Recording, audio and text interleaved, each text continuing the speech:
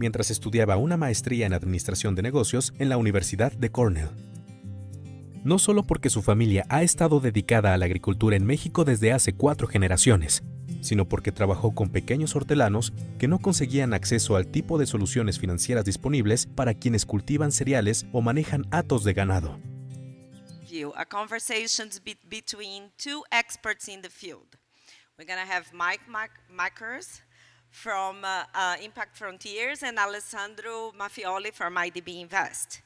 Last but not least, we will have a panel with investors in Brazil. So we have investors from Aquafund, from BDG Pactual, and from Vince Partners. So we will have a chance to have an interactive conversation and try to make this as a roundtable as possible. Without further ado, I wanted to invite Diane to start her presentation. Thank you very much.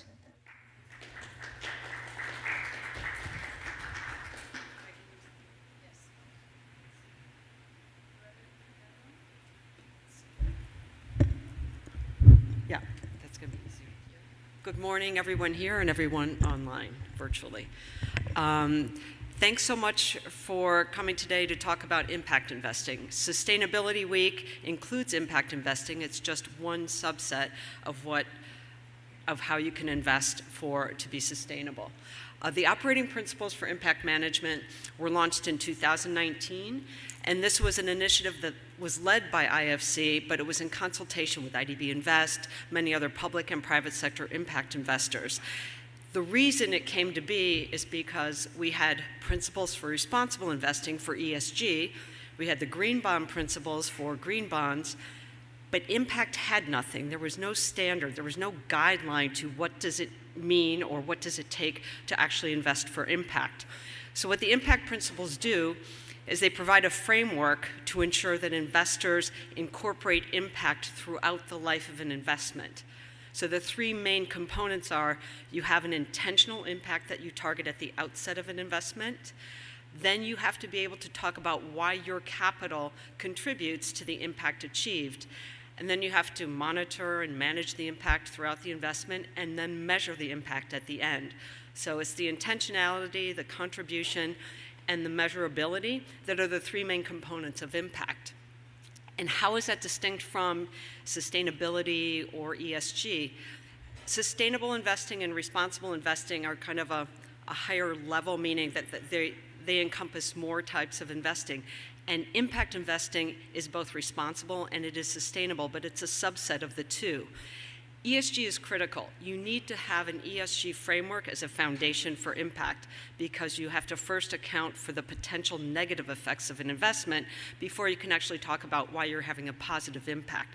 So you begin with an ESG framework and then you build on top of that. The impact principles, most of the signatories, we began with 58 in 2019 and now we have 162 signatories from 38 different countries and increasingly from Latin America and the Caribbean. But it's mostly you'll find the signatories are targeting private investments, but the impact principles can be applied to all asset classes. It is much more challenging to do this in publicly traded equities, to really target the intentionality and demonstrate your contribution, but it is possible. It's just all about having the right systems and processes in place. And because it is such a diverse market, you have all sizes, all types of investors. You have asset managers, asset owners, wealth managers. So standardization and impact is more challenging than perhaps it is in ESG because you want to have more convergence and more consistency in impact management, but you will never have just one size fits all, one model that applies to everyone. And that is what having this wonderful group of signatories is allowing us to do, is to build this market and develop best practices that can be applied across all types of impact investors. These are the 9 operating principles for impact management. I went over really the different, intentionality, monitoring, measuring, and management. But principle 9 was considered the critical piece of the operating principles for impact management. For the principles for responsible investing and green bond principles, you do have to provide some forms of documentation and attest to the fact that you are adhering to these principles. But impact investing was experiencing a lot of confusion, and there was increased impact washing in this market, just as there was greenwashing in the green bond market. So we considered Principle 9 critical for these principles. And this requires, as a signatory, you must publish every year a disclosure statement in which you describe how your impact management systems and processes align with the principles. This is published on your website, it's published on our website, but in addition, there has to be periodic, meaning every 1 to 5 years, independent verification that is affirming that you in fact are doing what you say you do. And that's independent verification was really the first of its kind for any market. And we're now seeing it being talked about in other markets. PRI is looking at it. You've got other people looking at SDG certification. So we kind of instituted this trend towards verification so that you can say and attest to something, but somebody actually has to say, yes, in fact, they are doing what they say they do. And this Principle 9 is really what's critical for reducing the risk of impact washing. So since 2019, we're 3 years old now, what difference has the impact principles made? We are seeing so much more transparency in the market through the annual disclosure statements. If you go onto the impactprinciples.org website, you will see huge asset managers, small asset managers describe their impact management systems. And it really does provide much needed information of what it means to be an impact investor. It's very distinct. So the transparency that is brought to this market is critical. We're seeing institutional investors asking their asset managers if they are a signatory. They'd like to know that they're very open about what their processes are. In addition, best practices are developing amongst the signatories.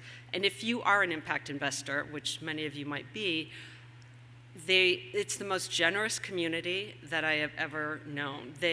Natural competitors share their best practices. They discuss challenges. They really want this market to grow and continue to grow in a very disciplined fashion so that we're all on the same page. We all agree that this is what impact investing is, as distinct from other types of sustainable investing.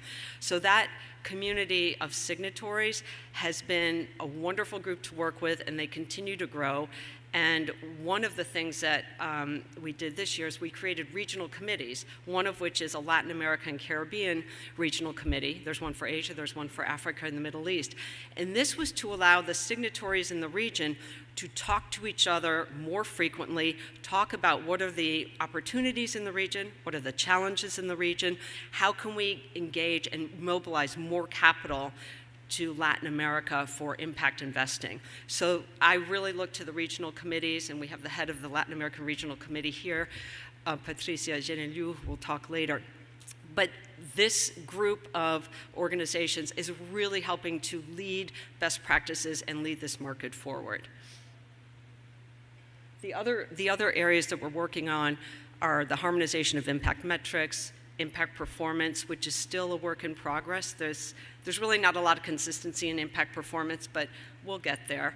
The other is regulation. What's happened with the EU has really had an impact on impact investors in Europe or others operating in Europe because it wasn't designed. It was designed for green, sustainable, responsible investing, but unfortunately the way it is formed, it applies to impact investors. So we have a committee that is working on discussing with the regulators to explain to them what impact investing is, because regulation is coming everywhere, and we need to get in and get our voices heard so that they understand how it affects impact investing, which is mostly in the private markets, and the data that is needed and how they can perhaps change the regulation or amend it so that it is much more applicable to impact investors. The signatories represent more than half of the impact market. It's over $460 billion in impact assets that are represented by the 162 signatories. So it is a force to contend with, and we will get a voice with the regulators because it is a growing group of organizations.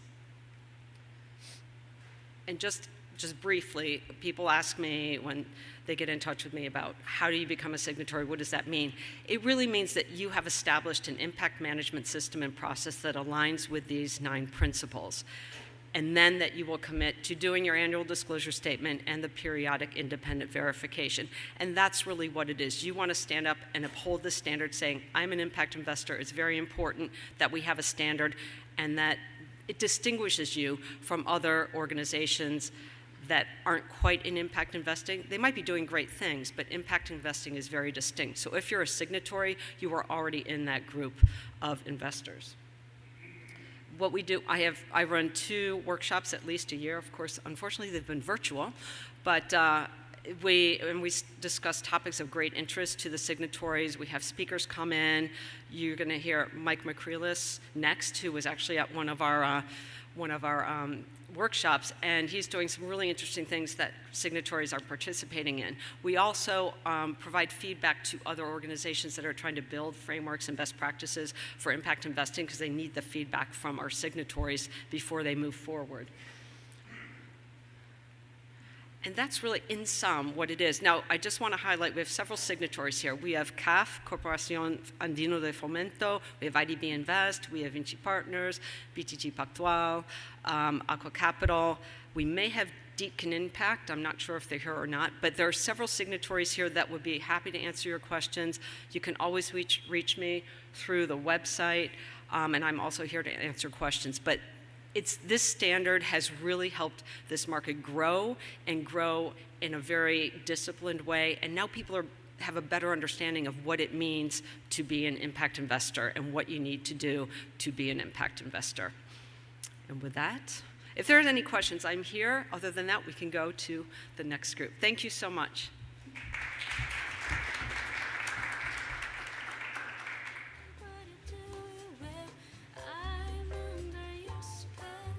Thank you, Diane. That was amazing. Now we have an overview of what the impact principles are. We're going to go to the practitioners. Let's have Mike, now he's famous in the room, and Alessandro Maffioli from IDB Invest, who also implemented our impact management system. Please, Mike and Alessandro.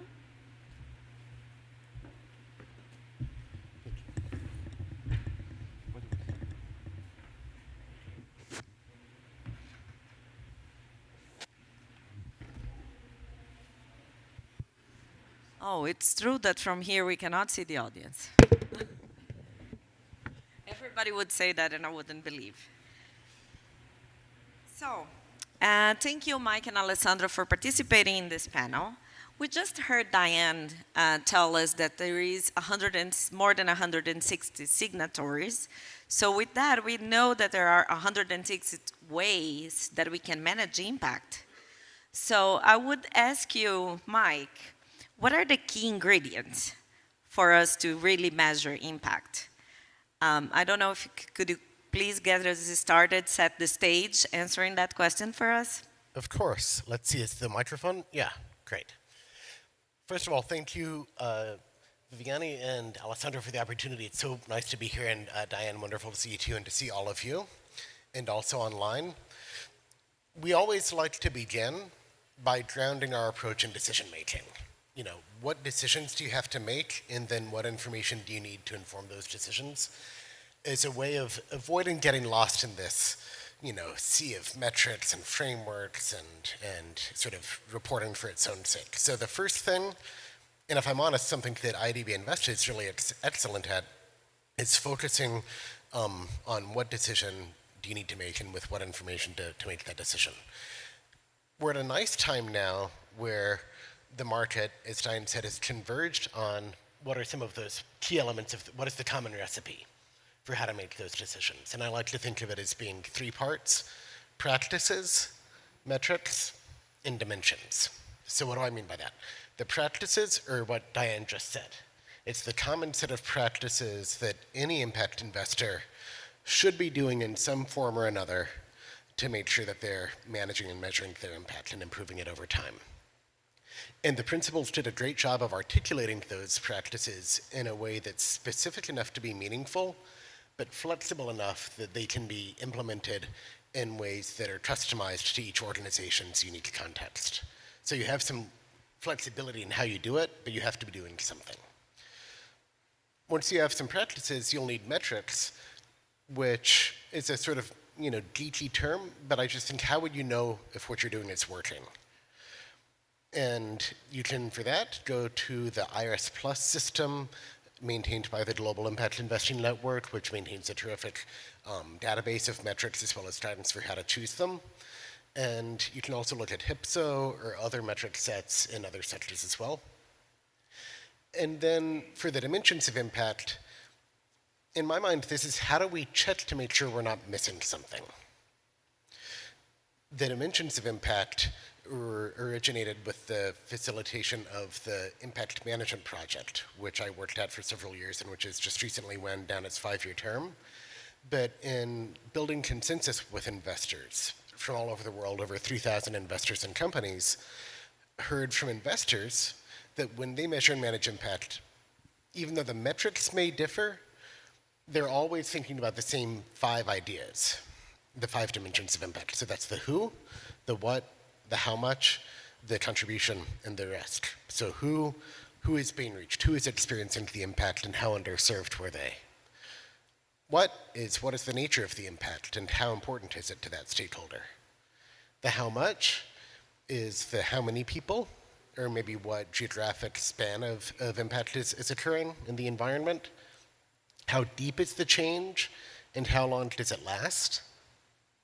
The contribution is a measure of to what extent would this change not have occurred but for the company or the project, and also but for the investor. So there's enterprise contribution and investor contribution. And lastly, impact risk. What are the risks that the positive impacts that we expect don't occur, or that negative impacts do occur? And often, as investors go through the process of implementing the practices and selecting the metrics, they may realize, oh, we covered some of the how much because we're counting the number of people reached and maybe we're counting underserved, but we're not counting the level of depth of impact. And so the 5 dimensions we recommend not as a strict framework that you have to adhere to, but as a way to check, have you covered all of the elements of the recipe that you need to measure and manage impact going forward? Thank you, Mike. That was great. Alessandro, I would ask you the same question. What are your suggestions for those who want to set up an impact management system? And if you can tell a little bit about your experience once you were handing in the responsibility to create ours. IDB Invest, please go ahead. Thank you. And let me start by, so every time I hear the numbers of the operating principle for impact management, I'm amazed of what was achieved, and this I think is thanks to the signatory, the organization were behind this, but there are some people, and one person in particular, that really did an amazing job in disseminating this. So Diane, really, I think that what you have done is just in managing the secretariat has been incredible. The service you provide, sometimes they use the term, the power of grace. So I think you've really contributed amazingly to this. So I have to say this publicly because your work has been amazing. So to your question, Viviane, I think that going back to what Mike was saying, so it is important to understand, and I think the great thing here is that there was a lot of talking before about impact measurement and reporting, and I think that the point was more about if I want to tag something or related to sustainability or impact, I need to, in a way, have some number to show and something to measure. And of course, there's the dilemma, you manage what you measure.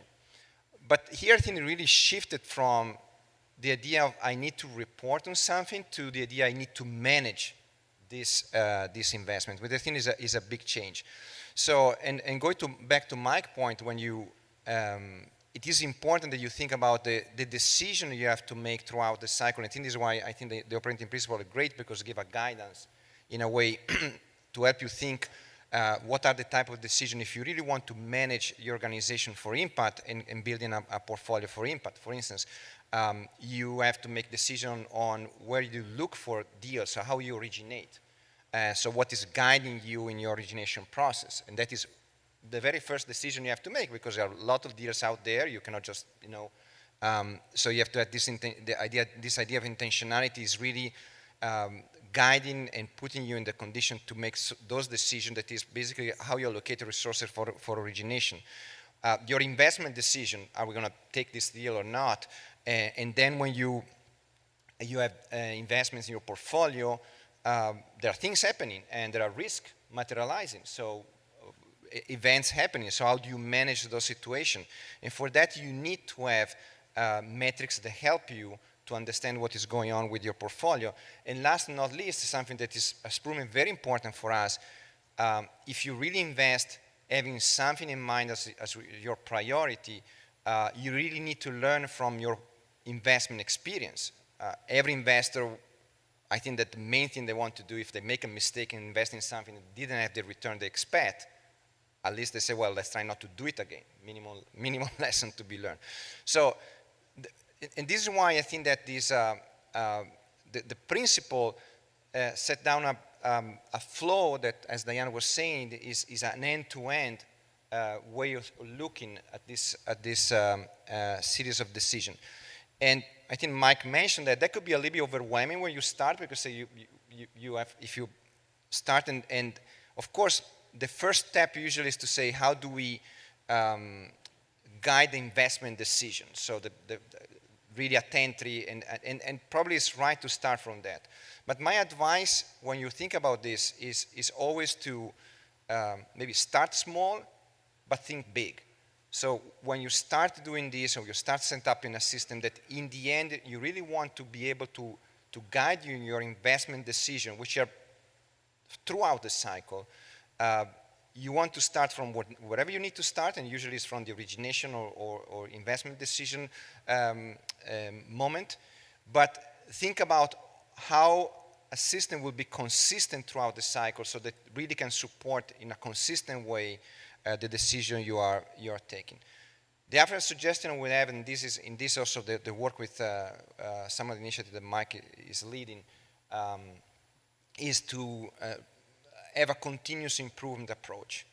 And continuous improvement approach doesn't mean that you keep thinking and rethinking about what you're doing, but mostly means to talk to others and be exposed to what others are doing, and try to really to see what are the best practices, what is your benchmark. I love the idea of impact frontier, not only because the frontier of development, but also as a sound of what is the frontier in terms of practices. So this is something that is evolving, as everything I think in management and business is evolving, but this is something new and evolving, so there are many interesting things going on. So my other suggestion is to adopt a continuous improvement approach, keep benchmarking yourself against the standards and principles out there, but also against the practice of good practitioners. So we participated in the first round of the Impact Frontier. We're back now with another round because we know that enrich us.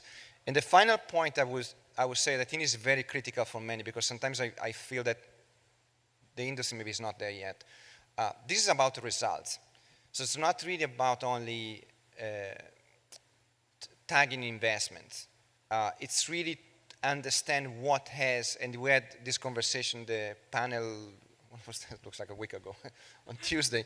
I think Marianne Hancock brought this out, it's really important to understand what works, what doesn't work. In the end, we really want to understand what really has a return for impact. So don't forget about results. In the end, you need to be able to get to measure them, report on them, thinking about them, and see how you can get better results from your portfolio. I'll stop here. Thank you, Alessandro. That was great. Thank you, both of you. Picking on the point that you both mentioned about best practices. Also thinking about standards and harmonization, which is key for impact management and also for compatibility. Mike, you have a lot of experience looking at different types of investors, asset owners, asset managers. So I wanted to ask you, across these different classes of impact, how do you consider financial considerations? How you embed financial considerations into impact? That is one part of the question. The other one is, if anyone in the room wants to start to construct an impact management system, measuring and management, Is that a way that you can just copy and paste what someone else is doing? Is it possible? Thank you. Those are such interesting and provocative questions. I mean, I have to say, if it was possible to copy and paste, then all of the investors in the world would already have a perfect system. So we know that there's some level of customization necessary, right? But at the same time, you know, I can even go back to my own experience at Root Capital, because we went through many years of building up our own impact management approach and trying to get past, okay, we're going to just focus on lending in one sector, and then we'll invest normally, and then at the end we'll report how many people were reached, and we hope there is some impact, you know? Going past that to developing a whole comprehensive, as Alessandra says, end-to-end system, and realized that after all of that work, climbing this whole mountain, there's a whole other mountain behind that one that we never saw, which was we couldn't use that information to make decisions because we didn't know what the financial implications would be. And so the second phase, I feel like, in the impact management journey is to take something that you may have built a little bit in a silo, maybe in a little bit of an experimental way, but in a way that's protecting the investment process from being interfered with, and take that impact management process out of its silo and integrate it conceptually and in processes and systems with the way investment decisions are made. So we call that impact financial integration. It's a very technical sounding term, but it really just means incorporation of impact alongside financial risk and return to make investment decisions.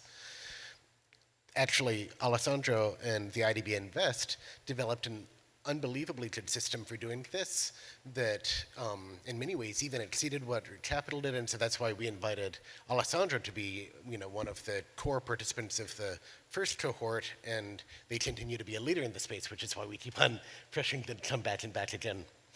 The last thing I would say is that, coming back to the topic of performance, the question of impact financial integration enables you to think about how am I improving my impact over time, and how can I show that impact in a way that's consistent, aligned with our financial goals, to get past this persistent debate about trade-offs and are you sacrificing impact for risk and return. The debate can go around and around, and there's no one answer, and the only way past the debate is with data, and with data that's integrated across both the impact and the financial dimensions of performance. Thank you, Mike. Alessandro, if we think about standardization a little bit and the role of the impact principles, how would you elaborate the importance of those two aspects? Also, how can we assure that the data is comparable? No? And if you could also elaborate a little bit on how we manage the portfolio for impact and the monetization that we are trying to add to the different aspects of the projects, to compare a deal in the women's sector with a wind power. This has been discussed a lot during this conference, how we can really understand and prioritize different projects in our portfolio. Thank you. So yes, I think that Diane also touched on that on one of the areas where the initiative has been very, very important. In addition to our, that is the harmonization of, I would say, the creation of a common language, and that is what we really need. I think that there was a basic, there's a basic need to really define what we are looking at in the same way and measure in the same way. So this is kind of, we need the alphabet and a series of words that make possible to have conversation, exchange of experience and long-term comparability. So I think the very basic first thing is to have common indicators for what we are saying it is an impact. And there are many initiatives been going on for a while. I think that the GIN, the Global Impact Investing Network, with the development of IRIS and IRIS Plus have contributed a lot in terms of trying to put some order in the way impact investors measure different dimensions of impact. There have been initiatives like the IPSO, which has been led by Multilateral, that is the Harmonized Indicator for Private Sector Operation, that also had this effort, which was first among multilaterals. We share a lot of shareholders, and so we really want to, and we really must talk the same language and try to measure things in the same way. So there's been over years a lot of work in terms of harmonizing basic core indicators in important areas of work, so that what we look at is comparable. Recently, these two major initiatives join in the joint impact indicators, so that make sure that these standards in terms of, and harmonized indicator were also further harmonized between the two initiatives. So I think this is something is taking time, but there is I think it's important. There's a good understanding that the first thing we need to do is to really try to measure things in the same way.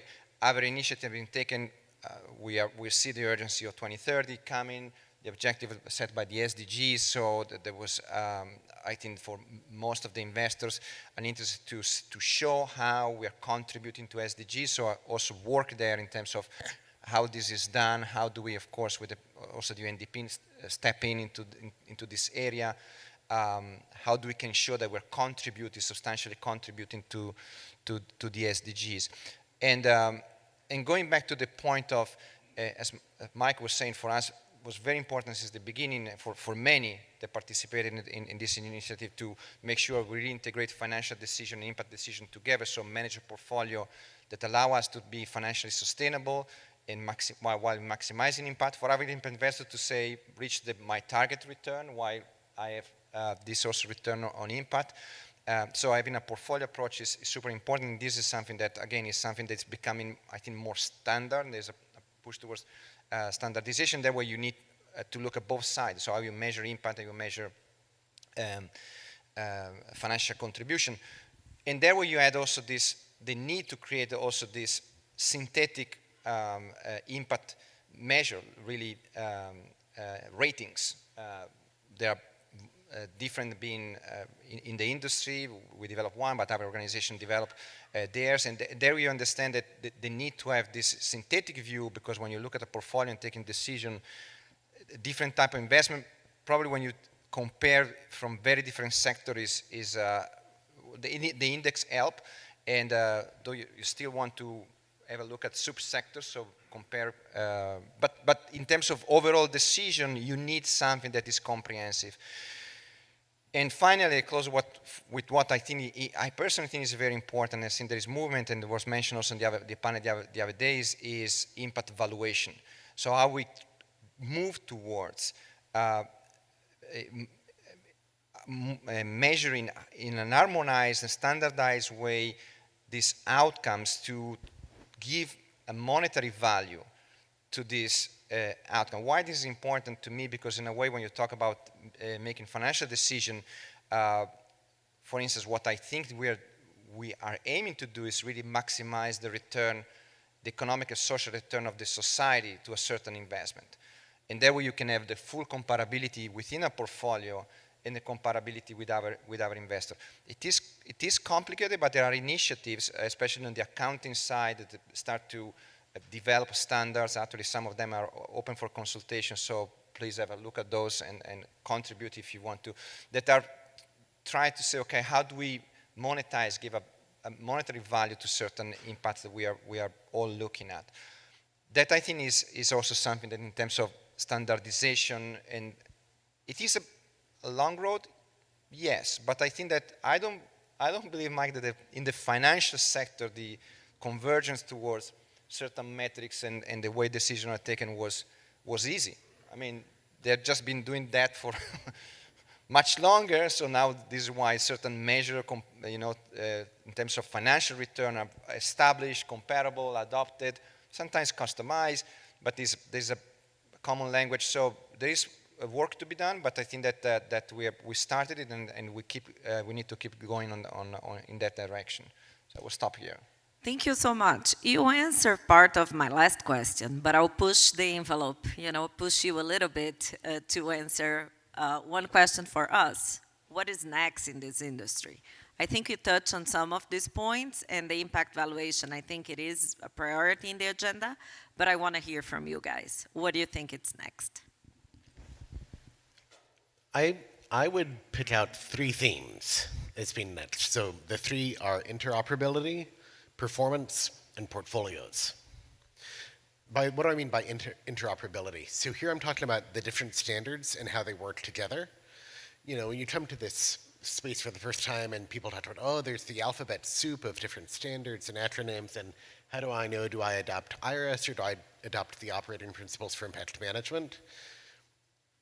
I think there's increasing clarity that many of these tools are for different purposes and can play different roles in your system and complement one another. And one thing that's been encouraging to see in the last few years is the standard setters themselves coming together to clarify and provide a more united and consistent front to the market for what purpose is each standard and how to use them together. That work actually is now living in a project called the Impact Management Platform, and you can check it out at impactmanagementplatform.com. So that's interoperability. Portfolios. I'm sorry, actually, performance then portfolios. Performance is simply the point that Diane began making that you've also made, which is moving beyond now that with the benefit of the operating principles, we have increasing consensus on what constitutes good practice, now to get consistent about reporting performance. And to the portfolio level, because it's not just performance of an individual investment, but performance of the portfolio as a whole. For an asset owner, for a pension fund, for an insurance company, a high net worth individual, we'll need to be able to say, okay, well, I can invest in this fund or that fund. Which portfolio as a whole do I think will offer better impact performance and which will offer better financial performance? Right now, the tendency is to take the practices as a proxy for performance, and I think that's valid. That's a great place to start, but I'm also excited by the movement to build on the strong foundation of practices to look at practices and impact performance at the portfolio and the investment levels. That's very interesting. Alessandro, your turn. I don't. It's difficult to follow. I need a crystal ball. No, after that it's difficult. No, I think first I would completely agree with Mike. I think he touched on many things that are key. So I will repeat some on that. I think that we need to. I know it is hard. I know it is sometimes it's a little bit behind our day job, but working on interoperability, comparability, continue this effort, and I would go back to the point that let's take it as a continuous improvement. I truly believe, and a strong believer, that the more we talk to each other, try to understand how things are done, and try to converge to something that makes sense, is a way to improve the way we do things. So it's a good investment. So I think that for sure is something that we will never get to one unique way of doing things. That I don't believe it, but I think that will be greater convergence, and more convergence it is more investors will understand better this industry, and more investors understand better this industry, the more they will join it, and the more they will join it, the more we'll be capable to mobilize and catalyze resources towards net positive social economic impact. That is what we are all interested in too, and more people are interested in too. The part of portfolio, I think, is fundamental. If you manage a portfolio, so keep working on inducing more and more people of thinking about how they manage a portfolio, report on the results, show results. That I think is also something that needs to come more and more. Hey, we fail. We report every year in our development effectiveness overview the things we do well and things to do don't work. I mean, development is a hard thing as investments. I mean, if investing, even for financial return, was easy and everything was always successful, I don't know. We'd be in Eden, but so we need to show more results and share more results. What is working, what is not working, what worked best, what worked not as good, so that also there's more rationality in the way decisions are taken. And particularly for the region, I think I would maybe echo one of the calls that was made during the other panel with Seb, Marianne, and Cesar, that standards are coming to the region, so there is a movement, and this market is growing. So thanks also to Diane, is growing a lot, and there are more and more regulators looking into it and trying to understand, okay, this is becoming big, there's more and more investors involved, much more capital involved, so you know, keep an eye on the standards as how they're developed. These are coming, and initiative like this can help investors to have a voice into how these standards are developed, because when you see a network of this size, of this magnitude, coming together and say, okay, let me try to explain, and this, so to get the best possible, in a way, regulation is to, let me try to explain what we are doing, so that we don't waste time into fine-tuning things that are not really fine-tuned or contextualized for the type of investment we're looking at. So, so a lot of things coming, so this is very exciting. Thank you. This panel is very interesting. And yes, we need to keep an eye on the regulations, especially because they're being adopted now in Europe, but are they applicable for Latin America? What is the reality here? How are we going to deal with SMEs? So there is a lot for us to discuss, but thank you very much for this panel, and let's move to the next one. Thank you. Thank you. Thank you. Thank you, Diane. Diane, I'll give the floors to you to introduce the next panel. We will have three investors from Brazil: Aqua, BTG Pactual, and Vinci. Please join us here.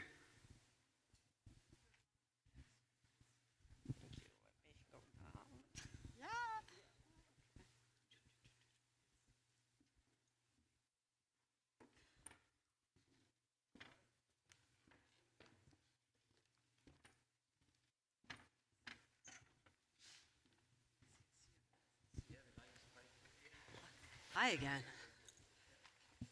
I hope all of your mics work. I'm pretty sure they do.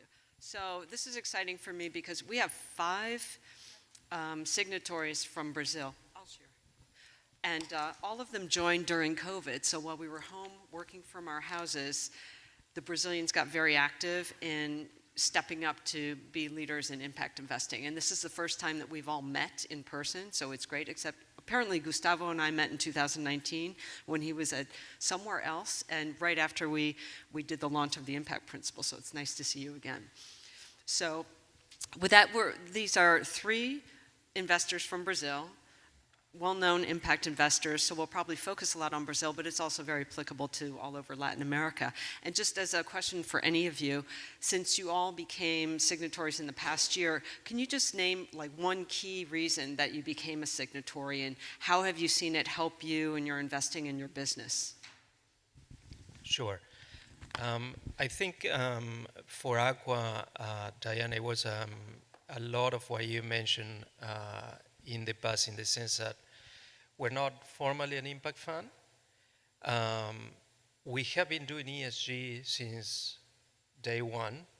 We started 10 years ago. We have a strong operational value approach to companies. From ESG, we went to something that we tried to call sustainability. And from there, we went to impact. But it wasn't very clear to us what exactly we were trying to do, to achieve, to report. So I think our growth in this agenda has been way too fast for us to catch up before we said we need to get organized here. And Open was, we think, was the right tool to do that, because otherwise we weren't clear what we were trying to do. And I think, you know, the other component of this, also back to your point, we needed to understand what we were doing, but our investors needed to understand what we were trying to do.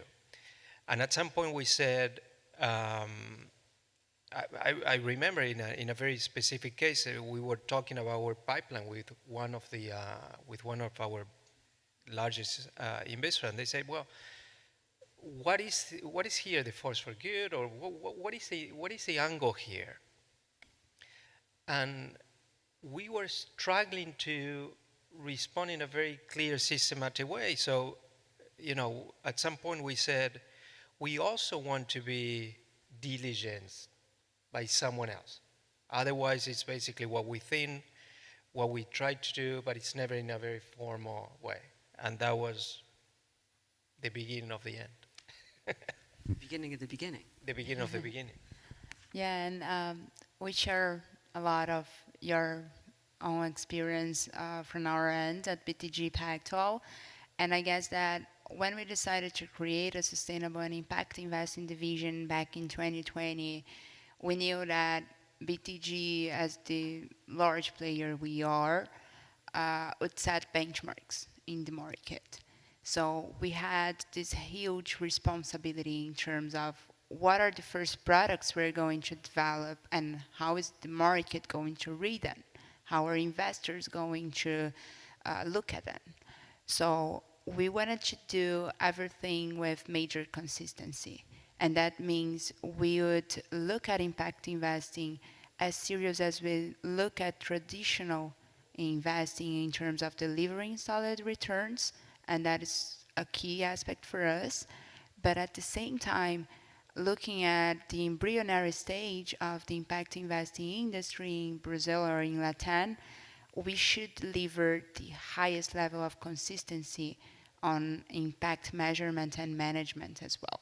So I guess becoming a signatory of the impact principles meant to us that we would be in accordance to international standards. We would be pushing ourselves throughout our internal processes, our external communication towards the highest standards. So we would also be communicating to the market, to investors, that that serious approach was the one we were trying to follow, and we were committing ourselves to present throughout our journey. So that was key for us. Thank you, Diane. When, like you said, when I was in 2019, I was at UN, and I watched a panel with Diane in Philadelphia explaining the impact principles, and it was very clear that it was a very complete framework. So I included that about the impact principles in my research at UN, and after that, in the second half of 2019, when I joined Vinci was starting the first impact fund and didn't want to reinvent a new framework. They want to build good frameworks, and the impact principles was very clear that we could use that. So together with Nietzsche, formerly Citaui, we worked using the impact principles. And after that, when we were doing the roadshow, all of our international investors, they were signatories of the impact principles. So it was kind of natural for us to make a formal commitment with the impact principles. Since we use the impact principles, our investors use the impact principles, so that's kind of our road trip. And now, being a signatory is very good because we know we have the workshops, we can talk with each other, and we can have valuable lessons learned from other signatories. It's interesting that all three of you talked about how this helps you engage with your investors. You know, it raises the level of the conversation so that you can more clearly express what you're doing in your portfolios. But I have to do a follow-up question about, do institutional investors in Brazil, or whatever your investors are, do they really understand impact investing, and are they seeking asset managers such as yourselves that offer impact investments? Because what I found, it differs by country. Some understand ESG, they're not quite clear on the difference with impact, so it'd be great to hear what's going on in Brazil. Yeah, so just starting from our point of view, Brazil is in another level when compared to Europe or even the developed countries, right? So within investors, our major role is concerning education as well. And I guess from a Brazilian perspective, when you at first approach an investor talking about impact investing, there is still confusion across philanthropy. So for them, it's not always easy to understand that you are still targeting solid returns. You're not necessarily talking about concessionary returns as their mindset is set to think that you are. So under that point of view, there is an education process and an engagement. So for us at BTG Pactual, for example, in our first impact investing fund that we have launched last year, we were able to bring many institutional investors. We were able to bring pension funds, for instance, that made their first impact investing with us. And for them, it is really about trusting the work that we do when we talk about returns, and also being confident that we are also serious about impact the same way. And, you know, giving like a blank page for us to deliver the track record that our local industry still needs. So apart from niche or small asset managers that were struggling throughout that industry across the last 10 years, we are now talking about large institutions that are, you know, putting themselves and their excellent expertise to deliver returns alongside that impact. So I guess that those are the first steps. They're still getting familiar with the topic, and that will be a long way to go. Yeah. I think in our case, Diane, I think a lot of that sometimes is based on what you do. And the reason I'm saying this is because at Aqua we do agriculture and food. So it's a very easy industry to see where the impact is going or where it's not going. Because in agriculture and food it's more about what you're not doing than what you're doing. I think the level of sophistication, not just in LATAM, I mean, I was in a conference in New York where I'm based 2 weeks ago on ESG, and ESG was the new thing for some of the US managers. And for us it's just, I mean, I don't understand any fund that won't comply with ESG. I mean, it's becoming checking the box. If you're not ESG compliance, I mean, why would I put money with you? So I think the level of sophistication has, it's very different. We have very large institutional investors that have impact packets, which is great. Sovereign wealth funds, pension plans, as she mentioned. So, but I think the level of understanding is still all over the place. And I think the industry in LATAM, it's, aside from DFIs or multilaterals, is nation. So it's not there yet. Hopefully we'll see more. Yeah, I totally agree with you too. So trying to add something. In Brazil, it's really in the early stage, the impact investing. So I believe now we see a lot of institutions, regulators, and investors talking about ESG, but not as much as in impact investing. I think 2 years ago, during our roadshow in 2020, all the international investors were interested in our impact strategy. They want to understand more. In Brazil, a few ultra-high net worth individuals and 1 or 2 institutional investors asked about impact. The others, they didn't understand about impact. They sometimes were concerned about if I was going to have problems with the return or to find assets to invest. So it was a lot of confusion in the market. Of course, we try to explain, but still, it's a new thing in Brazil. What I see, there is a big challenge that we need to kind of do together, try to teach and engage investors, because there's a lot of opportunities to do impact investing in Brazil.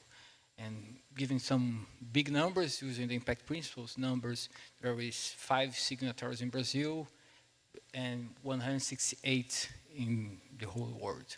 And I believe close to 600 million assets under management in Brazil of impact investing, close to 4 billions in the world.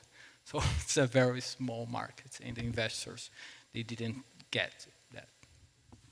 No, it's up to us. It's us as an organization and the signatories to help educate asset owners and asset allocators, because that is, we've talked at the board level, that we really need to engage more with them. Whether we do have asset owners that are signatories, but they've been doing impact investing for some time. So it's our responsibility to continue to engage, which is one reason that I established these regional committees, because the roundtables that have been effective, we did one in Colombia, we want you to do one in Brazil, but it's really getting at the country level and regional level that it's easier to educate the pension funds. And by the way, Patrícia is the chair of the Latin America Caribbean Regional Committee.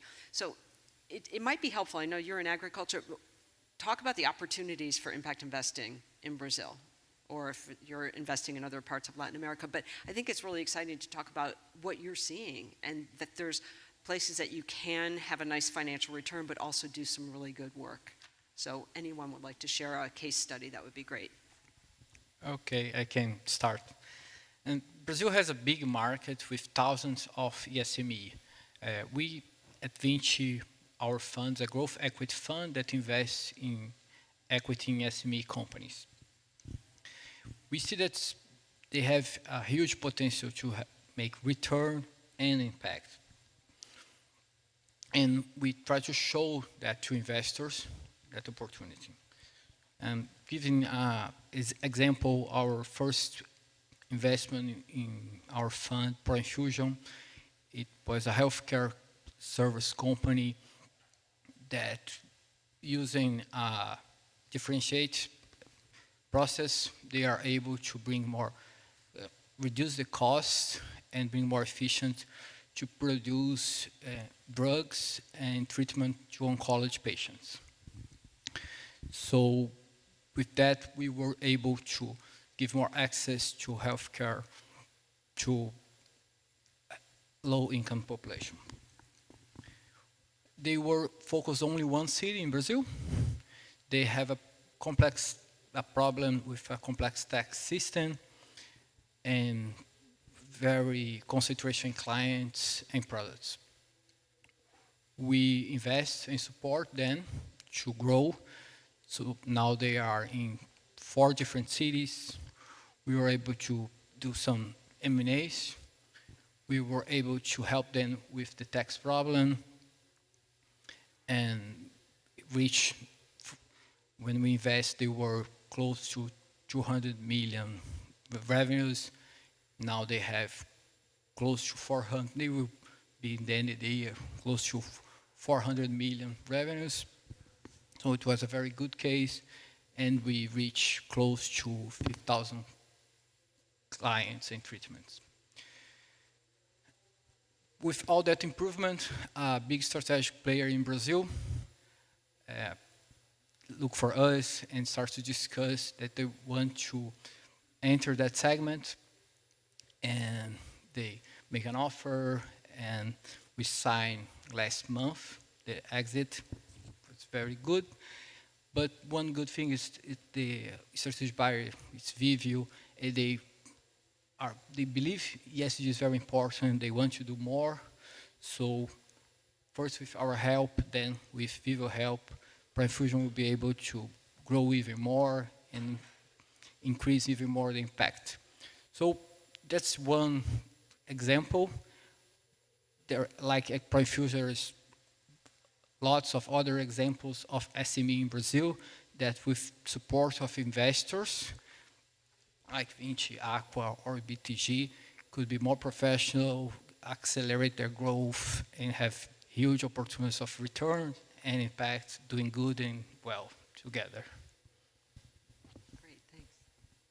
Yeah, so I guess when we talk about opportunities for impact investing in Brazil, it's at first interesting also to look at the challenges that we have, right? So when we look at social inequalities or at the environmental potential that the region has, where we see challenge or gaps on achieving sustainability development goals, us impact investors, we see the opportunity, right? So what we are doing is to allocate private investments to be put to work towards those challenges where the public services have not been able to actually deliver impact.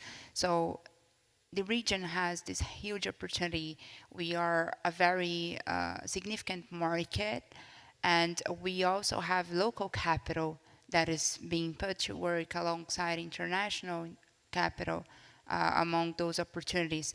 So what we see is in social, we see major chances for democratizing access to basic goods and services, while also bringing the region, and especially Brazil, into the protagonist level on contributing to climate change mitigation. So on the environmental side, our importance is growing, and we do have a chance to transform what today is a cost Brazil into a premium Brazil. And that's what we are trying to do. So also talking about one of the cases that we have at the fund, our first investee is democratizing the access to education. It's an ed tech company that is providing online education to over 1,200 municipalities in Brazil. And that is a company that is not only providing examinations to civil service as preparation courses, but we have also expanded the business to graduation now and post-graduation, so we are achieving more and more impact towards the diversification of the core activities of the business itself, and we are with the target now to transform this company into a B Corp and bringing the best ESG practices into how they run the business, and we have developed impact measurement initiatives that are now giving us how much the impact is actually being delivered. So that's what we are doing across the portfolio, just as an example, and I think that many opportunities are becoming more obvious to everyone, and the track record we are building is going to contribute to make that even more clear. Yeah, I think you know, when I hear an example of an impactful company that can provide nice returns, you know, we tend to think, again, I think it might vary sector by sector, but we tend to think that a perfectly impactful company will sell for more. So we start with that view, that it's not just getting a nice return, it's getting the best return if you have an impactful company. Also especially because where we operate, and we do things in LATAM, but we do things in Brazil, but we do things in LATAM as well. Some of the big strategic buyers in the world won't come and buy from us if we don't have a very clear, sustainable, impactful company. I mean, our exit won't be there if we don't do what we need to do. I think more than just a specific example, I think we try to find impact thesis on 3 verticals for us that are critical to our industry. The first one is related to climate change. I mean, there's a lot going on in ag and food that is 100% correlated to climate change, to the climate change agenda. The second one, which unfortunately is a new agenda that I would say we started talking 3-4 months ago, is food security. I mean, there's so much going on in terms of food. I mean, today we get calls from sovereign wealth funds or from government institutions around the world with really real concerns about food security. How can Aqua help with that food insecurity? And it's interesting because we were talking in a roundtable yesterday about LATAM being an ag and food natural exporter to the world, but there's food insecurity in our markets as well, like there hasn't been in years and years and years. So that is another key component of our impact agenda. And the third one that is equally or more important is that in most of our markets, when you go to a farm, either in Brazil, in Colombia, in Peru, in Chile, in Argentina, it's all white males. So there's zero gender diversity.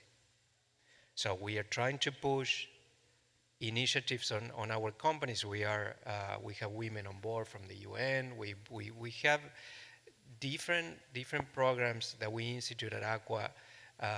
It's not just gender, but it's racial too. So there's so much that we can do in terms of impact. The challenge is how we get organized without getting lost in so many different initiatives and activities. And sometimes you need resources, sometimes you need time, sometimes you need capital. I mean, I think, Diane, when you were talking, you have to pass this from you to us, but we need to pass it to our portfolio companies too. Otherwise, and our portfolio companies are, in some cases, are very transactional. I mean, tell me what it's in here for me. So yes, I want to do impact, but if I'm losing money on a project by doing impact, I'm not going to do it. So there's a continuous conversation with a portfolio company. This is beneficial to you because by wasting our water this way instead of this way, we can get 30% IRR somewhere else.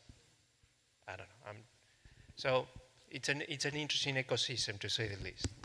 And that's a very good point, because what we're finding, I mean, in the US, you hear about it all the time. They're like, you know, you just don't get the returns in ESG or maybe over a short-term period. And what's missing in this conversation is the systemic effect of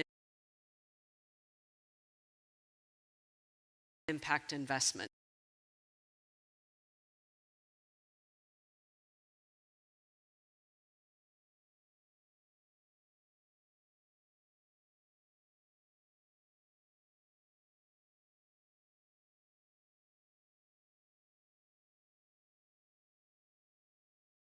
It's something you can't quantify at the end of the investment necessarily, but it's what is the long-term impact on the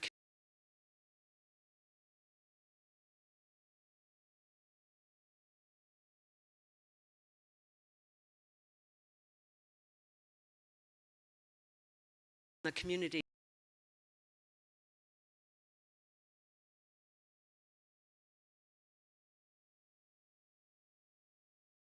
in which you're investing. And that is becoming, civil society and others are starting to ask for that. Asset owners are saying, yeah, it's great you're doing good things, but what about the community? How do they feel about the investments that you're making, and how is this going to affect them long term? So even though you don't have the hard numbers, it's really important to talk about the long-term benefits of the impact investments today, which could be 10, 20 years down the road. And that's what you were saying. And that's a harder conversation to have, but that's how you have to change the mentality. It's not a quarter, let's look at the quarterly returns. Impact is patient capital, it's long-term capital, and you have to look at the really long-term benefits for society and the environment. And that's all of our jobs, but that's where I get, you know, very excited, because you see, I mean, my country is a disaster right now on climate, and climate change is here, and it's fierce this year. And it's a little late, but we have to convince people. We've got to start doing things now. in order to get better in 10, 20 years. So, but that's a challenge for everybody, but I think we have to have that conversation and just really, really make that very important when people are saying, tell me why I should invest for impact. Because it's not about 2 years, 10 years, it's your entire lifetime and that of your children and grandchildren. Yeah. So, do you want to talk about any challenges that you, or maybe even better opportunities, but I don't know if you're having regulatory issues yet in Brazil and Latin America, because it's coming, but I don't know what the status is. But what are some of the hurdles or challenges you have to overcome right now?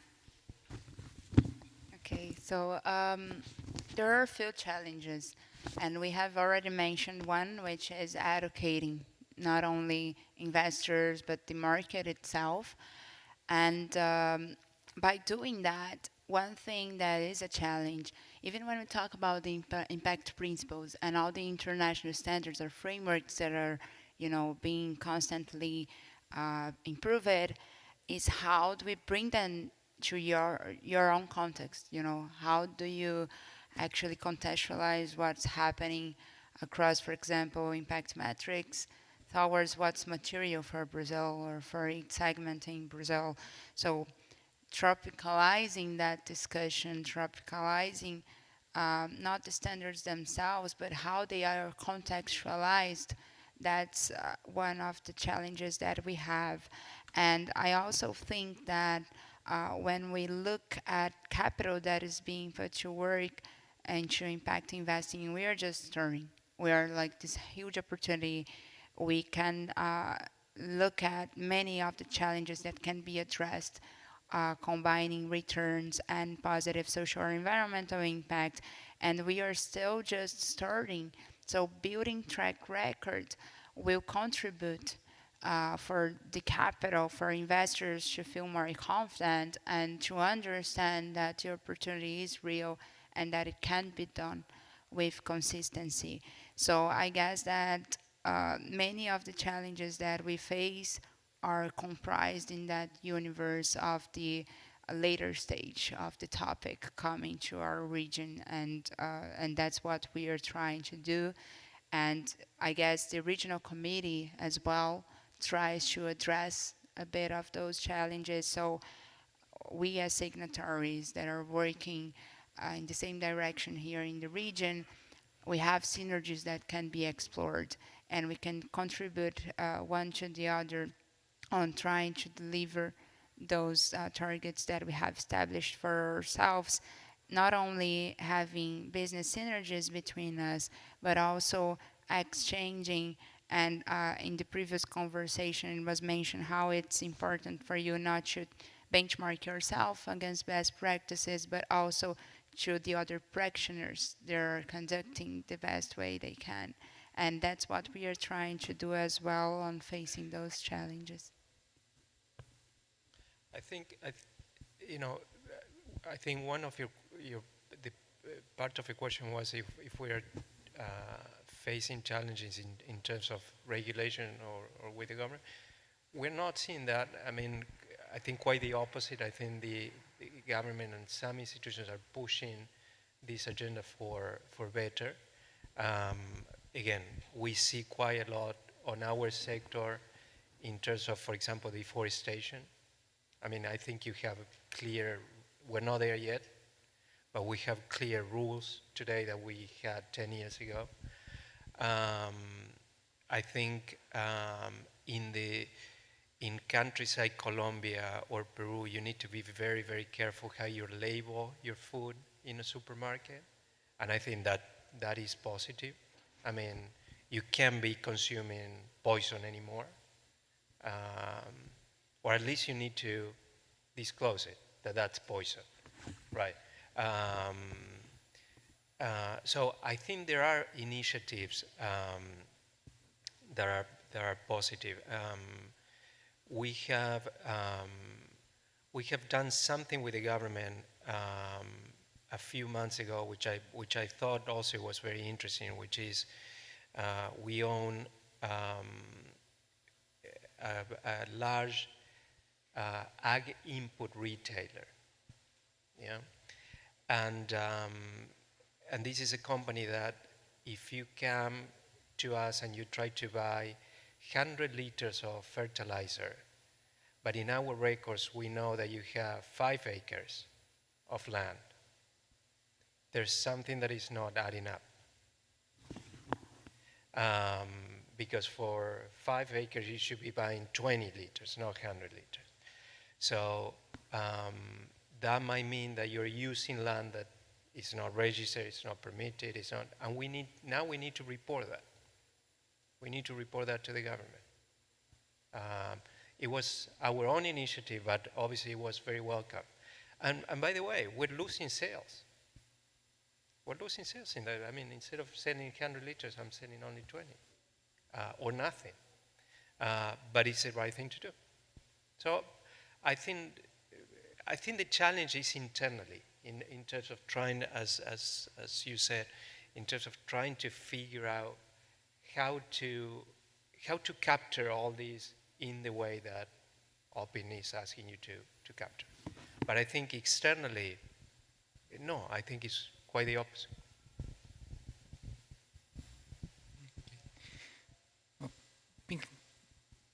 We have the challenge, like we said, to engage the investors, but also to engage the entrepreneurs, the founder, the companies.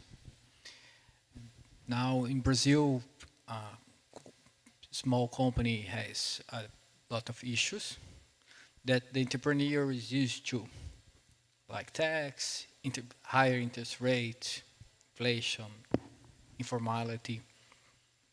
When we talk with them about impact, we need to show them that we are not adding another constraint, another thing that they need to worry, but something that they already do and they can do more together with the return. So when we are able to do that, and that's something like Gustavo said, the entrepreneur doesn't want to lose money. That simply money is very important for him, for everyone, and it's that money is he used for his family. So we need to show them that, look, we are an investor. We're going to help you to grow. We're going to invest capital here, so you're going to have capital that will accelerate what you are doing, and you can do impact without losing money, or sometimes, like as example, company had the potential to do a solar panel, but they need a big investment to do that. With our money, they could do that investment and other investments together, and the payback would be 2 years. But without our investment, they would have other priorities. So that's kind of thing that we need to show them, look, now you have the money, now you have the possibilities, and you can do the impact, you can have better governance, you can have a board, you can have a CFO, all that together with a good governance. So I think that's the other challenge that we have, not only the investors, but also the companies. That's true. And you all are from Brazil, but everything you've said applies everywhere. It's every market. You know, entrepreneurs and the companies you're investing in, they have to think about things differently. You know, they have to provide you with specific data for impact. So it's really changing the mentality across the board, from your investors to your investees, and working with the governments to ensure that you have their support, that this is important moving forward. But you've really highlighted on some of the key issues in impact investing as a whole. So, and it's so nice to meet all of you and engage with you personally. This is great. And I know we can't really see people. If you have questions, everybody's available to talk to you afterwards. But thank you so much for being here, and look forward to seeing you again in person, hopefully very soon. Thank you. Thank you, for everyone. inviting me. Thank you all.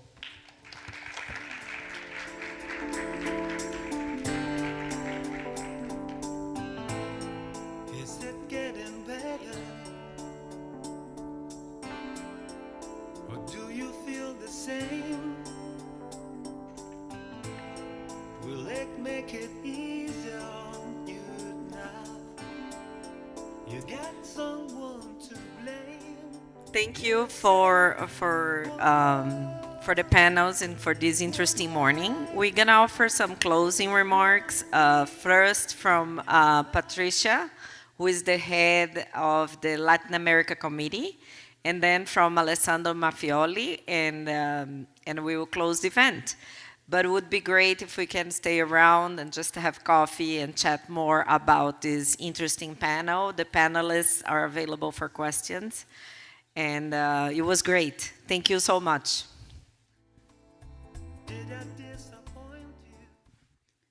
Thank you, Viviane, IDP, and Diane from the principals for the opportunity to bring the discussion to the group and to talk about so important things that are coming up for us as an industry. So I guess just as a closing remark, I guess that for us, establishing the regional committees was a great initiative by the principals on, how we are bringing what's happening in the core countries or in the core discussions that are held to our region as well. So for us as signatories to be participating together, to be contributing to our development as a region towards impact investing, it's something that is brought to another level when we do it together. So I guess that when we think about the challenges, we are still starting, but also to mention what has been discussed here, let's start thinking big, right? And I guess that bringing everyone's efforts towards that direction will lead us to another level, and that's already happening. So when we talk about interoperability, performance, and portfolios, as Mike has explained earlier, those are the things that are happening across our own efforts as signatories and as members of the committee. And especially on interoperability, that's what's major shifting when we work together. So bringing transparency, bringing good and solid communication, and exchanging our knowledge among us. So I think that what the principals are bringing is actually a very good background and a solid work that will contribute to boosting the industry regionally. So I think, thanks everyone, and Alessandro to do the closing remarks will be the best person. I don't think so. You did exceptionally well. No, I just want to thank everybody, and let me be completely honest. I'm really excited. I think this was very empowering. The panel, you three, I think that if I have to define it, is putting an ideal in practice. And this is amazing to me. So when you talk about private sector delivering solid financial return for investors and solid impact for society, this is something amazing. I think this is if there were a dream for people design the SDGs in terms of having a movement that can catalyze and move resources where are needed, this is something you say, it is exactly what we need. So with that, I would say that it's very important that, so thank you for you doing this. Keep helping the industry to grow in the region, educate. We were talking about need to add context, but also to educate, and really you can play a big role in expanding this industry in the region and help catalyze and moving resources in a region that really needs a lot of resources to meet its development ambition. So for that, really, really, really something that make me proud to work in this region and give me a lot of hope. And from our side of multilateral DFIs, there are here also our colleagues and friends from CAF.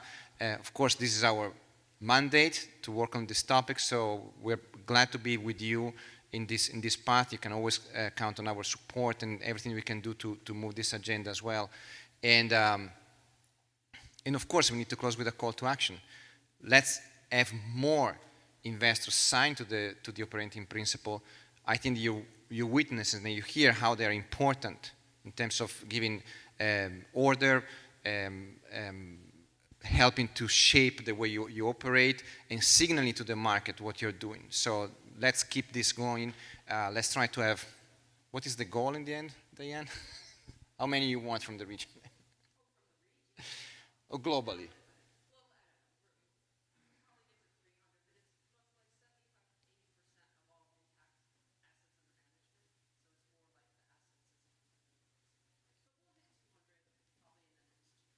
Perfect. So there's still room to have more investors sign into this. So thank you very much to everybody. And I think the coffee is ready. So enjoy the coffee and let's stay in touch. Thank you.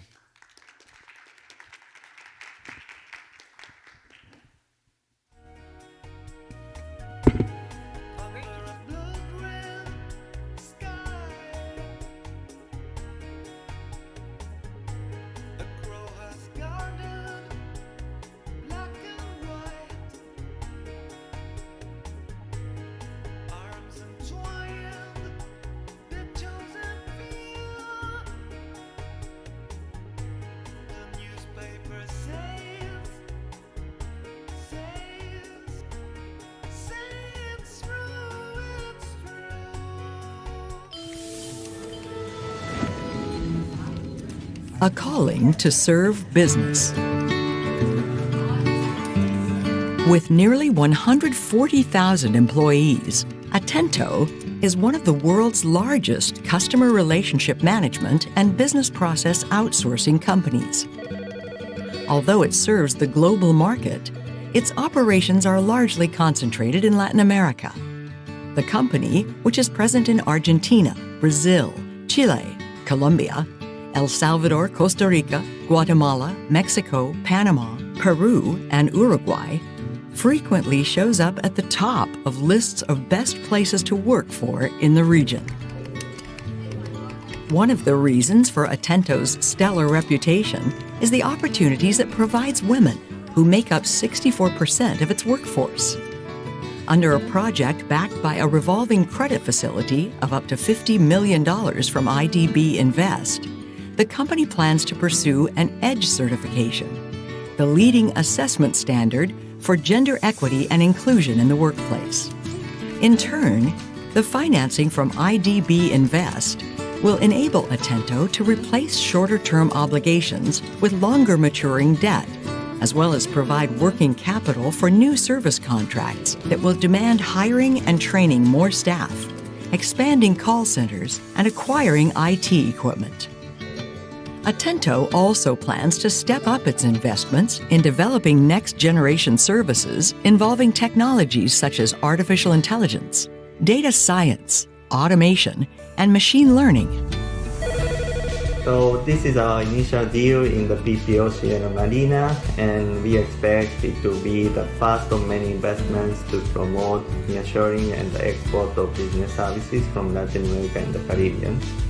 There are huge opportunities to capitalize on the trend towards digitization, as well as to help firms gain efficiency and productivity through more responsive customer service and process automation.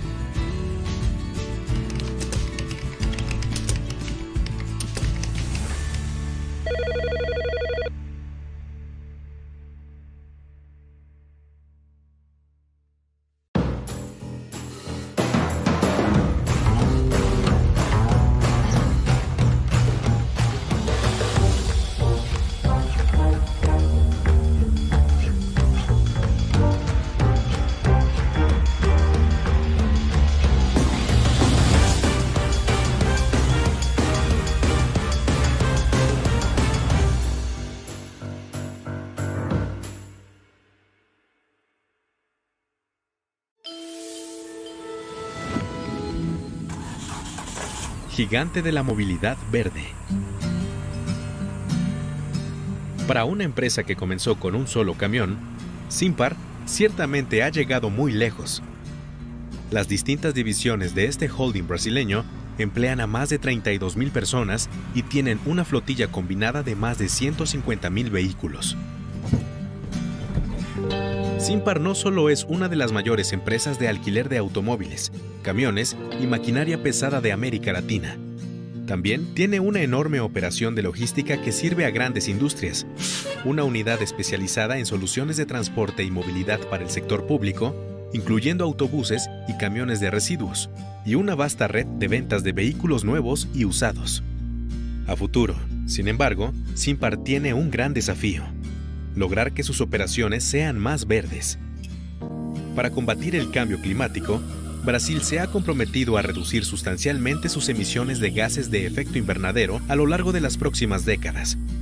La industria del transporte, que depende en gran medida de los hidrocarburos, es una de las principales fuentes de CO2. Simpar está decidida a liderar la transición a un futuro más limpio. En los próximos años, hará una enorme inversión en sustituir vehículos con motores convencionales por unidades eléctricas, híbridas o a biocombustibles. Para apoyar ese esfuerzo, Bid Invest le brindará un paquete financiero de $270 millones que incluye $80 millones de la propia Bid Invest, $40 millones de fondos de donantes administrados por Bid Invest y un préstamo sindicado por $150 millones de instituciones financieras comerciales. Los recursos de Bid Invest incluyen un préstamo verde que se utilizará para la adquisición de vehículos eléctricos, que aún son mucho más caros en Brasil que los camiones y automóviles convencionales. Simpar también recibirá asistencia técnica para desarrollar un plan de acción a largo plazo para reducir su huella de carbono. Nuestra participación en los ambiciosos planes de Simpar puede allanar el camino para que otras instituciones financieras internacionales apoyen medidas similares en nuestra región. También contamos con que esta operación sirva de ejemplo para que otras empresas de transporte se decidan a hacer más verdes sus propias flotillas, comentó Juan Parodi, jefe del equipo de proyecto de Bid Invest.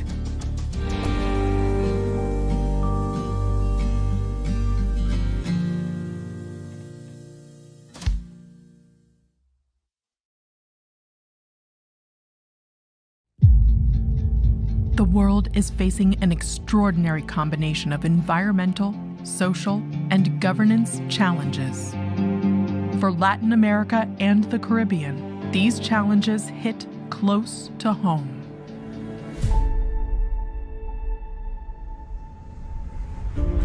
We are here to align purpose with action, to protect ecosystems, foster inclusive growth, and shape how companies do business and invest with impact.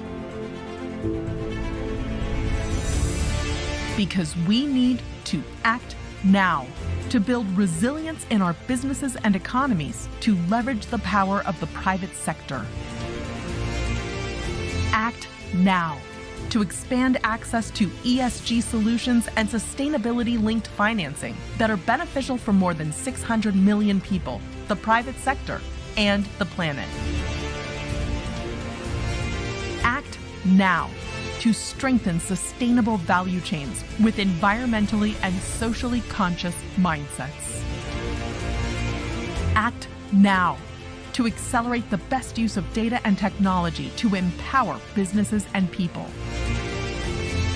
Act now to enable sustainable investments in countries susceptible to the impact of natural disasters.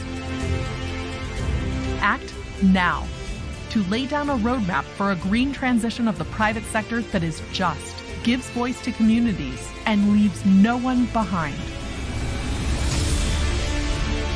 We have a plan. Now we are here to take action so that we can keep building a greener, more inclusive, and resilient region for all. So we can go from thinkers to doers. Welcome to Sustainability Week 2022.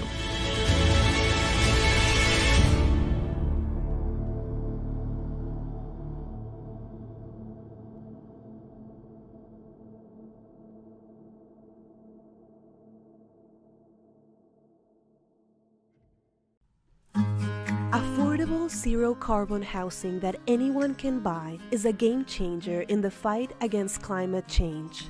As the entire world transitions to more sustainable economic and construction models, the idea of zero carbon for the masses is quickly gaining traction. Single-family houses with high energy efficiency may be a luxury that not all can afford, but cheap zero-carbon houses may have a massive impact on pollution patterns in many regions, including Latin America and the Caribbean. Zero-carbon houses share a few common features, including strong building insulation so that less energy is needed to keep comfortable temperatures inside and solid recycling systems to avoid water waste. Cheaper and centralized heating systems are also frequent features. Communal waste management and energy storage solutions, as well as smart appliances, often are part of the same housing blueprint.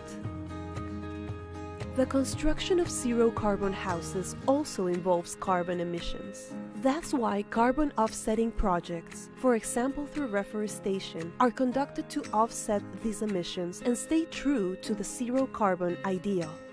Particular attention to the surroundings is an added characteristic of these projects in order to minimize the impact of construction and maximize the availability of natural resources like sunlight.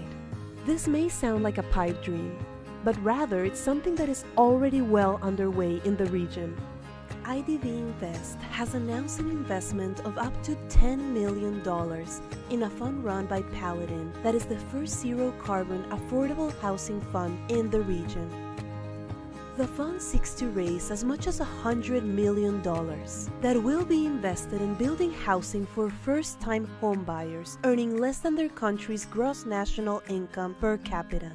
Sustainable housing will be built by mid-sized developers in Mexico, Colombia, Brazil, and Peru. This is just the beginning of what should be a growing effort to provide much-needed, climate-compliant, affordable housing across the region. Zero-carbon housing is the future of construction in the region. This is exactly the kind of sustainable project we need to fight climate change, said Alberto Parodi, Project Chief, IDV Invest.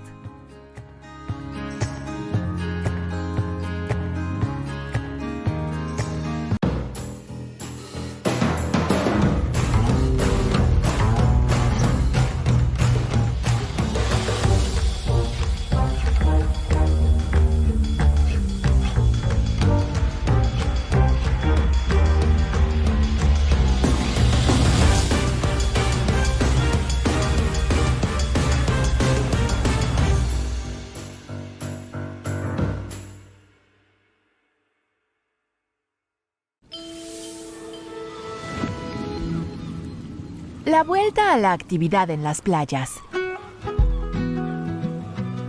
Al igual que operadores de complejos turísticos en todo el mundo, el Grupo Piñero pasó por una dura prueba durante la pandemia. No obstante la caída en la actividad económica, esta empresa familiar, con 27 hoteles en la República Dominicana, México, Jamaica y España, siempre mantuvo su compromiso con el turismo sostenible. A medida que los países donde opera fueron reabriendo sus fronteras a los turistas, el Grupo Piñero siguió adelante con sus planes a largo plazo de actualizar sus principales propiedades y de volver a sus operaciones más sostenibles desde el punto de vista ambiental y social, reduciendo su huella de carbono y ofreciéndoles a sus miles de empleados más oportunidades de capacitación y progreso. La crisis del coronavirus, con sus cierres forzados y estrictos aforos, tuvo un alto costo para la industria hotelera. Si bien el Grupo Piñero recibió alivio temporal del gobierno en su país sede, España, sus líderes buscaban una solución más duradera. La encontraron en una alianza con Birinvest y el Banco Popular Dominicano, que le aportaron al Grupo Piñero un paquete de préstamos por $200 millones en condiciones adaptadas a sus ambiciosas metas. Los recursos apoyarán inversiones como la renovación de hoteles y la contratación de personal en República Dominicana y Jamaica. Además, el Grupo Piñero recibirá asistencia técnica para realizar actividades de conservación costera, incluyendo la restauración de manglares y arrecifes, refugios de biodiversidad que sirven como barreras naturales contra las marejadas. La cooperación comprenderá también una evaluación del impacto a largo plazo del cambio climático sobre las propiedades del grupo en el Caribe. Estamos comprometidos con apoyar una recuperación más vigorosa, verde e inclusiva en América Latina y el Caribe. En esta coyuntura, apoyar a la industria del turismo es crucial en países donde es un pilar económico, afirmó el jefe del equipo de proyecto de Birinvest, Stephen Wright.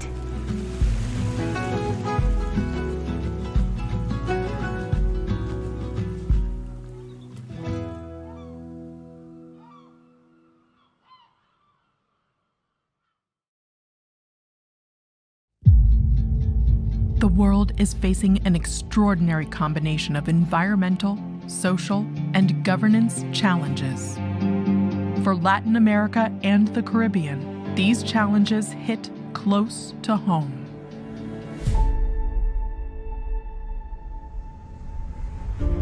We are here to align purpose with action, to protect ecosystems, foster inclusive growth, and shape how companies do business and invest with impact.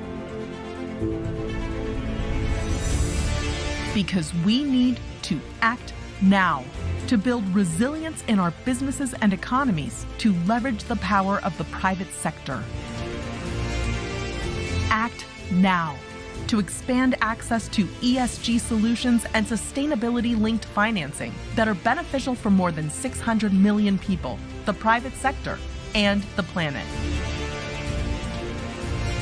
Act now to strengthen sustainable value chains with environmentally and socially conscious mindsets. Act now to accelerate the best use of data and technology to empower businesses and people.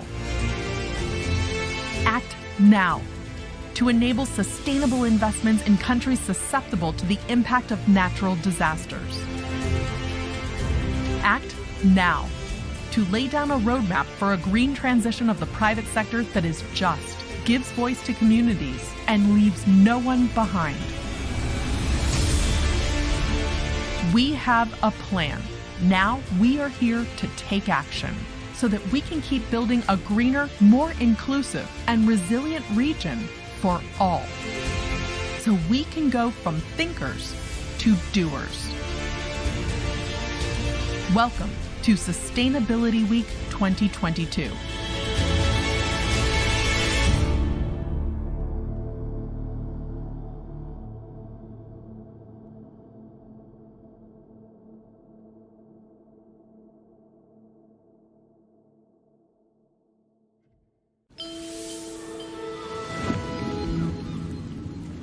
Back to business on the beach.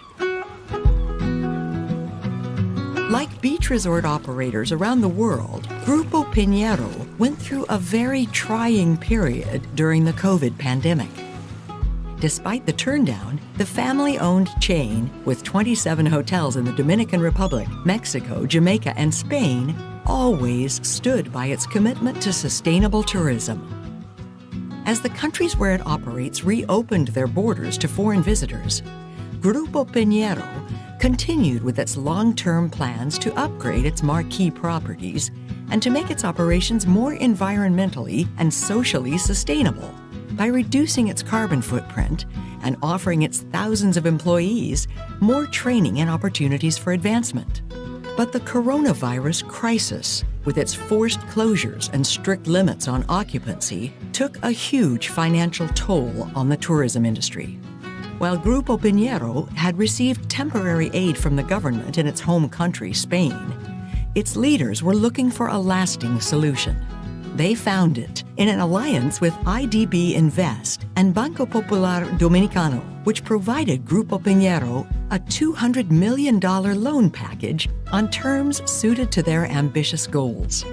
The resources will support investments such as renovating properties and building up staff in the Dominican Republic and Jamaica. In addition, Grupo Piñero will receive technical assistance to carry out activities to protect coastal areas, including the restoration of mangroves and coral reefs, which serve as natural barriers against sea surges, as well as havens for biodiversity. The assistance will also include an assessment of the impact of climate change on the group's properties in the Caribbean. We're committed to supporting a stronger, greener, and more inclusive recovery in Latin America and the Caribbean.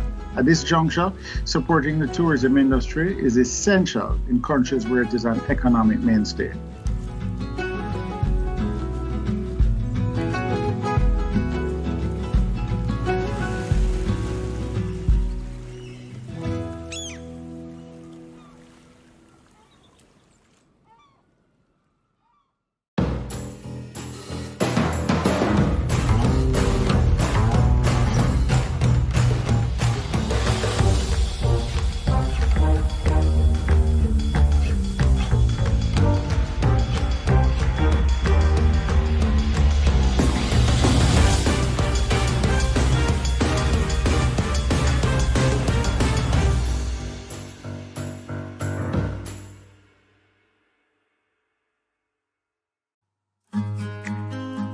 La construcción de viviendas asequibles y sin emisiones es un paso gigante en la lucha contra el cambio climático.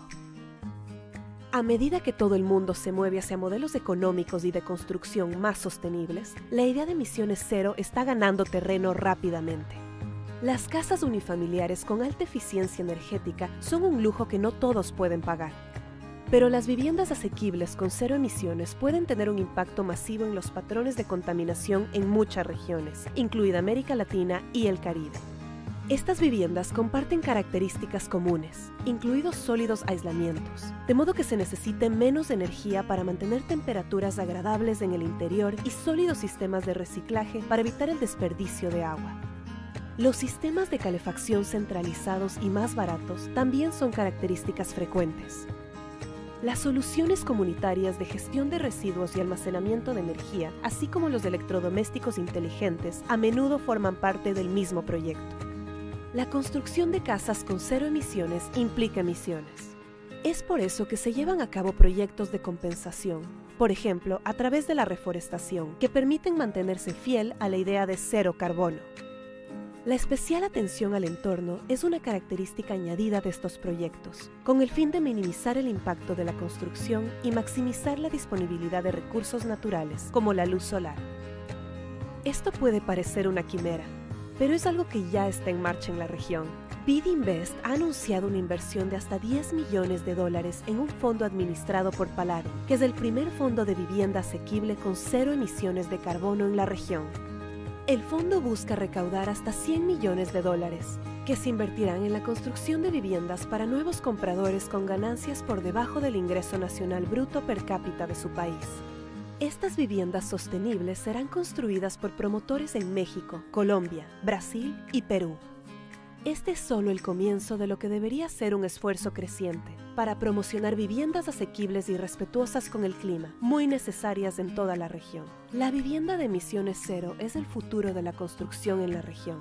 Este es exactamente el tipo de proyecto sostenible que necesitamos para luchar contra el cambio climático, dijo Alberto Parodi, jefe de proyectos de BidInvest.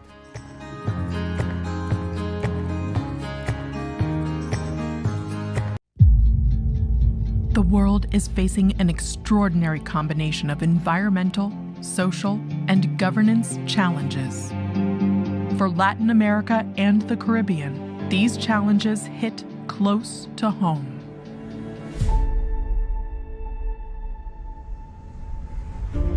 We are here to align purpose with action, to protect ecosystems, foster inclusive growth, and shape how companies do business and invest with impact.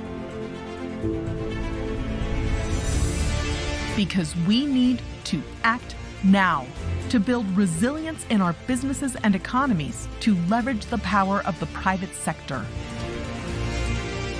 Act now to expand access to ESG solutions and sustainability-linked financing that are beneficial for more than 600 million people, the private sector, and the planet.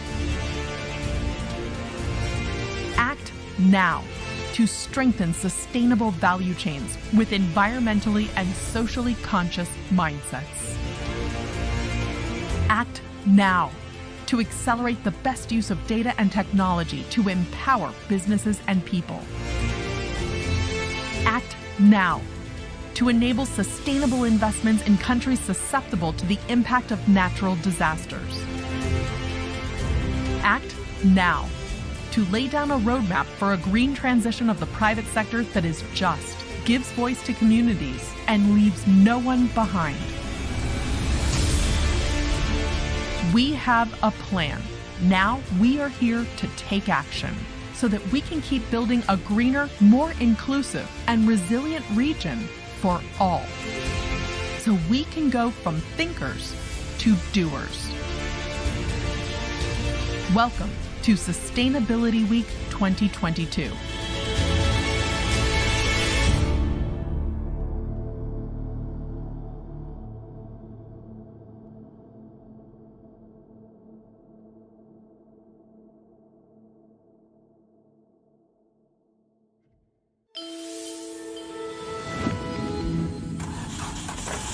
Greening a mobility giant.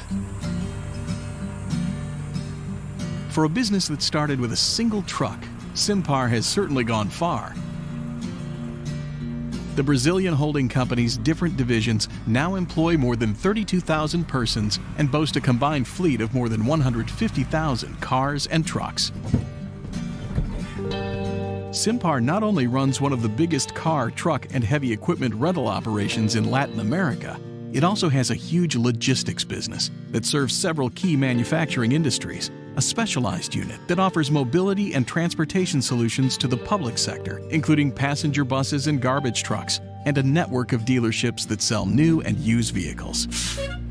But looking down the road, Simpar faces a huge challenge: greening its operations. In a bid to combat climate change, Brazil has committed to reducing its emissions of greenhouse gases substantially over the next few decades. The transportation industry, which relies heavily on fossil fuels, is one of the biggest sources of CO2. Simpar is determined to become a leader in the transition to a cleaner future. Over the next few years, it will make large investments in substituting vehicles with conventional internal combustion engines for electric, hybrid, and biofuel units. In support of that effort, IDB Invest will supply the Brazilian company a $270 million financial package, which includes $80 million from IDB Invest itself, $40 million from donor funds managed by IDB Invest, and a syndicated loan for $150 million from commercial lenders. IDB Invest's resources include a green loan earmarked for the acquisition of electric vehicles, which still are far more expensive in Brazil than conventional cars and trucks. Simpar will also continue receiving technical assistance to develop a long-term action plan to reduce its carbon footprint. Our participation in Simpar's bold plans should pave the way for other international lenders to support similar efforts in our region. We're also counting on this project to set an example for other companies in the transportation industry to start greening their fleets, said IDB Invest project team leader Juan Paradis.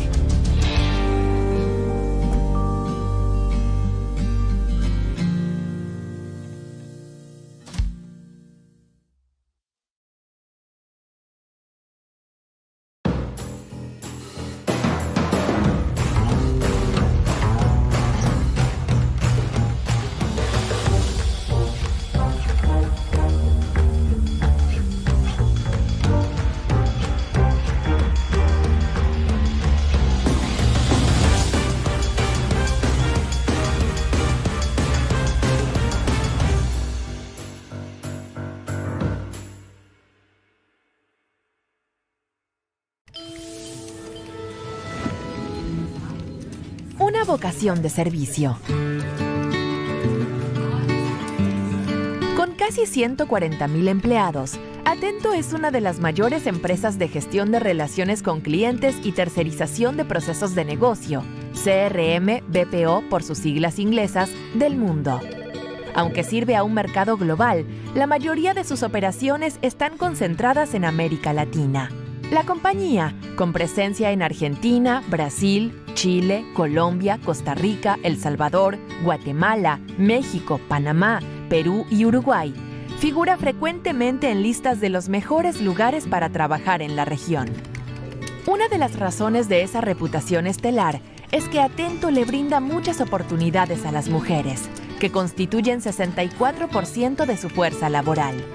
Bajo un proyecto respaldado por una facilidad de crédito revolvente de hasta $50 millones de Bid Invest, la empresa buscará obtener la certificación EDGE, la principal evaluación internacional sobre equidad de género e inclusión en lugares de trabajo. A su vez, el financiamiento provisto por Bid Invest le permitirá a Atento reemplazar deuda de menores plazos con obligaciones a plazos más largos, así como obtener capital de trabajo para emprender nuevos negocios que requerirán contratar y entrenar a más personal, ampliar sus call centers y adquirir más equipos informáticos. Atento también planea incrementar sus inversiones en el desarrollo de una nueva generación de servicios con tecnologías como la inteligencia artificial, la ciencia de los datos, la automatización y el aprendizaje automático. Esta es nuestra transacción inaugural en el campo CRM BPO. Esperamos que sea la primera de muchas inversiones para promover el nearshoring y la exportación de servicios desde América Latina y el Caribe. Hay enormes oportunidades para sacar mayor provecho de la tendencia hacia la digitalización, así como para ayudar a las empresas a ganar en eficiencia y productividad mediante la automatización.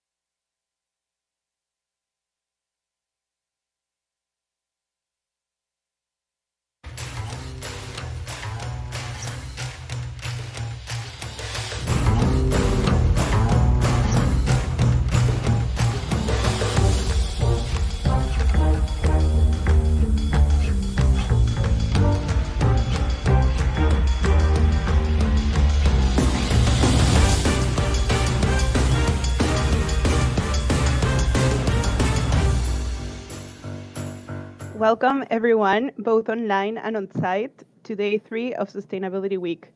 We've had quite a few days, such interesting discussions from circular economy to monetizing conservation. In recent years, Bitcoin and other cryptocurrencies have been gaining greater market presence, especially for users looking for greater financial autonomy.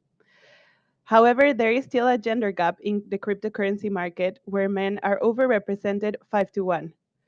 That said, in Latin America and the Caribbean, several women have begun joining the forefront of the digital currency revolution. During this session, we will discuss how women in this space have been using cryptocurrency as a tool, showcase the role of female leadership in different blockchain technology spaces, and talk about strategies to close the crypto gender gap. Before introducing our guest speaker, I would like for those online to ask any question you may have through the event application, and we'll do the best to answer all of them.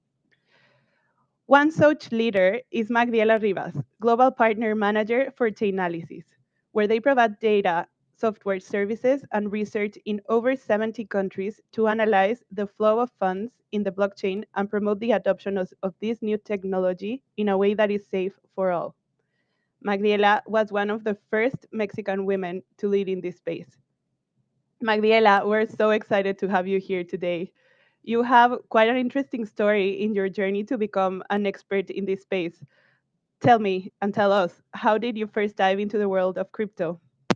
Yeah, no, first of all, thank you for having me here. I'm really excited to be sharing some insights with the audience here and be talking about crypto, which is really one of my passions. So, yeah, as you said, I have a quite particular journey in crypto. I came to the US around 6 years ago, and I came here to study my master's degree.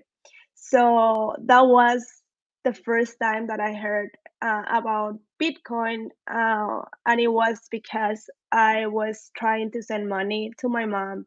she was trying to send money to me as like, every immigrant in the US or in any other country, like you need to move money from the country that you're living into the country that your family is at, right? So I was always struggling with paying high fees, with waiting a long time so my mom could get her money. And then a friend told me, hey, why don't you use Bitcoin? And that was the first time I heard about it. And I started using it to send remittance back to Mexico.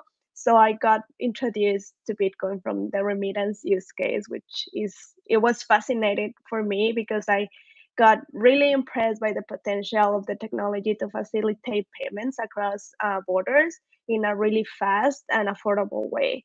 So I started to get more into the ecosystem, do a lot of research, and as I was understanding more and more like the fundamentals of Bitcoin and blockchain in general, I was convinced that this technology came to stay, and I decided to just shift my career focused into cryptocurrencies. And I was especially interested in like the potential of crypto to create financial inclusion. Coming from a place like Latin America, that's one of our main struggles as economy. So I started to look for a job that like will allow me to like link this interest that I have with cryptos too. So my first job in the industry was at a peer-to-peer marketplace for cryptocurrencies, where I was in charge of expanding the company into Latin America. And that experience really deepened my interest and also understanding of how crypto was being used in these developing economies, and how it was really being used for financial innovation and inclusion. So yeah, I think like crypto is really creating an operational system that we have never seen before. It is more inclusive. It is like open for everyone that has internet access and a smartphone, and you don't have a bank telling you cannot open a bank account here, right? Like you just need these two things to access crypto. And it's also opening opportunities that to create money that we never imagined. And this new accessibility is also pushing people and women to get more financially educated, because they're seeing this potential to, oh, I can create money with crypto. I can invest more easily with crypto. So I have to get financially educated to actually use these new tools.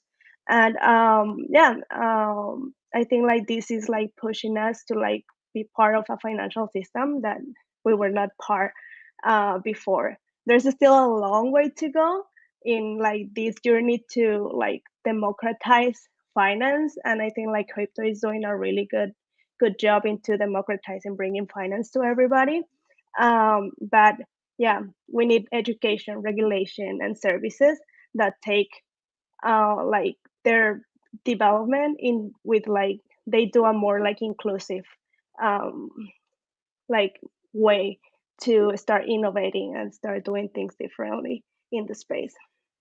So important, Magdala, definitely. Democratizing knowledge and finance and financial knowledge is key, especially considered. I mean, we've discussed before how 51% of the unbanked are women.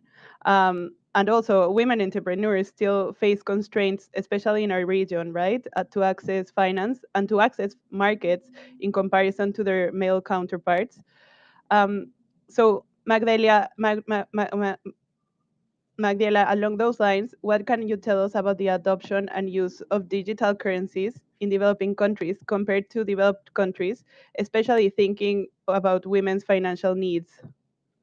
Yeah, so as you mentioned before, I work at Chainalysis, right? And we have access to all of the data that's happening in the blockchain.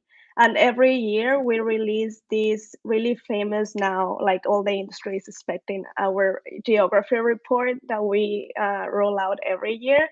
And in this report, our team analyzes what's happening in the blockchain and how money is being moved from one place to another one through the blockchains. And the visibility that we have has like allowed us to identify different use cases among different regions.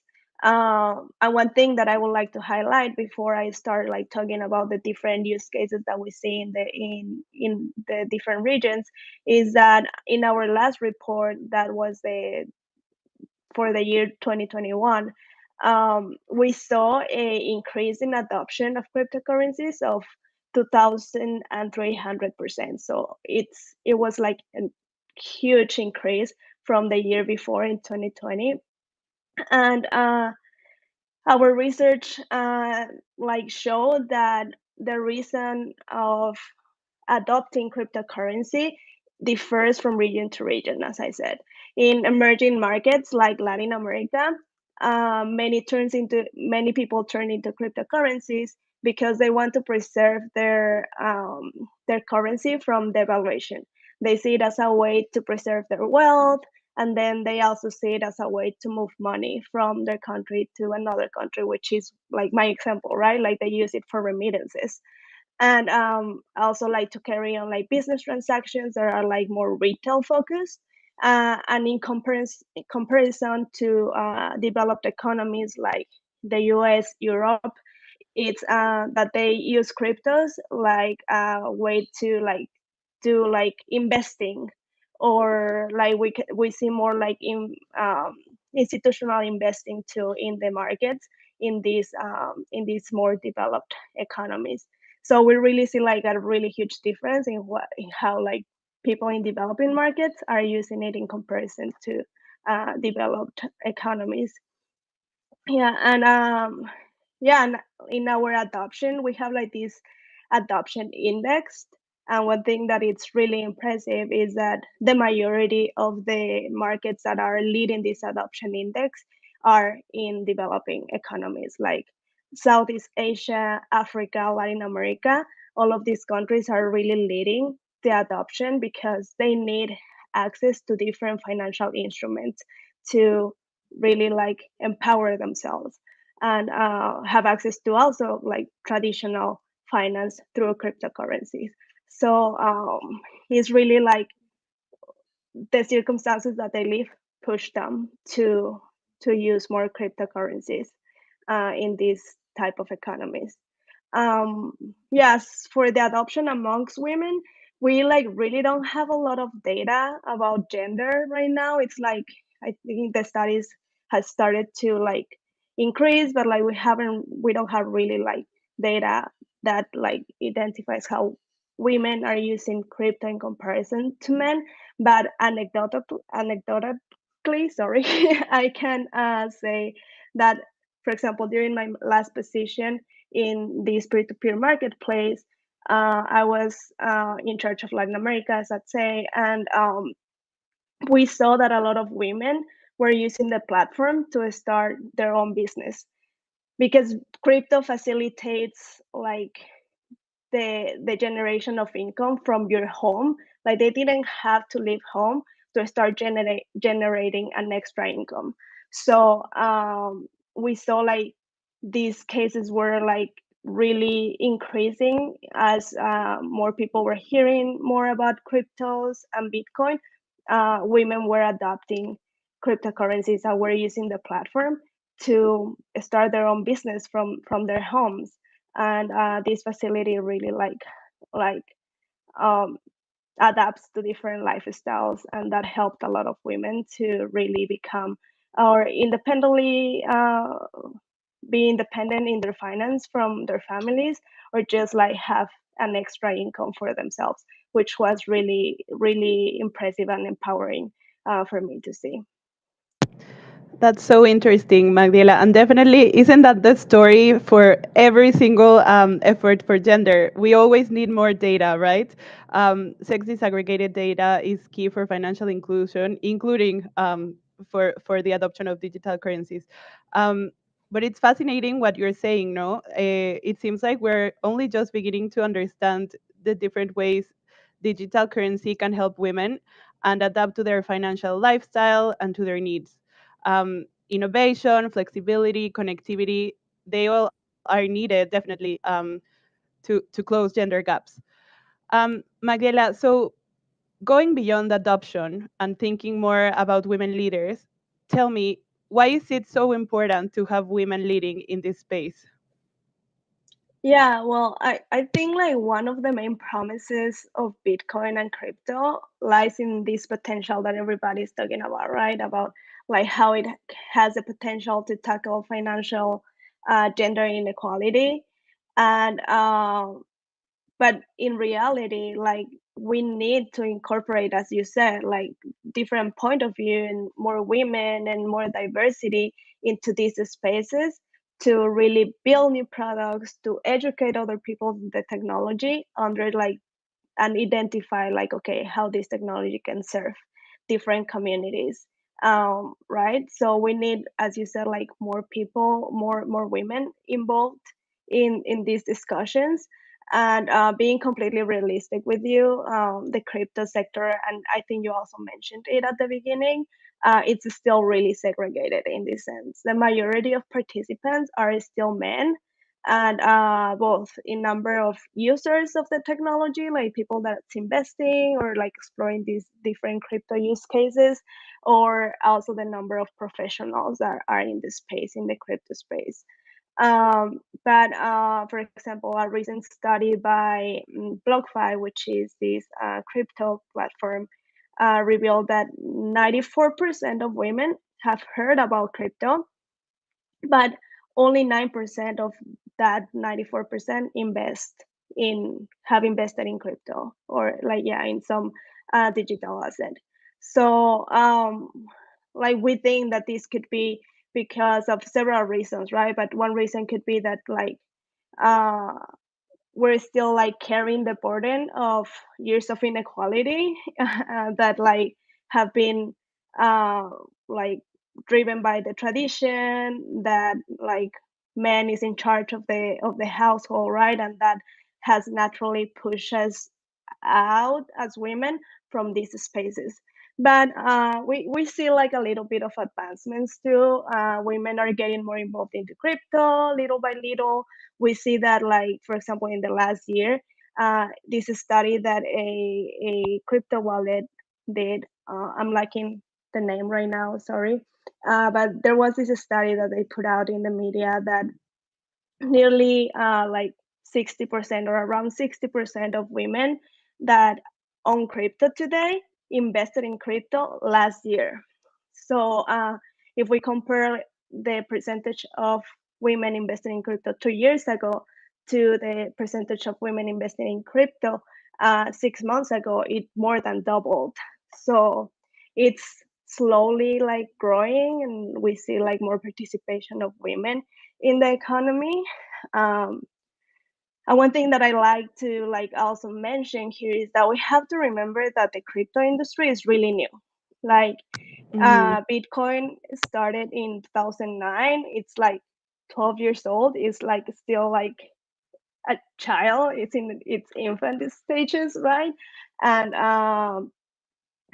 and for sure, like when finance or internet even like was in this same stage, we were not having this type of conversations on how we can include women and how we can include more diversity into the space. So I think like in comparison to other industries, still lacking, but it's a really good sign that we're incorporating this type of conversation really early in the stage of the technology, because we will have the opportunity to make things different as like if we incorporate different points of view as soon as possible.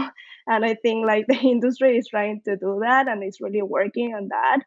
um, but yeah, I think we just like need to have more women involved in that, and like the different people in the community and leaders have to just like see this from like more inclusive lenses. Definitely, definitely, Magdala. And thinking about practical ways about how we can contribute to close the crypto gender gap, and thinking about our audience, right? Both as individuals and as private sector enterprises, what are some best practices that you can share to incentivize women leadership in this space? Yeah, that's a really good question. And like I think like we're still like when Bitcoin first started back in 2019, as I'd say, like there was full of this bro culture. Like it was like a lot of bros starting new business. It was like these guys that decided to invest in Bitcoin really early, became millionaires out of the sudden, and then they were starting companies and they were becoming CEOs. And that culture was really like deepened into the crypto space, and that also I think like somehow made women like not wanting to be part of this space at the beginning because it was full of crypto bros and like it was not really inclusive. But that culture is starting to change and is changing really rapidly in my opinion. But of course we're still living the aftermath of that. um, but as we see more investors coming into the space and these companies in the crypto space maturing and growing even more, it is like changing like at a really fast pace as the crypto industry is changing too in general. And so we need like people to really be like taking the lead and like being really actively looking to okay how we can incorporate more diversity into that. And I think like has like these companies like Chainalysis for example like is maturing more and more.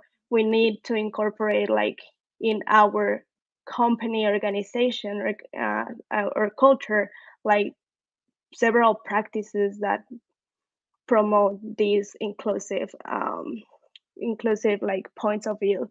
And some of them could be like building a recruitment process that is based on diversity, which I know like a lot of HR teams are doing already. Also create like these fair compensation and promotion policies among their employees. And for these like it's key, transparency is key, right? Like doing these practices in a really transparent and clear way for the employees so everybody has the same like salary income regardless of your gender or preferences. And then like also like I think it's key having like flexible benefits for employers. I think like the crypto industry and the fintech industry too is doing a good job in this, like giving their employees like really putting the work and life balance in the center of the different benefits that they provide to their employees. But yeah, for women specifically, like we need a more flexible work model, especially when uh, women are moms, right? Like access to good childcare, support for the family, for family planning, sorry, and then like also good parental leave. I think that's some of the key things that we need to incorporate even more into the industry to keep building more diversity and close the gender gap. Also, like a practice that I like a lot is like having these inclusion committees inside your teams that bring different point of views, and also like have a team, an executive team that is accountable for this, like even put them as part of the company goals, right? Like how diverse are we? For example, at Chainalysis, and that's also something that I'm really proud of, and that it's really like inspirational for me. And it's one of the things that I like about working at Chainalysis is that we have a really diverse executive team. We have from the 13 members of the executive team, we have 6 women, which is something that you don't really see in other crypto companies. Like 6 women are part of the executive team, and like having this like gender point of view at the top really like starts reflecting in the whole organization across the whole company. And like we incorporate different policies, and like the culture of the organization is just like more inclusive because we're naturally bringing different point of view from the top, and then like it reflects yeah at the bottom of the organization. Wonderful, Magdila. Definitely. Whatever the leadership of an organization considers important, it trickles down to influence the rest of the organization, right? Um, Magdalena, since we have a little bit of time left, what would be any final advice for women looking to understand or learn more about this space? What would you say, about joining networks or reading up more? What would you tell young women, especially who want to join the digital currency space? Yeah, I think that's a really good question. I think a lot of women are afraid of entering this space because they think that maybe they don't know enough, or they don't know how to start. And like, it is really overwhelming to start in the crypto space. Like, you think that you have to understand everything and you don't know where to start and where to start getting educated. So my advice to these women that are trying to get into the space is just, there's a lot of organizations now that are like focused on women talent. Like, we have like the Blockchain Association of Women, or like Women in Crypto organizations. There's a lot of those, and like I encourage them like to be part of it, to come to the events that they do, to the different like webinars that they organized, and then like be part of that community. But also, like, not only like in these, like, this is a good way to start, but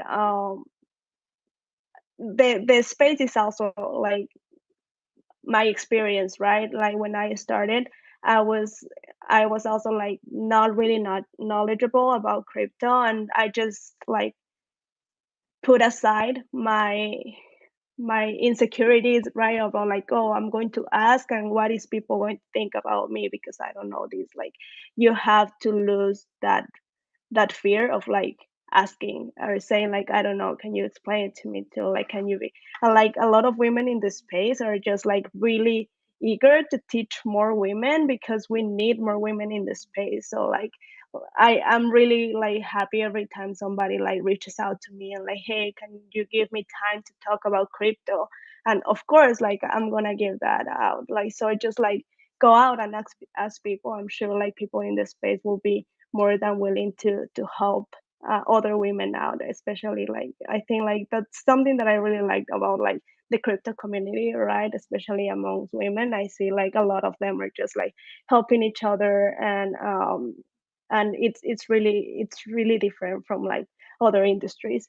And because I think that the crypto community is like really like built upon like people that educated themselves, because there was not a lot of education before in crypto. When I first joined, like, it was more difficult to find uh really like legit source of information to be educated in the space.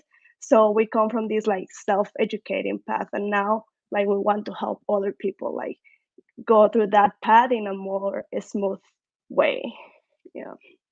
So yeah, read and like ask questions to the people in the space. I'm sure people will help. Yeah. Ask questions, definitely, always. That is the best advice.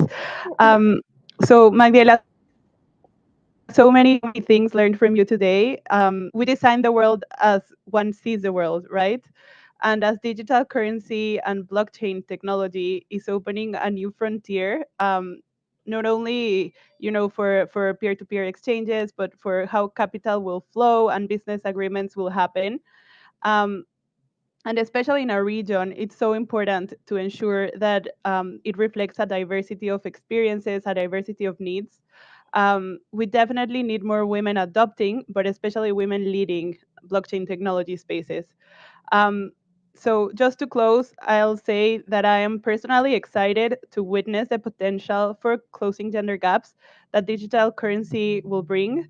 And I invite all of us here today to continue exploring what this innovation will look like. Thank you all in the audience for being here today. And thank you, Magdiela. Magdiela, it was great having Yeah. you No, here. thank you. Thank you for having me here again. I really enjoyed talking to you. I hope I said something useful for the audience here. And like, yeah, don't hesitate to contact me. Like, if you're a woman and want to start in this space, like, reach out to me on LinkedIn. I'm always happy to help out other women to get into crypto. Thank you so much. Have a great rest of Sustainability Week, everyone.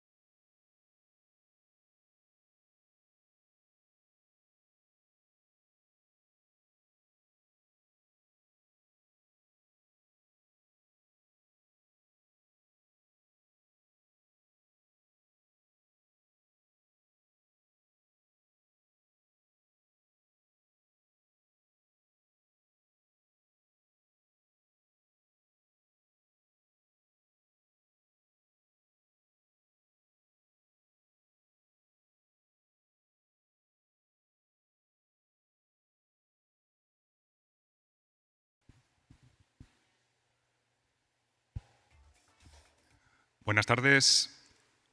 Continuamos con la tercera jornada de la Semana de la Sostenibilidad, después de haber escuchado una fascinante charla sobre autonomía financiera y liderazgo femenino en el ámbito de las criptomonedas. Iniciamos ahora una siguiente charla dentro del formato de la sostenibilidad y la transformación digital, y vamos a tratar ahora un tema que creemos que es muy relevante desde el punto de vista de sostenibilidad social. Se trata de hablar de cómo somos capaces de superar la brecha digital y qué responsabilidad tienen las empresas privadas en la formación y el entrenamiento de habilidades de sus trabajadores.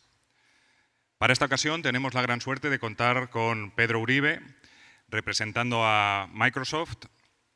Pedro es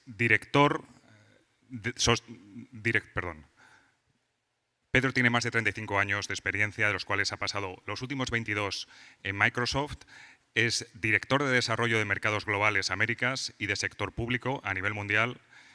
Y desde Microsoft es responsable de la estrategia para ayudar a los gobiernos a transformarse digitalmente a lograr sus objetivos, de impulso del crecimiento social y económico, de desarrollo de políticas públicas basadas en datos y de protección y mantenimiento del medio ambiente. Pedro, muchas gracias por estar aquí. No, David, gracias. Es un placer, es un honor estar aquí en esta Semana de Sostenibilidad con el Banco Interamericano de Desarrollo en BitInvest. Excelente. Me gustaría empezar, Pedro, trayendo a la conversación un estudio que ha hecho el Grupo BID hace un año en el que analizaban el tema de la brecha digital. En este estudio se hacían unas estimaciones de cuál es la brecha que hay en Latinoamérica y el Caribe con respecto al promedio de países de la OCDE, y se estimaba que hacen falta en torno a 69.000 millones de dólares para cerrar esta brecha, de los cuales aproximadamente el 60% iba a regiones o zonas urbanizadas y el otro 40% a las zonas más rurales. Parte de este estudio lo que veía cuál es el impacto de cerrar esta brecha, y la estimación que se hace es que cerrar la brecha digital puede generar 15 millones de nuevos puestos de trabajo. Desde un punto de vista de crecimiento, se estima que ese crecimiento puede llegar a alcanzar casi el 8% del PIB de la región, y desde un punto de vista de productividad, algo más del 6%. Son cifras espectaculares que hacen que entendamos que cerrar la brecha digital es un tema clave para nuestra región. Desde este punto de vista, lo que me gustaría es empezar a hablar contigo cuáles son las distintas palancas que hay para cerrar esa brecha digital. Hay unos efectos colaterales negativos que van hacia la ciudadanía, que es aquellos que están excluidos de esa brecha digital tienen menos opciones y menos oportunidades, pero también hay una perspectiva hacia las empresas del sector privado, desde el punto de vista de que para ser competitivos necesitan acceder cada vez más a un talento cualificado, a un talento con habilidades digitales que son más necesarias en esta economía global. Típicas iniciativas que se pueden lanzar desde el punto de vista de cerrar la brecha digital están dar acceso a Internet de banda ancha y dar acceso a dispositivos, y que ese acceso sea un acceso asequible. Otras iniciativas en las cuales entiendo que vosotros estáis muy versados es ofrecer plataformas de formación y de entrenamiento para que las personas puedan complementar sus habilidades digitales, y ahora nos hablas un poco de ello.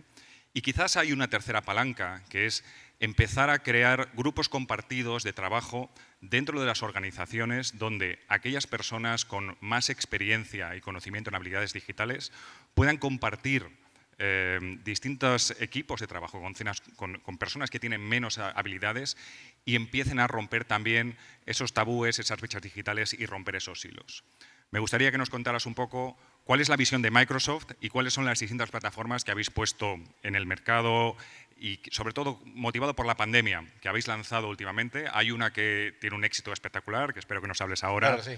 que tiene un impacto de más de 25 millones de personas. Por favor, cuéntanos. Gracias, David. Y empecemos por el tema de la brecha digital. Y realmente tenemos que ser conscientes, la mitad del mundo está desconectado. De los 7 billones de personas, 4 no tienen acceso a Internet. Esa es la realidad del mundo. Y esa brecha digital, en la medida que se amplifique, es más grande que la brecha económica. Por eso es clave cerrarla con las competencias y habilidades de los nuevos puestos de trabajo.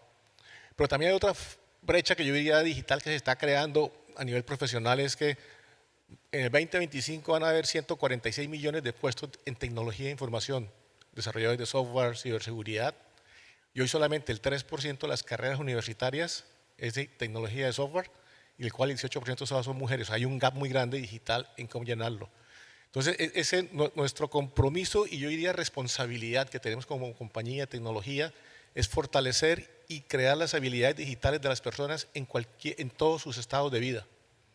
Desde que empieza hasta que termina, básicamente, desde que esté empleado, esté en la universidad, esté en el colegio o esté también buscando trabajo. Por eso, cuando hablamos ya de brecha digital, la tradicional de las personas, uno de los grandes programas que tenemos es con el Trust for the Americas. Tenemos más de 18 años trabajando con ellos, tenemos más de 1 millón de personas capacitadas, de los cuales la mitad casi son mujeres, donde a través de centros de tecnología, porque como no tiene acceso, lo que hace el Trust es crear centros de tecnología en Latinoamérica, donde las personas van y se capacitan en habilidades digitales. ¿Sí? Ese es el primero que tenemos y lleva más de 18 años operando en toda la región.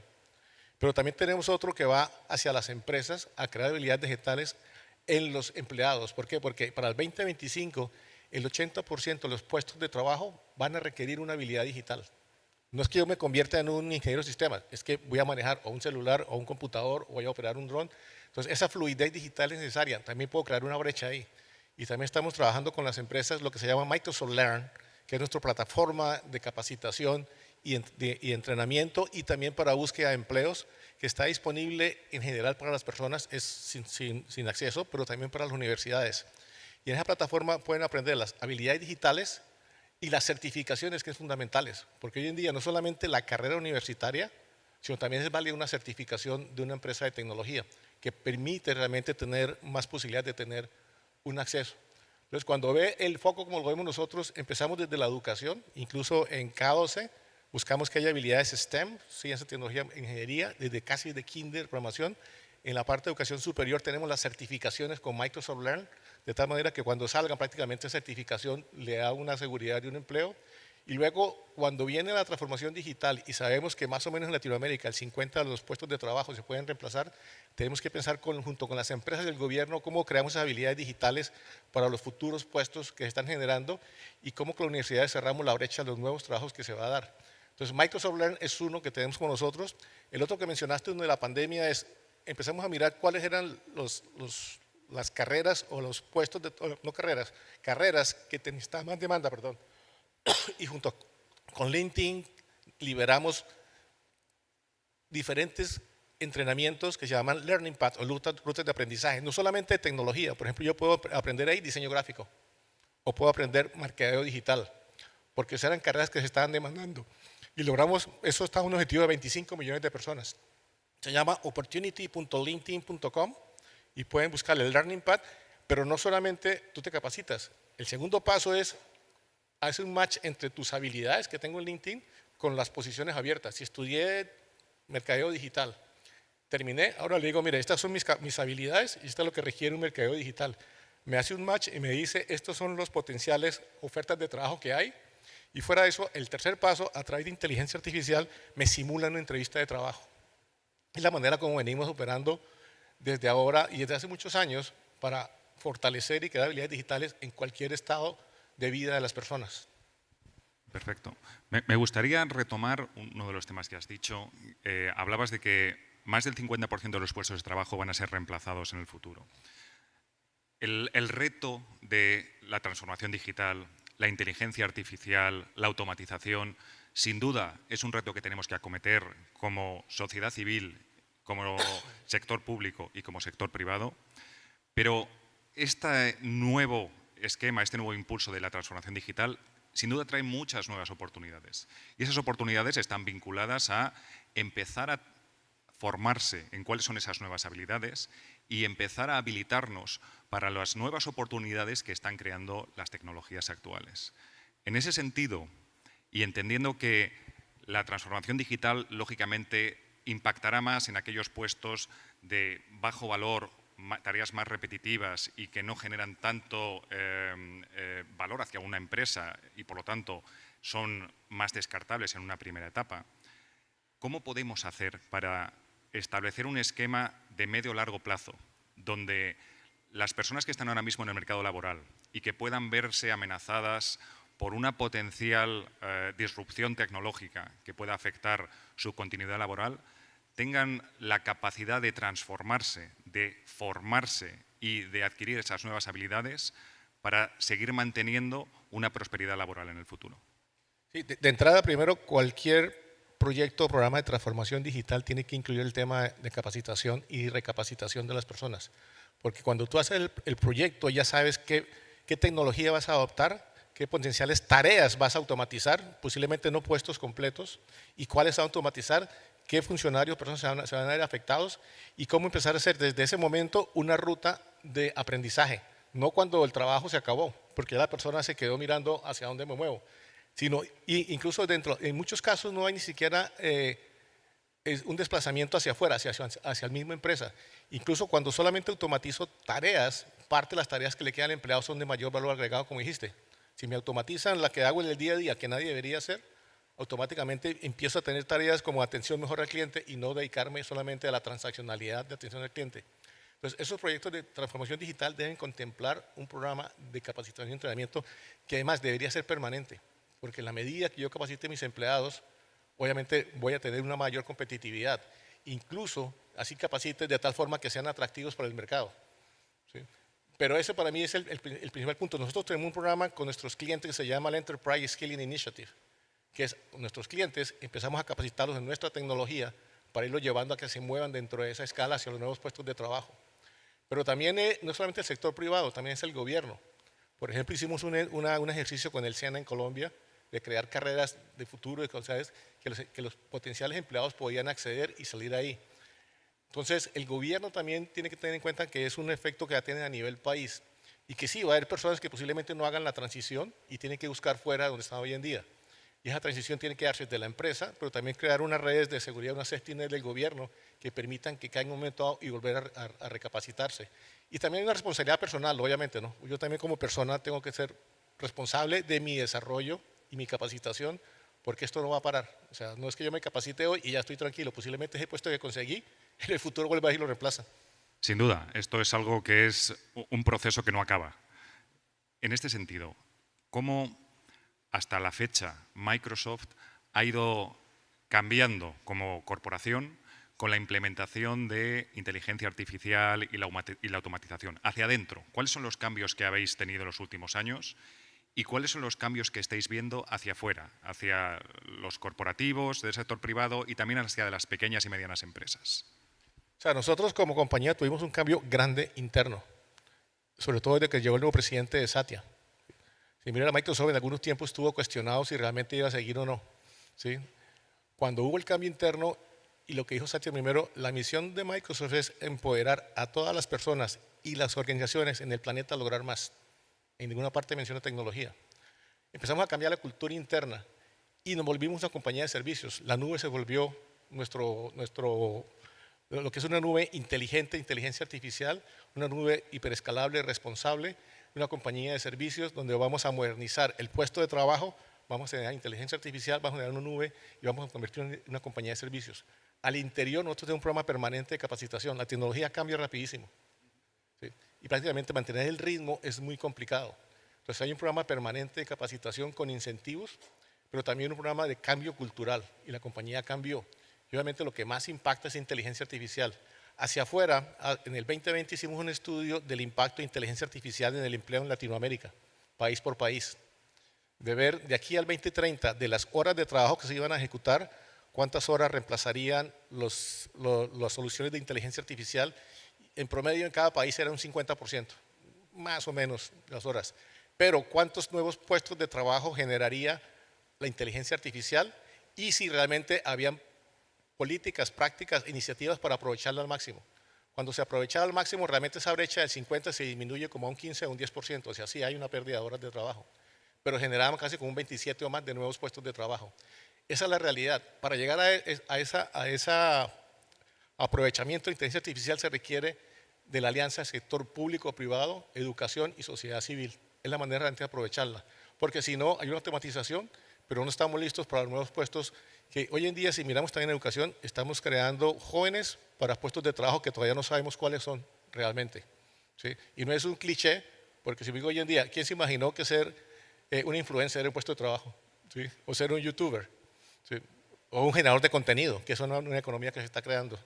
Sin duda, hay muchos puestos de trabajo que existen ahora que antes no existían y probablemente haya nuevos puestos de trabajo en el futuro que ahora ni siquiera nos imaginamos. Volviendo al tema de plataformas de formación y entrenamiento, también, además de las que nos has contado, tenéis otro tipo de plataformas con una perspectiva de género. Si no estoy confundido, en la Alianza por la Digitalización de las Mujeres en Latinoamérica y el Caribe, tenéis una plataforma creada, todas conectadas, y también tenéis iniciativas que no solamente van para las personas que están en el mercado laboral o tratando de entrar en el mercado laboral, sino también para los jóvenes, buscando eso que comentabas antes de ir anticipando, de ir formándose con anticipación. ¿Tenéis también alguna iniciativa para formar en habilidades STEM para niñas? En el tema de género tenemos varias iniciativas. Uno, propia, que se llama DigiGirls. Lo que hacemos es motivar a las jóvenes que están a punto de tomar una carrera universitaria, que se motiven por tecnología de información, que se motiven por carreras STEM en general. Entonces lo que hacemos en todos los países, las propias ejecutivas de Microsoft físicamente hacen eventos, van a la oficina, muestran la carrera, muestran el potencial que es, y la forma es motivarla, porque como dije yo, solamente el 3% de las carreras de universidad son de tecnología, y de ese 3% el 18% son mujeres. Entonces motivamos a que realmente haya más mujeres. Y tenemos alianzas que creo que la mencionaron ayer, que es Todas Conectadas. Es una de estas alianzas que hicimos para generar capacidades en empoderamiento de la mujer. Y también a través de Poeta, el foco que tenemos son mujeres, el 51% de ahí casi son mujeres. Entonces tenemos también esa plataforma para poder generar nuevas jóvenes mujeres que vayan al mundo de la tecnología, que antiguamente no se veía y todavía no se sigue viendo. Excelente. Bueno, vosotros sois un ejemplo como corporación de la responsabilidad que estáis tomando en primera persona para formar a la gente, para además buscar esos skills que son necesarios y que se buscan en el mercado laboral, e incluso también para formarles en cómo afrontar las entrevistas de trabajo, ¿verdad? Vosotros, cuando lanzáis esto como corporativo, con esa visión de apoyar a la sociedad, y veis a vuestros competidores, veis a otros corporativos en otros sectores, ¿cuál creéis que es la responsabilidad que debe tomar el sector privado en la capacitación de sus trabajadores cuando todavía hay tiempo de hacer esa transformación para no perder puestos de trabajo? Yo creo que si no han empezado hoy, está tarde el sector privado. O sea, el sector privado tiene una responsabilidad por sus propios empleados de empezar a prepararlos para el cambio que viene. Porque también al interior de la compañía se van a dar cambios. Se van a crear puestos en la empresa que hoy en día no tienen las capacidades. Y como les decía, hay puestos de trabajo en tecnología que tampoco existen. Entonces, para mí, el sector privado es responsable de crear esos planes al interior. En cualquier proyecto de transformación digital, insisto, tiene que tener el impacto que va a tener en las personas, y con ese impacto de una vez poner en lugar un programa de reentrenamiento o recapacitación o upskilling de las personas. Pero no solamente el sector privado, también juega un papel fundamental el gobierno. Para mí el reto de reentrenamiento es un reto de la sociedad y el país y el gobierno. Así nosotros lo vemos, por eso trabajamos con los ministerios de educación, trabajamos con los ministerios de trabajo, trabajamos con las asociaciones gremiales, o sea, nosotros no lo hacemos solos, siempre trabajamos con terceros en sociedad. Y es ahí donde el sector privado tiene que jugar y verlo de la misma manera. A mi interior, pero con el gremio y con el gobierno, ¿qué vamos a hacer? Porque el reto es un reto de país, no es un reto de una sola empresa. Y vinculando con lo que acabas de decir, entiendo también que está la responsabilidad individual que comentabas antes, ¿cómo se puede hacer para que estas iniciativas que habéis lanzado, que son exitosas, que están teniendo impacto, puedan escalar? ¿Cómo podemos hacer que la región se tome esto de una manera mucho más prioritaria y empecemos a ver más impactos a través de toda la región? Yo estoy viendo un elemento importante, y lo estoy viendo aquí, el Banco Interamericano de Desarrollo. Y realmente nos hemos acercado al banco porque es la manera también de ponerlo a escalar. Porque son organizaciones que tienen credibilidad, que tienen capacidad de escalar y que tienen, así como lo hicimos con el Trust for the Americas. ¿Sí? Escalamos a nivel de Latinoamérica, solo no somos capaces. Así como lo hicimos en el SENA en Colombia, como estamos haciendo con la Bolsa de Empleo en Colombia también. O sea, buscando ese tipo de asociaciones que permitan escalar, porque una empresa sola, incluso hemos trabajado con nuestra competencia. ¿Sí? Porque al final es responsabilidad. Los que estamos en el mundo de la tecnología tenemos esa responsabilidad innata de que tenemos que ayudar a que las personas se reentrenen y están listas para los cambios que vienen a futuro. Entonces, para mí, escalar es a través de una alianza público-privada con organismos que me permitan ese tipo de cobertura a nivel regional.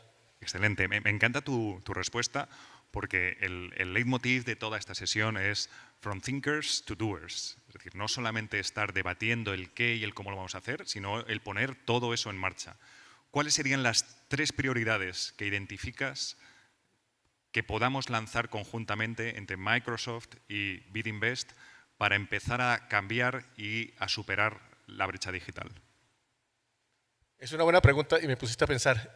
O sea, hay una primera, obviamente, que es cómo a través de BID, bueno, en general yo trabajo más con el banco del BID, pero el BidInvest, creo que en el sector privado, donde ustedes tienen una gran influencia, podemos llegar con programas de transformación digital, pero al mismo tiempo con programas de reentrenamiento. O sea, en la medida que ustedes como banco empiecen a financiar compañías que están haciendo proyectos de transformación que involucren tecnología, ustedes como banco necesitan responsabilidad, ¿sabe qué? Y muéstrenme su programa de capacitación. Ahí podemos trabajar los dos, es lo primero, ¿sí? En esos programas que ustedes tienen, y que podemos crear una alianza para poder en conjunto llegar al sector privado con el concepto de transformación, adopción de tecnología, pero de la mano con un programa de reentrenamiento de sus empleados.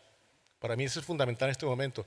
Con el lado del banco, el lado público, es trabajar con los ministerios de trabajo, ¿sí? Donde también tenemos que empezar a nivel país, con los organismos que tiene el país de organizaciones para entrenamiento para el empleo, con el sector educativo, también qué programas sacamos para poder empezar a manejar eso a nivel país. Esa sería la segunda.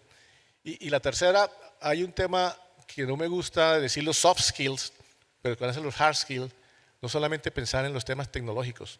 Hay nuevas competencias que se requieren, porque como ya lo dijiste, los trabajos del futuro no sabemos cuáles son. Entonces yo tengo que tener competencias que me den una flexibilidad y adaptabilidad para poder tomar puestos que hoy en día no considero. A través de LinkedIn nosotros tenemos una buena visión de las competencias que se requieren. Durante la pandemia estuvimos mirando qué competencias eran las más demandadas. Obviamente fluidez se llama digital, era una. La otra era resiliencia y adaptabilidad, trabajo colaborativo, creatividad, y el otro era relacionamiento. Esas fueron las que vio LinkedIn durante la pandemia. Si mira, la pandemia llevó a ese tipo de competencias que no son puramente técnicas. Fluidez digital era una de ellas. Entonces, cuando uno identifica a través de LinkedIn, nosotros podemos sacar la visión de un mercado. Porque cuando tú entras a LinkedIn, tú pones también las competencias. Tú dices, mire, en el mercado de este país, estas son las competencias que hay. Y con base en los puestos que tiene LinkedIn, estas son las competencias que se tienen. ¿Cuál es el gap que hay? ¿Sí? Y ese gap, ¿cómo lo vamos a cerrar? ¿Con qué programas lo podemos cerrar? Y lo veo. Y por eso también podemos saber cómo se están perdiendo o se está llegando nuevos profesionales a los países. ¿Qué tanto estamos perdiendo brain power y qué tanto estamos ganando brain power cuando se mueve un país? Entonces, ese tipo de análisis podemos hacerlo a nivel del sector privado y a nivel de país junto con el banco. Sin duda, y está muy alineado con la visión de BidInvest y del grupo BID como grupo global. Es algo que nosotros nos vamos a comprometer, nos has lanzado un desafío y nosotros recogemos el guante. Entonces, nos vamos a comprometer a empezar a trabajar con vosotros justo en esa línea, en ver cómo podemos empezar a entender bien cuál es la realidad que hay ahora mismo en la región, entender cuáles son los elementos que son necesario implementar para mejorar de una manera mucho más eficaz, mucho más eficiente, más resiliente y que además tenga capacidad de escala, y podamos sentarnos aquí en la siguiente edición de la Semana de Sostenibilidad y hablar de hechos consumados de lo que hemos conseguido. Ya hablar de impacto real, no de... Sí, exacto. Perfecto. Muchísimas gracias a todos. Nos queda ya hacer el cierre. Muchas gracias, Pedro, por tan interesante conversación. Creo que una idea ancla que ha quedado en toda la conversación es que la inteligencia artificial y la automatización no viene a reemplazar los puestos de trabajo. Sin duda va a tener un impacto en el mercado laboral y lo que tenemos que hacer es prepararnos para ese impacto, capacitarnos, formarnos, entrenarnos, adquirir nuevas habilidades digitales que nos permitan trabajar de una manera más segura y más eficiente, y sobre todo al sector privado, que está en busca de ese talento cualificado que le permita ser cada vez más productivo y más competitivo. La oportunidad es nuestra y es nuestro objetivo obtenerla y alcanzarla. Muchas gracias. Nosotros lo que decimos en inteligencia artificial es que la inteligencia artificial va a amplificar la genialidad del ser humano. Claro que sí. Es nuestra misión. Claro que sí. Muchísimas gracias. Gracias.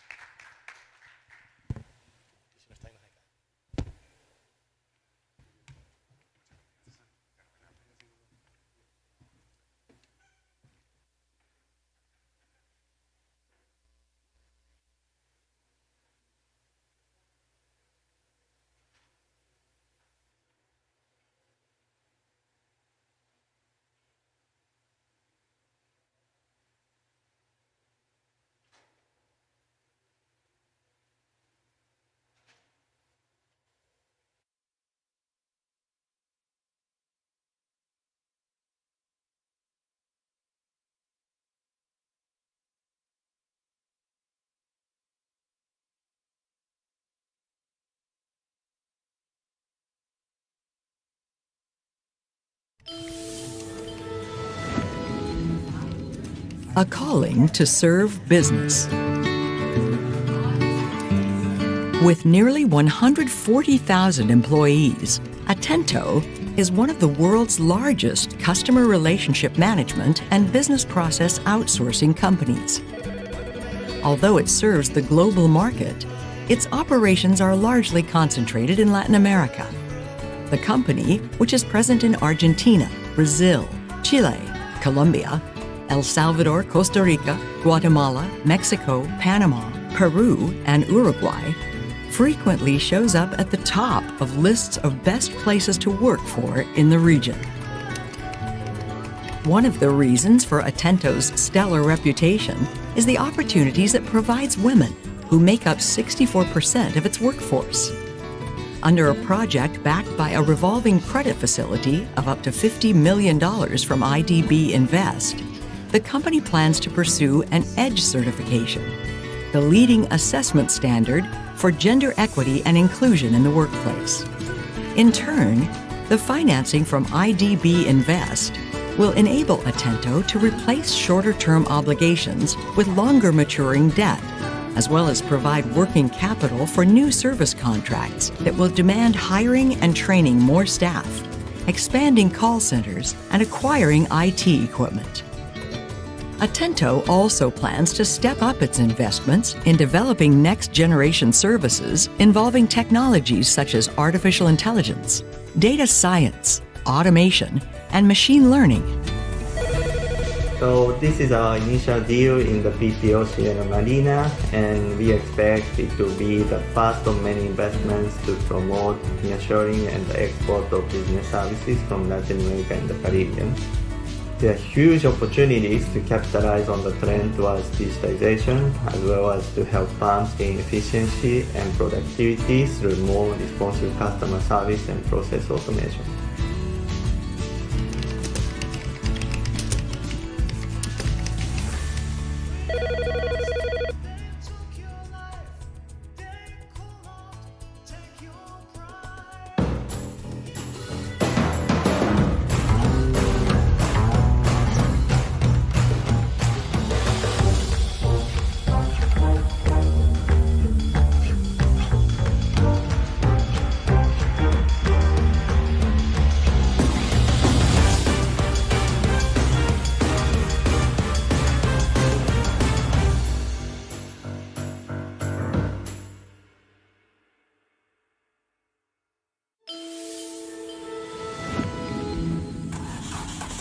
Gigante de la movilidad verde.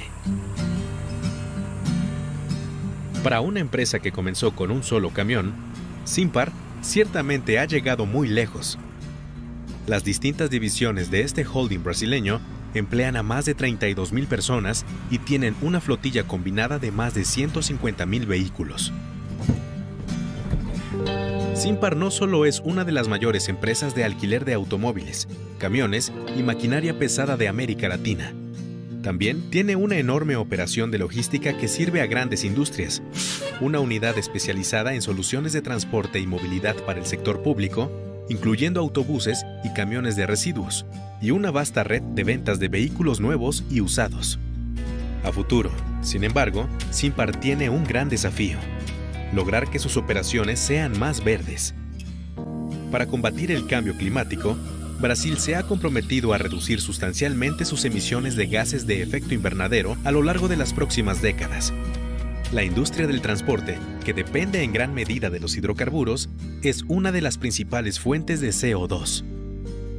Simpar está decidida a liderar la transición a un futuro más limpio. En los próximos años, hará una enorme inversión en sustituir vehículos con motores convencionales por unidades eléctricas, híbridas o a biocombustibles. Para apoyar ese esfuerzo, BID Invest le brindará un paquete financiero de $270 millones que incluye $80 millones de la propia BID Invest, $40 millones de fondos de donantes administrados por BID Invest y un préstamo sindicado por $150 millones de instituciones financieras comerciales. Los recursos de BidInvest incluyen un préstamo verde que se utilizará para la adquisición de vehículos eléctricos, que aún son mucho más caros en Brasil que los camiones y automóviles convencionales. Simpar también recibirá asistencia técnica para desarrollar un plan de acción a largo plazo para reducir su huella de carbono.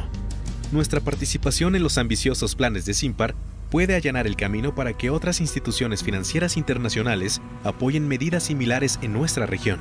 También contamos con que esta operación sirva de ejemplo para que otras empresas de transporte se decidan a hacer más verdes sus propias flotillas, comentó Juan Parodi, jefe del equipo de proyecto de BidInvest.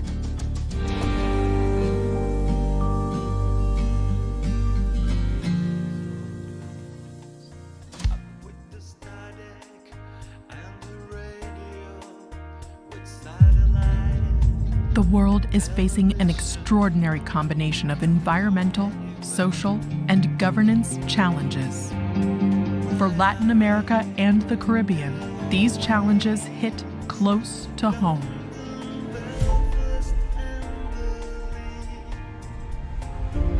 We are here to align purpose with action, to protect ecosystems, foster inclusive growth, and shape how companies do business and invest with impact.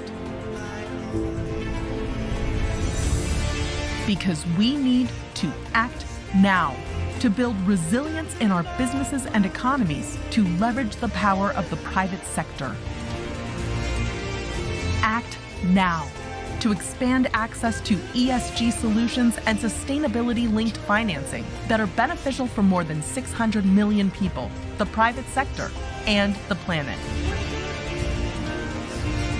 Act now to strengthen sustainable value chains with environmentally and socially conscious mindsets. Act now to accelerate the best use of data and technology to empower businesses and people. Act now to enable sustainable investments in countries susceptible to the impact of natural disasters. Act now to lay down a roadmap for a green transition of the private sector that is just, gives voice to communities, and leaves no one behind. We have a plan. Now we are here to take action so that we can keep building a greener, more inclusive, and resilient region for all. So we can go from thinkers to doers. Welcome to Sustainability Week 2022.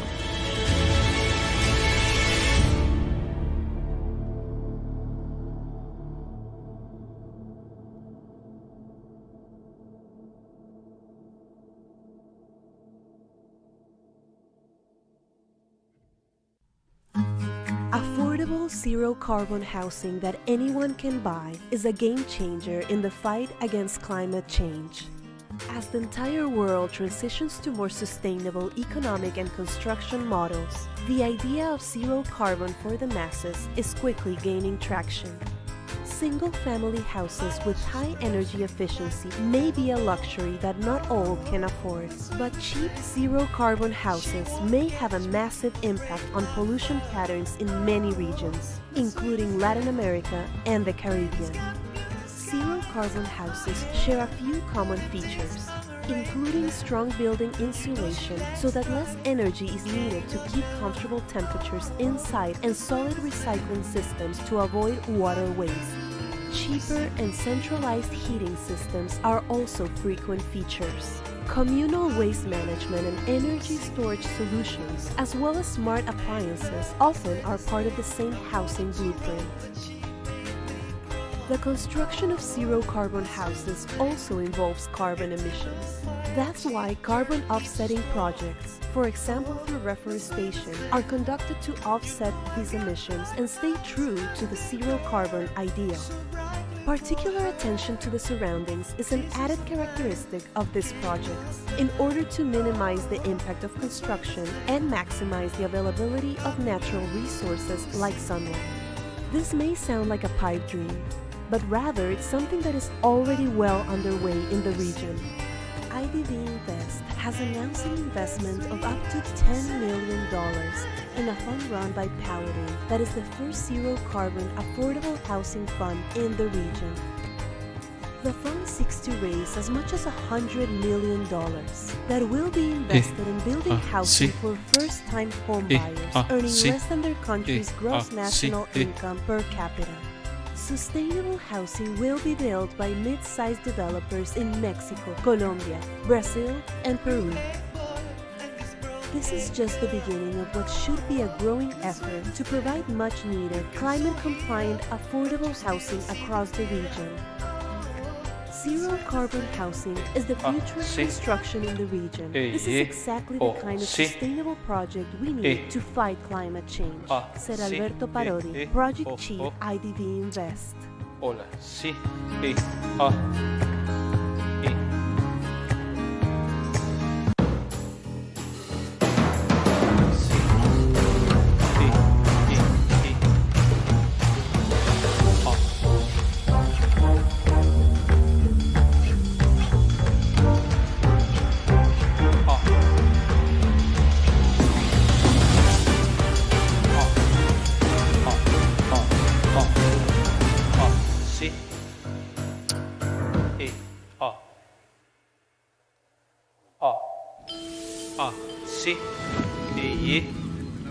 La vuelta a la actividad en las playas. Al igual que operadores de complejos turísticos en todo el mundo, el Grupo Piñero pasó por una dura prueba durante la pandemia. No obstante la caída en la actividad económica, esta empresa familiar, con 27 hoteles en la República Dominicana, México, Jamaica y España, siempre mantuvo su compromiso con el turismo sostenible.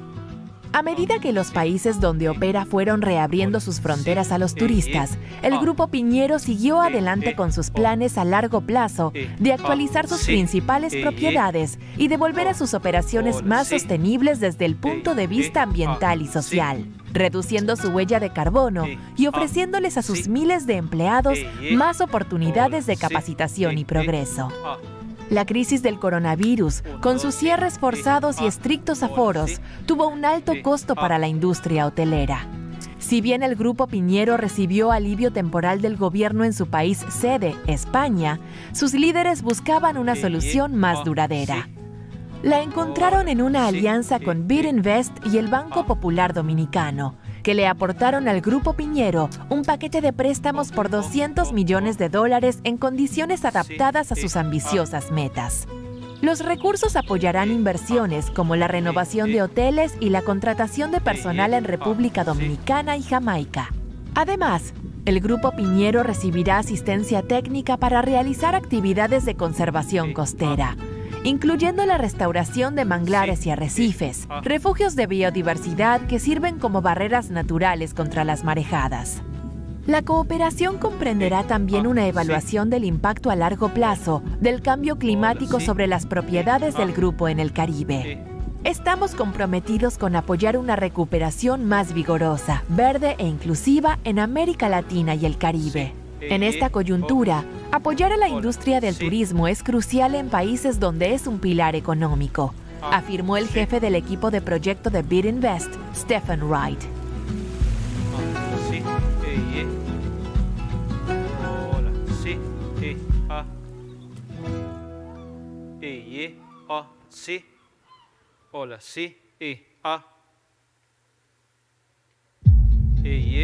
The world is facing an extraordinary combination of environmental, social, and governance challenges.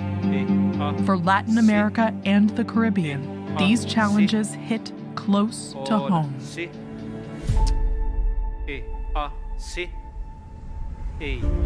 We are here to align purpose with action, to protect ecosystems, foster inclusive growth, and shape how companies do business and invest with impact.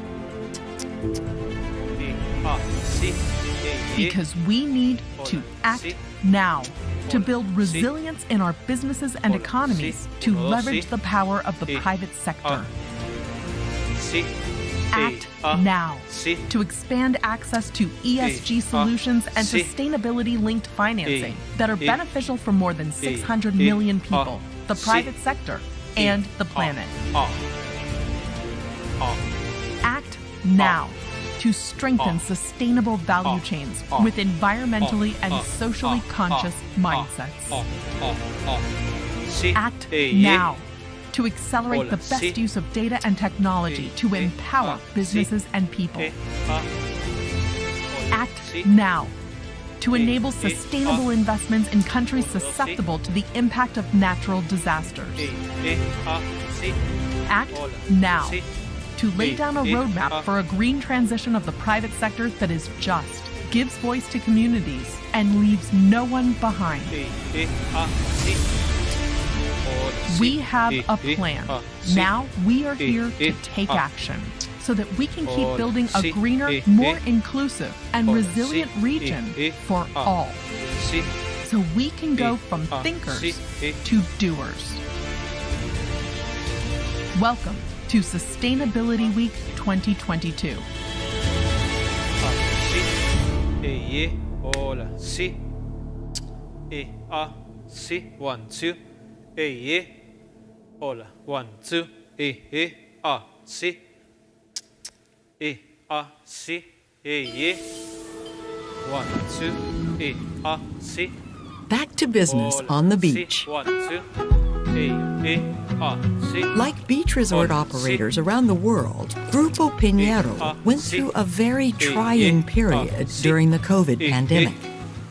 Despite the turndown, the family-owned chain, with 27 hotels in the Dominican Republic, Mexico, Jamaica, and Spain, always stood by its commitment to sustainable tourism.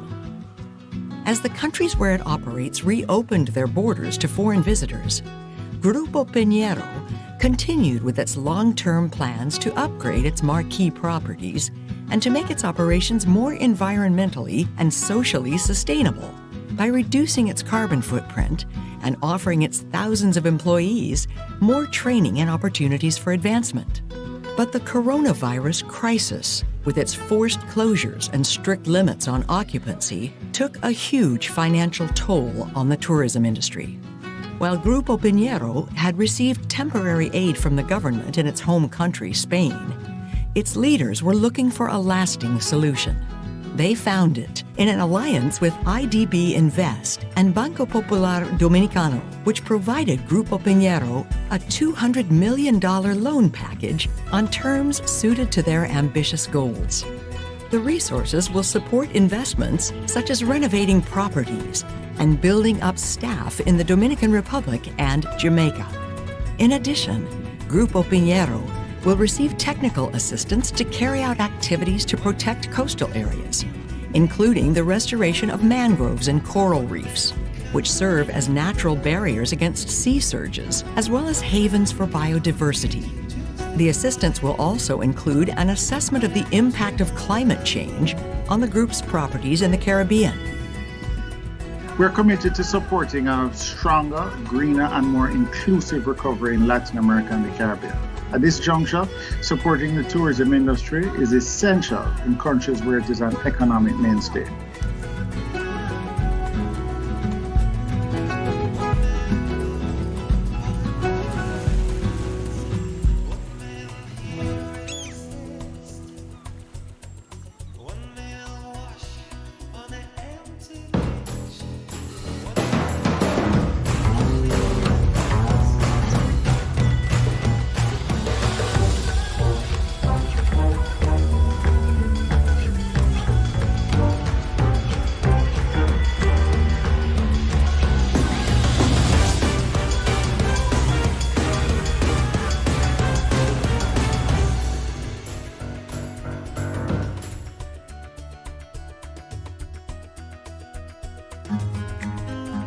La construcción de viviendas asequibles y sin emisiones es un paso gigante en la lucha contra el cambio climático.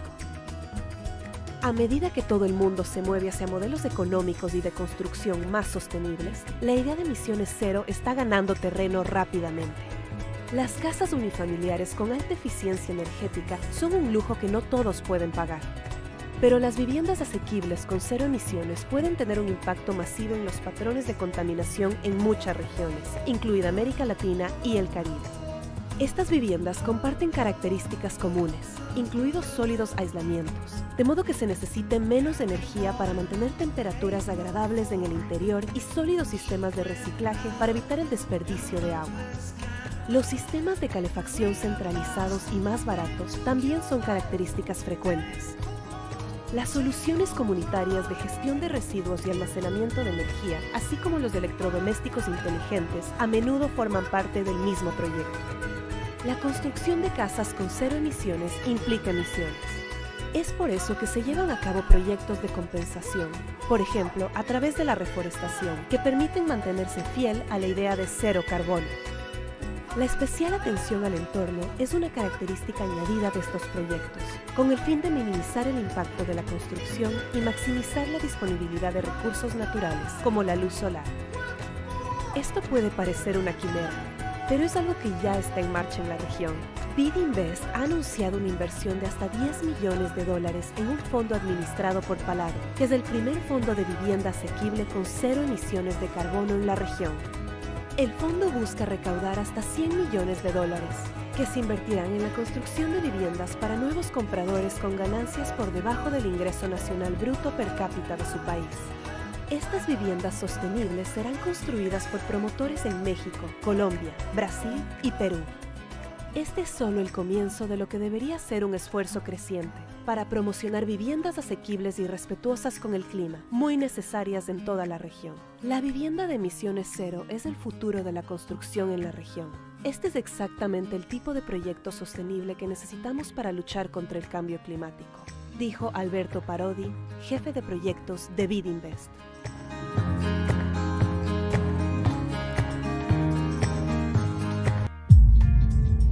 The world is facing an extraordinary combination of environmental, social, and governance challenges. For Latin America and the Caribbean, these challenges hit close to home.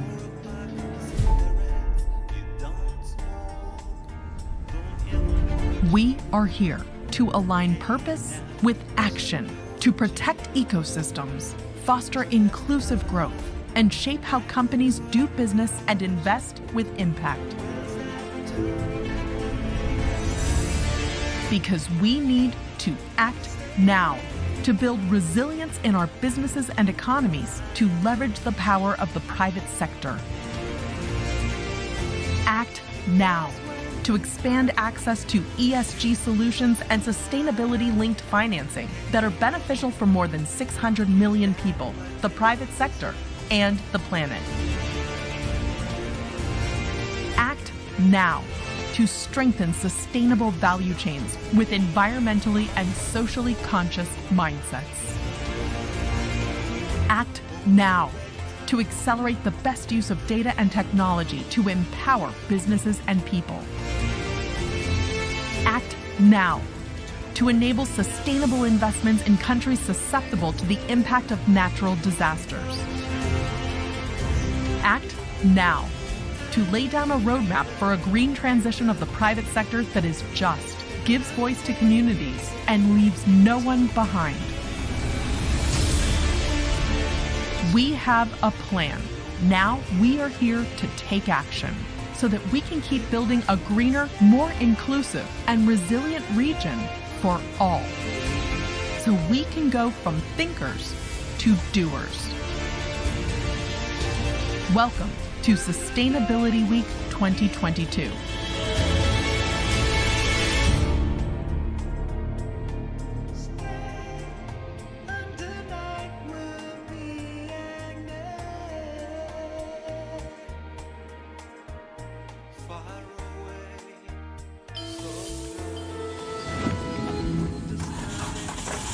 Greening a mobility giant. For a business that started with a single truck, Simpar has certainly gone far. The Brazilian holding company's different divisions now employ more than 32,000 persons and boast a combined fleet of more than 150,000 cars and trucks. Simpar not only runs one of the biggest car, truck, and heavy equipment rental operations in Latin America, it also has a huge logistics business that serves several key manufacturing industries, a specialized unit that offers mobility and transportation solutions to the public sector, including passenger buses and garbage trucks, and a network of dealerships that sell new and used vehicles. But looking down the road, Simpar faces a huge challenge: greening its operations. In a bid to combat climate change, Brazil has committed to reducing its emissions of greenhouse gases substantially over the next few decades. The transportation industry, which relies heavily on fossil fuels, is one of the biggest sources of CO2. Simpar is determined to become a leader in the transition to a cleaner future. Over the next few years, it will make large investments in substituting vehicles with conventional internal combustion engines for electric, hybrid, and biofuel units. In support of that effort, IDB Invest will supply the Brazilian company a $270 million financial package, which includes $80 million from IDB Invest itself, $40 million from donor funds managed by IDB Invest, and a syndicated loan for $150 million from commercial lenders. IDB Invest's resources include a green loan earmarked for the acquisition of electric vehicles, which still are far more expensive in Brazil than conventional cars and trucks. Simpar will also continue receiving technical assistance to develop a long-term action plan to reduce its carbon footprint. Our participation in Simpar's bold plans should pave the way for other international lenders to support similar efforts in our region. We're also counting on this project to set an example for other companies in the transportation industry to start greening their fleets, said IDB Invest project team leader Juan Paradis.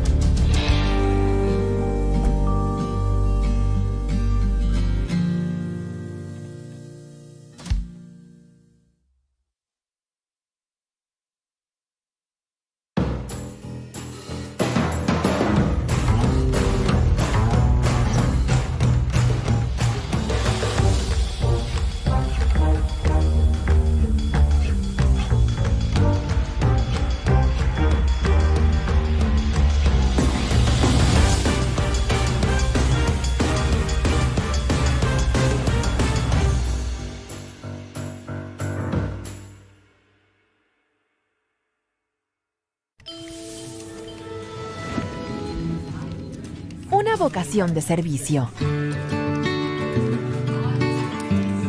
Con casi 140,000 empleados, Atento es una de las mayores empresas de gestión de relaciones con clientes y tercerización de procesos de negocio, CRM, BPO por sus siglas inglesas, del mundo. Aunque sirve a un mercado global, la mayoría de sus operaciones están concentradas en América Latina. La compañía, con presencia en Argentina, Brasil, Chile, Colombia, Costa Rica, El Salvador, Guatemala, México, Panamá, Perú y Uruguay, figura frecuentemente en listas de los mejores lugares para trabajar en la región. Una de las razones de esa reputación estelar es que Atento le brinda muchas oportunidades a las mujeres, que constituyen 64% de su fuerza laboral. Bajo un proyecto respaldado por una facilidad de crédito revolvente de hasta $50 millones de Bid Invest, la empresa buscará obtener la certificación EDGE, la principal evaluación internacional sobre equidad de género e inclusión en lugares de trabajo. A su vez, el financiamiento provisto por Bid Invest le permitirá a Atento reemplazar deuda de menores plazos con obligaciones a plazos más largos, así como obtener capital de trabajo para emprender nuevos negocios que requerirán contratar y entrenar a más personal, ampliar sus call centers y adquirir más equipos informáticos. Atento también planea incrementar sus inversiones en el desarrollo de una nueva generación de servicios con tecnologías como la inteligencia artificial, la ciencia de los datos, la automatización y el aprendizaje automático. Esta es nuestra transacción inaugural en el campo CRM-BPO. Esperamos que sea la primera de muchas inversiones para promover el nearshoring y la exportación de servicios desde América Latina y el Caribe. Hay enormes oportunidades para sacar mayor provecho de la tendencia hacia la digitalización, así como para ayudar a las empresas a ganar en eficiencia y productividad mediante la automatización de procesos y servicios de atención al cliente más dinámicos, apuntó Daichi Tsuchihashi, jefe del equipo de proyecto de Bid Invest.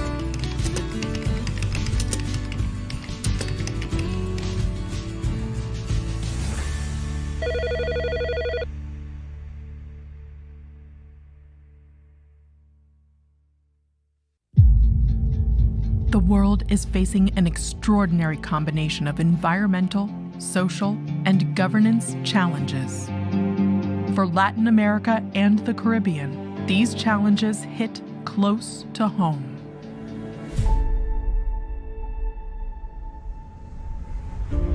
We are here to align purpose with action, to protect ecosystems, foster inclusive growth, and shape how companies do business and invest with impact.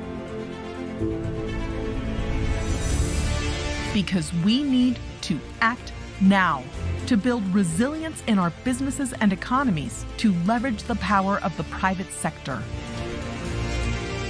Act now to expand access to ESG solutions and sustainability-linked financing that are beneficial for more than 600 million people, the private sector, and the planet. Act now to strengthen sustainable value chains with environmentally and socially conscious mindsets. Act now to accelerate the best use of data and technology to empower businesses and people. Act now to enable sustainable investments in countries susceptible to the impact of natural disasters.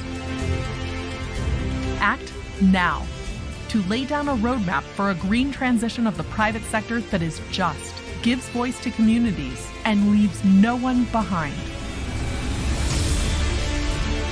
We have a plan.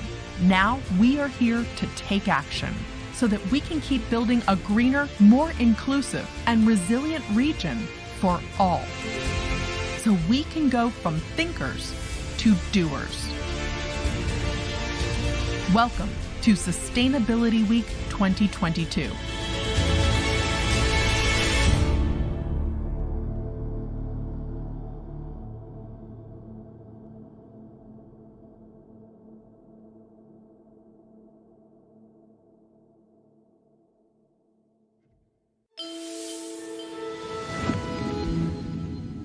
Innovation everywhere you look. Compañía de Empaques S.A. has been making sacks for the coffee industry for more than 8 decades. But this venerable Medellin-based manufacturer is keen on trying new ways of doing business. In 2021, it became the first Colombian company to launch a sustainability bond, a 50 billion Colombian peso, or about $13 million US, 5-year issue structured and underwritten by IDB Invest. The packaging company, integrated in a business group that makes a wide range of products, principally for agriculture and construction, will use the resources raised through the bond to finance investments to expand its output capacity, as well as to adopt new technologies and improve its energy efficiency. As part of an inclusive business model, over the next 5 years, Compañía de Empaques plans to double its purchases of fique fibers, used to manufacture coffee sacks and other recyclable and compostable textiles and cords. Fique, a plant similar to sisal, is mostly grown by low-income farmers and rural cooperatives in central and southern regions of Colombia. The company will also step up its research and development of new products derived from the fique plant, as well as its experiments with circular economy models, which involve reusing or repurposing waste that would otherwise end up in a landfill. They have already replaced coal with plant biomass as fuel for its own generator. They are in the process of reducing its carbon footprint using renewable energy with the construction of a biomass power plant using fique fiber waste and the installation of solar panels. Under the terms of the sustainability bond, the company will pay a higher or lower interest rate depending on whether it achieves or misses certain key performance indicators tied to a set of previously agreed and independently verified environmental and social targets. For example, one of the goals is to reduce the energy consumption rate of raw materials it uses, which include polypropylene. This transaction not only introduced a new asset class in the Colombian capital market, it should also open a path for other local companies interested in pursuing ambitious sustainability strategies. said the IDB Invest project team leader, José Gustavo Quiñones.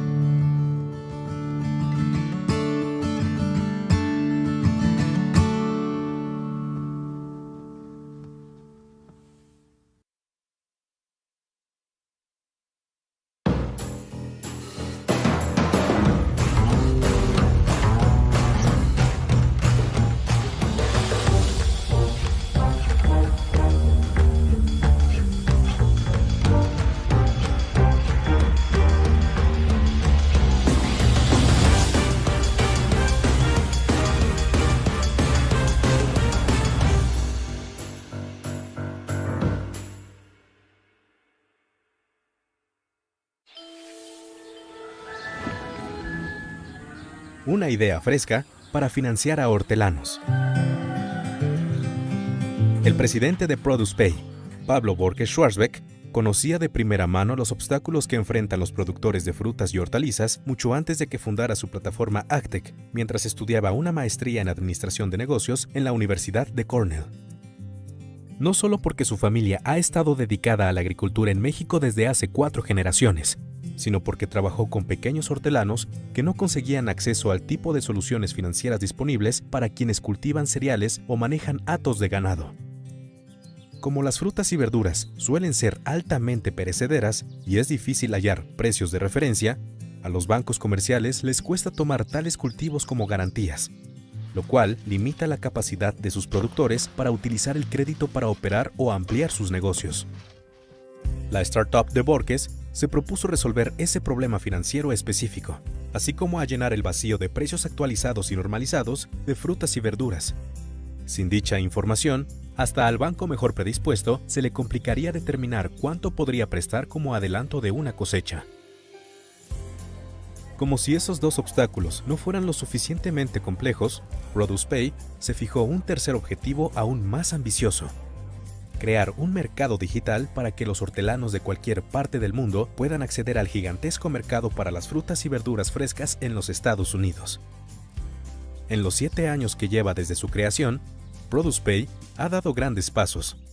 Ha brindado más de $3,000 millones en financiamiento a clientes en 8 países. Además, ha desarrollado informes de mercado diarios sobre una serie de frutas y vegetales con gran demanda. Ahora está empeñada en digitalizar el comercio de las hortalizas, vinculando a productores con distribuidores y minoristas a través de su plataforma Actec. Como parte de sus planes de expansión, Produce Pay se decidió a contratar más personal de ventas y comercialización en las regiones donde opera. Para ese fin, en el 2021 reunió $43 millones de inversores de riesgo, incluyendo $6 millones de Bid Invest. Con nuestro apoyo, Produce Pay desarrollará salvaguardas sociales y ambientales más robustas, una estrategia de sostenibilidad para sus operaciones y fortalecerá su gobernanza corporativa, reforzando su reputación de socio confiable para todos los participantes de la cadena de valor de frutas y hortalizas.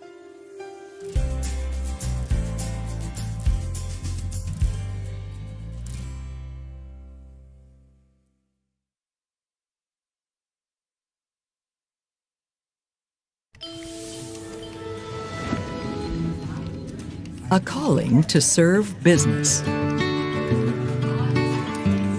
With nearly 140,000 employees, Atento is one of the world's largest customer relationship management and business process outsourcing companies. Although it serves the global market, its operations are largely concentrated in Latin America. The company, which is present in Argentina, Brazil, Chile, Colombia, El Salvador, Costa Rica, Guatemala, Mexico, Panama, Peru, and Uruguay, frequently shows up at the top of lists of best places to work for in the region. One of the reasons for Atento's stellar reputation is the opportunities it provides women, who make up 64% of its workforce. Under a project backed by a revolving credit facility of up to $50 million from IDB Invest, the company plans to pursue an EDGE certification, the leading assessment standard for gender equity and inclusion in the workplace. In turn, the financing from IDB Invest will enable Atento to replace shorter-term obligations with longer maturing debt, as well as provide working capital for new service contracts that will demand hiring and training more staff, expanding call centers, and acquiring IT equipment. Atento also plans to step up its investments in developing next-generation services involving technologies such as artificial intelligence, data science, automation, and machine learning.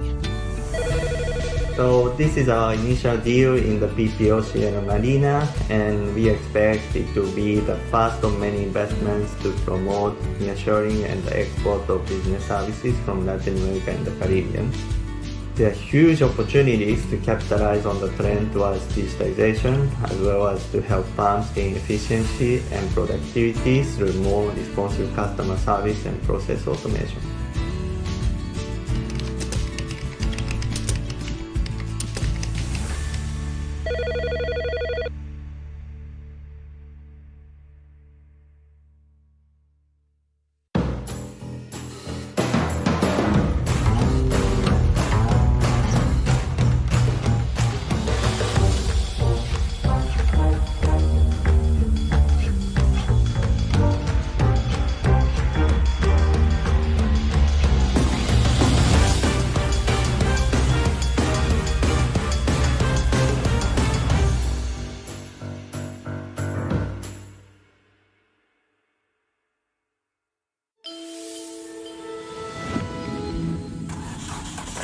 Gigante de la movilidad verde. Para una empresa que comenzó con un solo camión, Simpar ciertamente ha llegado muy lejos. Las distintas divisiones de este holding brasileño emplean a más de 32,000 personas y tienen una flotilla combinada de más de 150,000 vehículos. Simpar no solo es una de las mayores empresas de alquiler de automóviles, camiones y maquinaria pesada de América Latina. También tiene una enorme operación de logística que sirve a grandes industrias, una unidad especializada en soluciones de transporte y movilidad para el sector público, incluyendo autobuses y camiones de residuos, y una vasta red de ventas de vehículos nuevos y usados. A futuro, sin embargo, Simpar tiene un gran desafío: lograr que sus operaciones sean más verdes. Para combatir el cambio climático, Brasil se ha comprometido a reducir sustancialmente sus emisiones de gases de efecto invernadero a lo largo de las próximas décadas.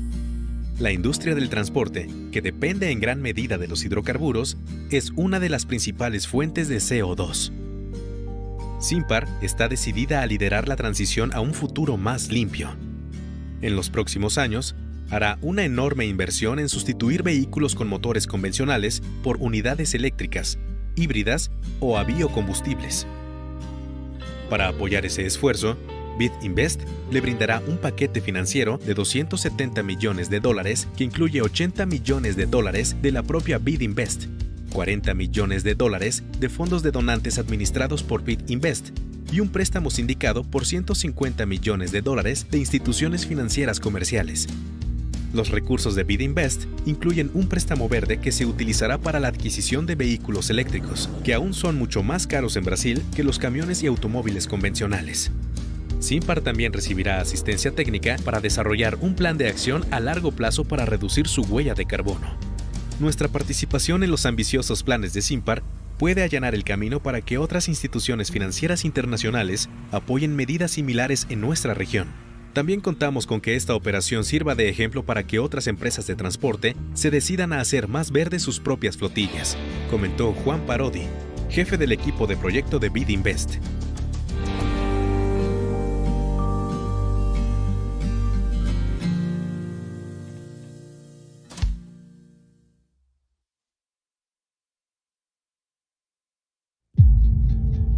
The world is facing an extraordinary combination of environmental, social, and governance challenges. For Latin America and the Caribbean, these challenges hit close to home.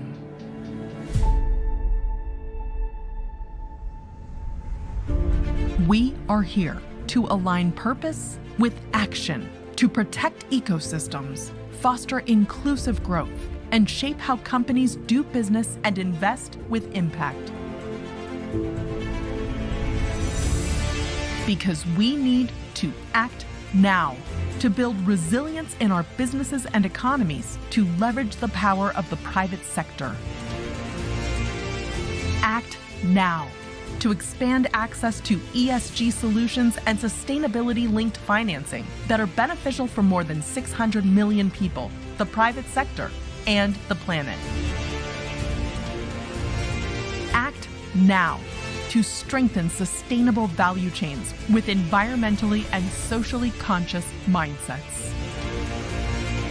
Act now to accelerate the best use of data and technology to empower businesses and people. Act now to enable sustainable investments in countries susceptible to the impact of natural disasters. Act now to lay down a roadmap for a green transition of the private sector that is just, gives voice to communities, and leaves no one behind.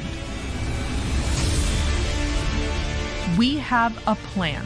Now we are here to take action so that we can keep building a greener, more inclusive, and resilient region for all.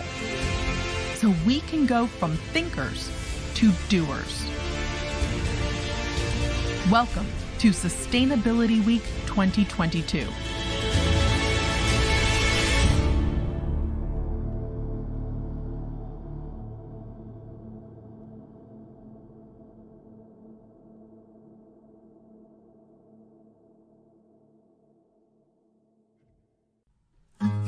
Affordable zero-carbon housing that anyone can buy is a game changer in the fight against climate change. As the entire world transitions to more sustainable economic and construction models, the idea of zero carbon for the masses is quickly gaining traction. Single-family houses with high energy efficiency may be a luxury that not all can afford, but cheap zero-carbon houses may have a massive impact on pollution patterns in many regions, including Latin America and the Caribbean.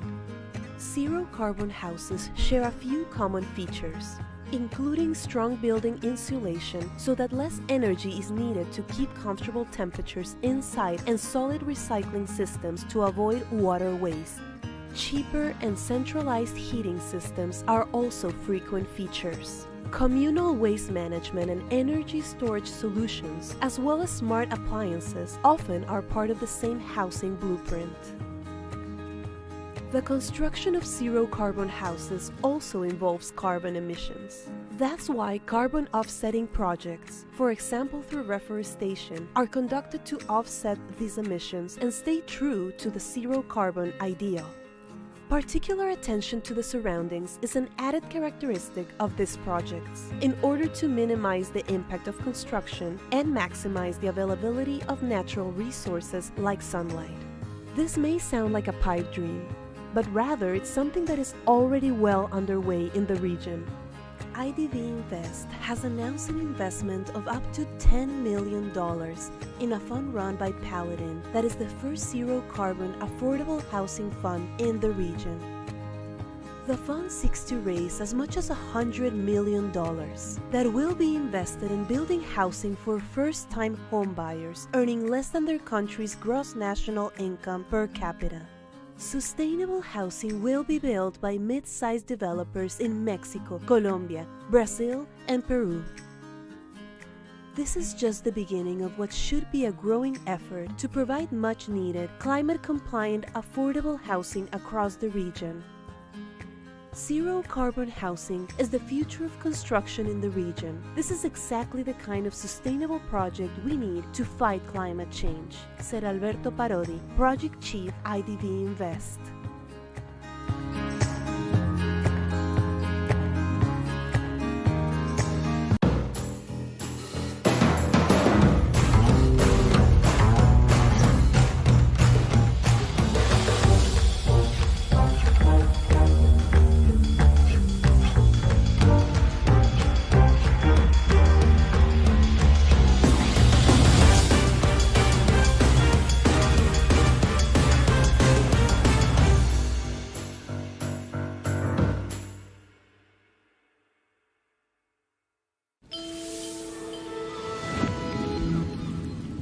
La vuelta a la actividad en las playas. Al igual que operadores de complejos turísticos en todo el mundo, el Grupo Piñero pasó por una dura prueba durante la pandemia. No obstante la caída en la actividad económica, esta empresa familiar, con 27 hoteles en la República Dominicana, México, Jamaica y España, siempre mantuvo su compromiso con el turismo sostenible.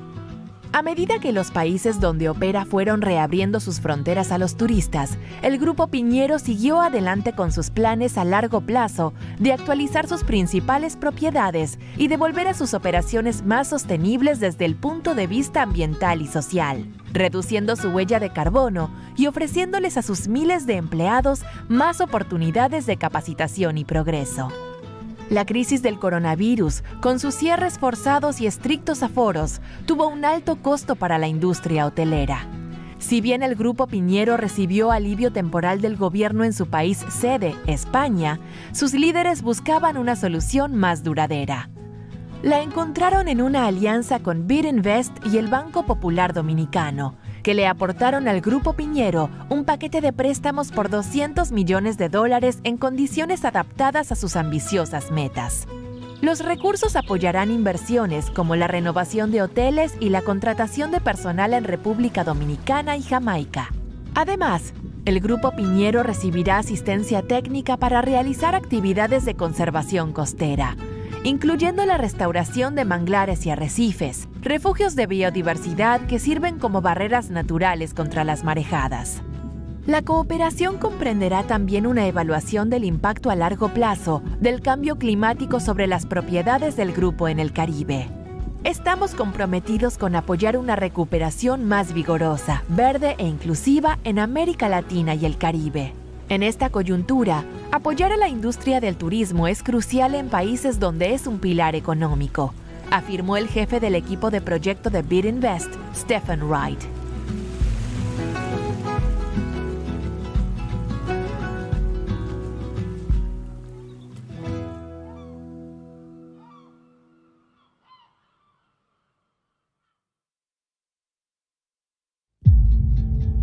The world is facing an extraordinary combination of environmental, social, and governance challenges. For Latin America and the Caribbean, these challenges hit close to home.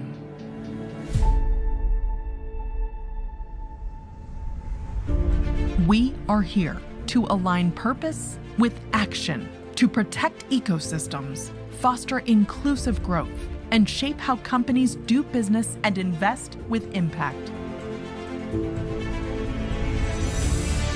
Because we need to act now to build resilience in our businesses and economies to leverage the power of the private sector. Act now to expand access to ESG solutions and sustainability-linked financing that are beneficial for more than 600 million people, the private sector, and the planet. Act now to strengthen sustainable value chains with environmentally and socially conscious mindsets. Act now to accelerate the best use of data and technology to empower businesses and people. Act now to enable sustainable investments in countries susceptible to the impact of natural disasters. Act now to lay down a roadmap for a green transition of the private sector that is just, gives voice to communities, and leaves no one behind. We have a plan. Now we are here to take action so that we can keep building a greener, more inclusive, and resilient region for all. So we can go from thinkers to doers. Welcome to Sustainability Week 2022.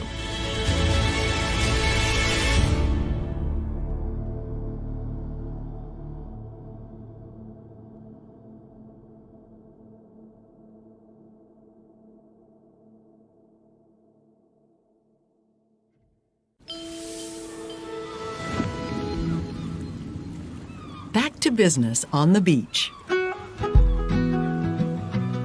Like beach resort operators around the world, Grupo Piñero went through a very trying period during the COVID pandemic. Despite the turndown, the family-owned chain, with 27 hotels in the Dominican Republic, Mexico, Jamaica, and Spain, always stood by its commitment to sustainable tourism. As the countries where it operates reopened their borders to foreign visitors, Grupo Piñero continued with its long-term plans to upgrade its marquee properties and to make its operations more environmentally and socially sustainable by reducing its carbon footprint and offering its thousands of employees more training and opportunities for advancement. But the coronavirus crisis, with its forced closures and strict limits on occupancy, took a huge financial toll on the tourism industry. While Grupo Piñero had received temporary aid from the government in its home country, Spain, its leaders were looking for a lasting solution. They found it in an alliance with IDB Invest and Banco Popular Dominicano, which provided Grupo Piñero a $200 million loan package on terms suited to their ambitious goals. The resources will support investments such as renovating properties and building up staff in the Dominican Republic and Jamaica. In addition, Grupo Piñero will receive technical assistance to carry out activities to protect coastal areas, including the restoration of mangroves and coral reefs, which serve as natural barriers against sea surges, as well as havens for biodiversity. The assistance will also include an assessment of the impact of climate change on the group's properties in the Caribbean. We're committed to supporting a stronger, greener, and more inclusive recovery in Latin America and the Caribbean. At this juncture, supporting the tourism industry is essential in countries where it is an economic mainstay.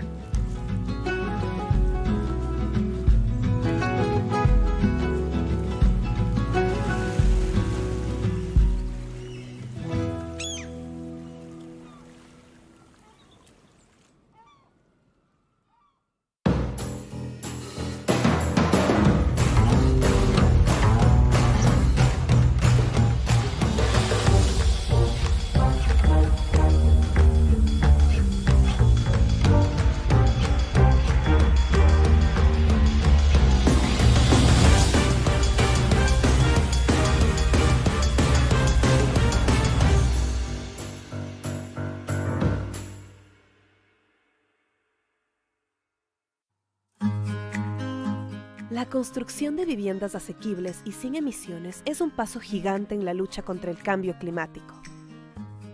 A medida que todo el mundo se mueve hacia modelos económicos y de construcción más sostenibles, la idea de emisiones cero está ganando terreno rápidamente. Las casas unifamiliares con alta eficiencia energética son un lujo que no todos pueden pagar. Pero las viviendas asequibles con cero emisiones pueden tener un impacto masivo en los patrones de contaminación en muchas regiones, incluida América Latina y el Caribe. Estas viviendas comparten características comunes, incluidos sólidos aislamientos, de modo que se necesite menos energía para mantener temperaturas agradables en el interior y sólidos sistemas de reciclaje para evitar el desperdicio de agua.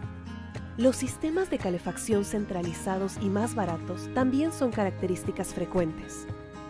Las soluciones comunitarias de gestión de residuos y almacenamiento de energía, así como los electrodomésticos inteligentes, a menudo forman parte del mismo proyecto. La construcción de casas con cero emisiones implica emisiones. Es por eso que se llevan a cabo proyectos de compensación, por ejemplo, a través de la reforestación, que permiten mantenerse fiel a la idea de cero carbono. La especial atención al entorno es una característica añadida de estos proyectos, con el fin de minimizar el impacto de la construcción y maximizar la disponibilidad de recursos naturales, como la luz solar. Esto puede parecer una quimera, pero es algo que ya está en marcha en la región. BID Invest ha anunciado una inversión de hasta $10 millones en un fondo administrado por Paladin, que es el primer fondo de vivienda asequible con cero emisiones de carbono en la región. El fondo busca recaudar hasta $100 millones, que se invertirán en la construcción de viviendas para nuevos compradores con ganancias por debajo del ingreso nacional bruto per cápita de su país. Estas viviendas sostenibles serán construidas por promotores en México, Colombia, Brasil y Perú. Este es solo el comienzo de lo que debería ser un esfuerzo creciente. para promocionar viviendas asequibles y respetuosas con el clima, muy necesarias en toda la región. La vivienda de emisiones cero es el futuro de la construcción en la región. Este es exactamente el tipo de proyecto sostenible que necesitamos para luchar contra el cambio climático, dijo Alberto Parodi, jefe de proyectos de BID Invest.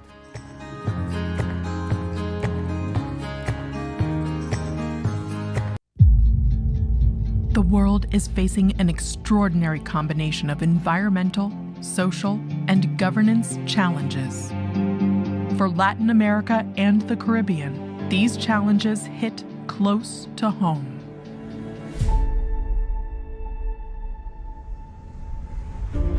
We are here to align purpose with action, to protect ecosystems, foster inclusive growth, and shape how companies do business and invest with impact. Because we need to act now to build resilience in our businesses and economies to leverage the power of the private sector. Act now to expand access to ESG solutions and sustainability-linked financing that are beneficial for more than 600 million people, the private sector, and the planet. Act now to strengthen sustainable value chains with environmentally and socially conscious mindsets. Act now to accelerate the best use of data and technology to empower businesses and people. Act now to enable sustainable investments in countries susceptible to the impact of natural disasters. Act now to lay down a roadmap for a green transition of the private sector that is just, gives voice to communities, and leaves no one behind. We have a plan. Now we are here to take action so that we can keep building a greener, more inclusive, and resilient region for all. So we can go from thinkers to doers. Welcome to Sustainability Week 2022.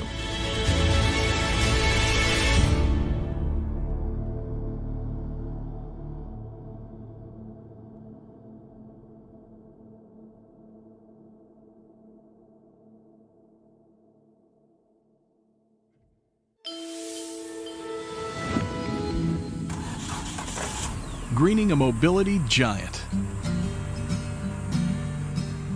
For a business that started with a single truck, Simpar has certainly gone far.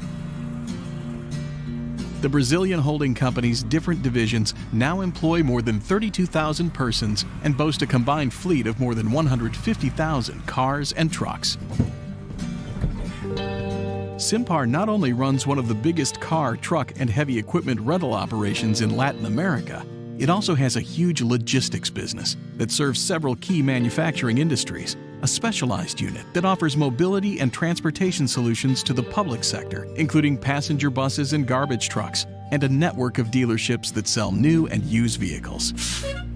But looking down the road, Simpar faces a huge challenge: greening its operations. In a bid to combat climate change, Brazil has committed to reducing its emissions of greenhouse gases substantially over the next few decades. The transportation industry, which relies heavily on fossil fuels, is one of the biggest sources of CO2. Simpar is determined to become a leader in the transition to a cleaner future. Over the next few years, it will make large investments in substituting vehicles with conventional internal combustion engines for electric, hybrid, and biofuel units. In support of that effort, IDB Invest will supply the Brazilian company a $270 million financial package, which includes $80 million from IDB Invest itself, $40 million from donor funds managed by IDB Invest, and a syndicated loan for $150 million from commercial lenders.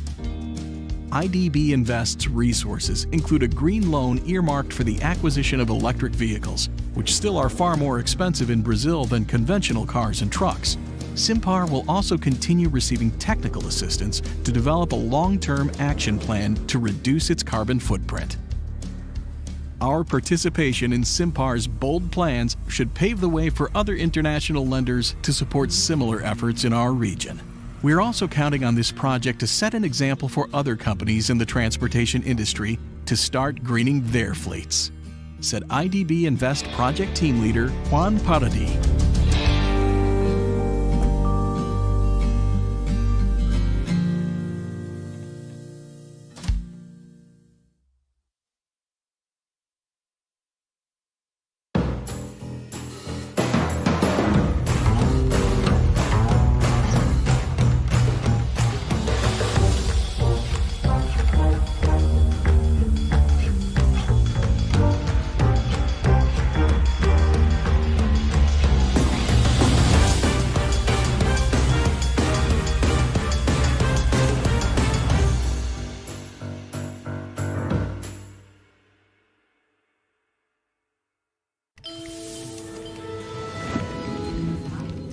Una vocación de servicio. Con casi 140,000 empleados, Atento es una de las mayores empresas de gestión de relaciones con clientes y tercerización de procesos de negocio, CRM, BPO por sus siglas inglesas, del mundo. Aunque sirve a un mercado global, la mayoría de sus operaciones están concentradas en América Latina. La compañía, con presencia en Argentina, Brasil, Chile, Colombia, Costa Rica, El Salvador, Guatemala, México, Panamá, Perú y Uruguay, figura frecuentemente en listas de los mejores lugares para trabajar en la región. Una de las razones de esa reputación estelar es que Atento le brinda muchas oportunidades a las mujeres, que constituyen 64% de su fuerza laboral. Bajo un proyecto respaldado por una facilidad de crédito revolvente de hasta $50 millones de Bid Invest, la empresa buscará obtener la certificación EDGE, la principal evaluación internacional sobre equidad de género e inclusión en lugares de trabajo. A su vez, el financiamiento provisto por Bid Invest le permitirá a Atento reemplazar deuda de menores plazos con obligaciones a plazos más largos, así como obtener capital de trabajo para emprender nuevos negocios que requerirán contratar y entrenar a más personal, ampliar sus call centers y adquirir más equipos informáticos. Atento también planea incrementar sus inversiones en el desarrollo de una nueva generación de servicios con tecnologías como la inteligencia artificial, la ciencia de los datos, la automatización y el aprendizaje automático. Esta es nuestra transacción inaugural en el campo CRM-BPO.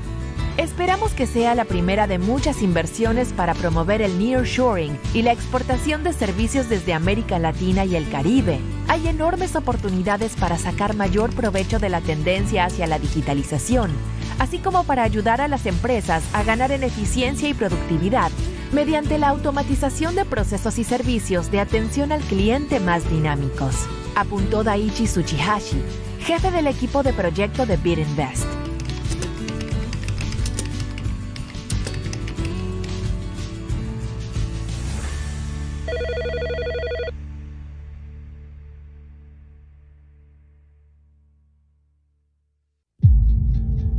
The world is facing an extraordinary combination of environmental, social, and governance challenges. For Latin America and the Caribbean, these challenges hit close to home.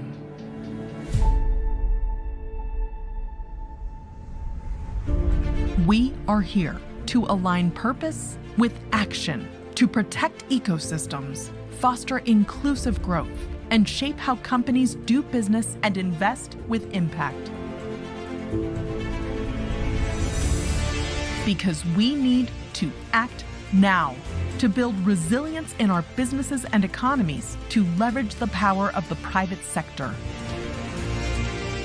Act now to expand access to ESG solutions and sustainability-linked financing that are beneficial for more than 600 million people, the private sector, and the planet.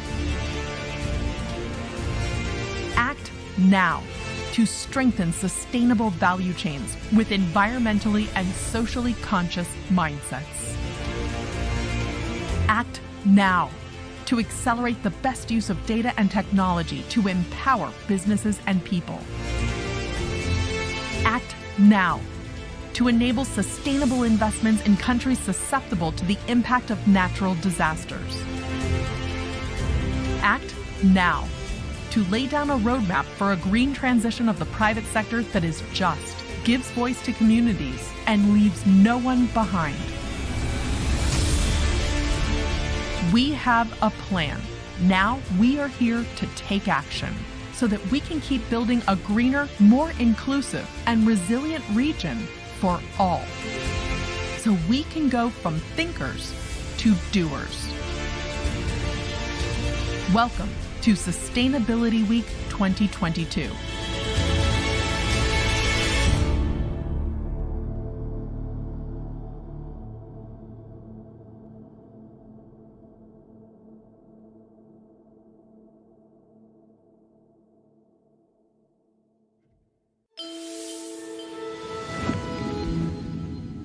Innovation everywhere you look. Compañía de Empaques S.A.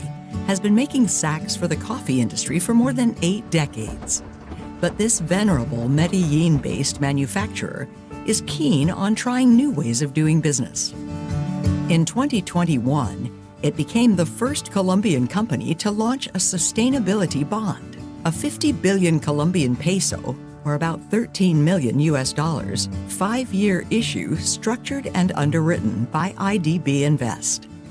The packaging company, integrated in a business group that makes a wide range of products, principally for agriculture and construction, will use the resources raised through the bond to finance investments to expand its output capacity, as well as to adopt new technologies and improve its energy efficiency. As part of an inclusive business model, over the next 5 years, Compañía de Empaques plans to double its purchases of fique fibers, used to manufacture coffee sacks and other recyclable and compostable textiles and cords. Fique, a plant similar to sisal, is mostly grown by low-income farmers and rural cooperatives in central and southern regions of Colombia. The company will also step up its research and development of new products derived from the fique plant, as well as its experiments with circular economy models, which involve reusing or repurposing waste that would otherwise end up in a landfill. They have already replaced coal with plant biomass as fuel for its own generator. They are in the process of reducing its carbon footprint using renewable energy with the construction of a biomass power plant using fique fiber waste and the installation of solar panels. Under the terms of the sustainability bond, the company will pay a higher or lower interest rate depending on whether it achieves or misses certain key performance indicators tied to a set of previously agreed and independently verified environmental and social targets. For example, one of the goals is to reduce the energy consumption rate of raw materials it uses, which include polypropylene. This transaction not only introduced a new asset class in the Colombian capital market, it should also open a path for other local companies interested in pursuing ambitious sustainability strategies, said the IDB Invest project team leader, Jose Gustavo Quiñones.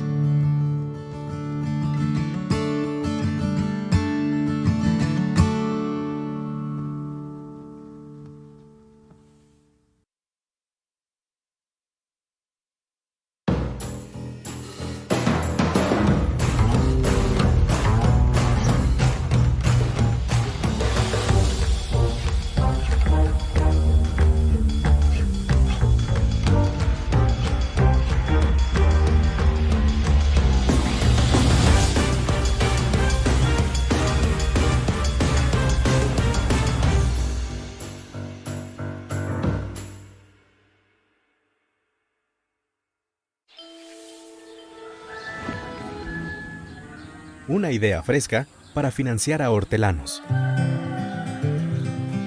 El presidente de Produce Pay, Pablo Borges Schwarzbeck, conocía de primera mano los obstáculos que enfrentan los productores de frutas y hortalizas mucho antes de que fundara su plataforma Actec, mientras estudiaba una maestría en Administración de Negocios en la Universidad de Cornell. No solo porque su familia ha estado dedicada a la agricultura en México desde hace 4 generaciones, sino porque trabajó con pequeños hortelanos que no conseguían acceso al tipo de soluciones financieras disponibles para quienes cultivan cereales o manejan hatos de ganado. Como las frutas y verduras suelen ser altamente perecederas y es difícil hallar precios de referencia, a los bancos comerciales les cuesta tomar tales cultivos como garantías, lo cual limita la capacidad de sus productores para utilizar el crédito para operar o ampliar sus negocios. La startup de Borges se propuso resolver ese problema financiero específico, así como a llenar el vacío de precios actualizados y normalizados de frutas y verduras. Sin dicha información, hasta al banco mejor predispuesto se le complicaría determinar cuánto podría prestar como adelanto de una cosecha. Como si esos dos obstáculos no fueran lo suficientemente complejos, ProducePay se fijó un tercer objetivo aún más ambicioso: crear un mercado digital para que los hortelanos de cualquier parte del mundo puedan acceder al gigantesco mercado para las frutas y verduras frescas en los Estados Unidos. En los 7 años que lleva desde su creación, ProducePay ha dado grandes pasos. Ha brindado más de $3,000 millones en financiamiento a clientes en 8 países. Además, ha desarrollado informes de mercado diarios sobre una serie de frutas y vegetales con gran demanda. Ahora está empeñada en digitalizar el comercio de las hortalizas, vinculando a productores con distribuidores y minoristas a través de su plataforma AgTech. Como parte de sus planes de expansión, ProducePay se decidió a contratar más personal de ventas y comercialización en las regiones donde opera. Para ese fin, en el 2021 reunió $43 millones de inversores de riesgo, incluyendo $6 millones de Bid Invest.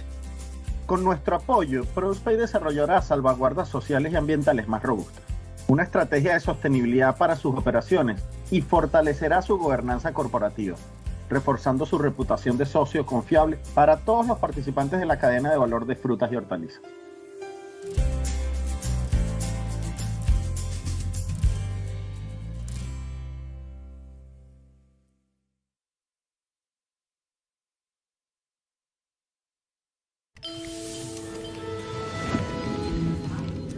A calling to serve business.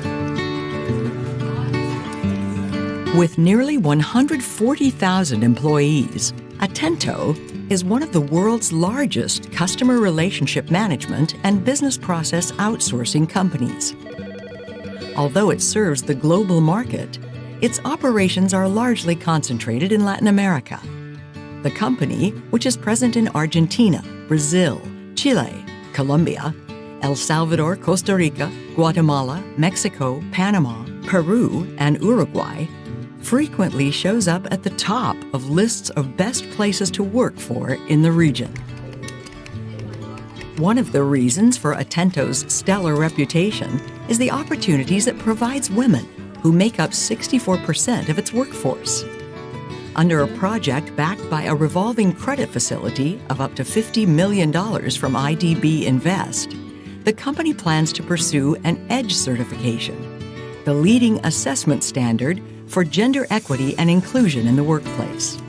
In turn, the financing from IDB Invest will enable Atento to replace shorter-term obligations with longer maturing debt, as well as provide working capital for new service contracts that will demand hiring and training more staff, expanding call centers, and acquiring IT equipment.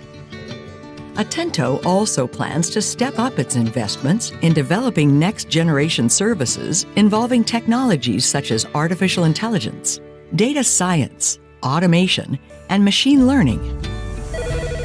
So this is our initial deal in the PPO Sierra Marina, and we expect it to be the first of many investments to promote nearshoring and the export of business services from Latin America and the Caribbean.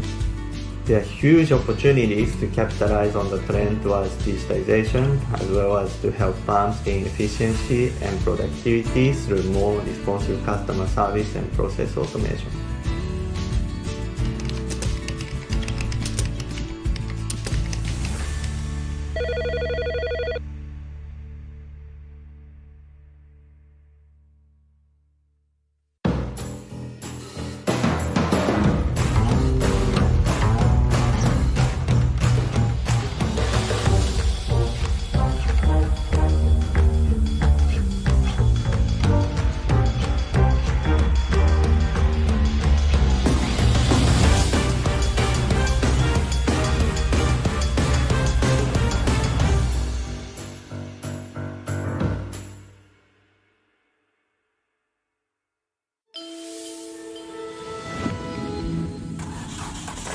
gigante de la movilidad verde.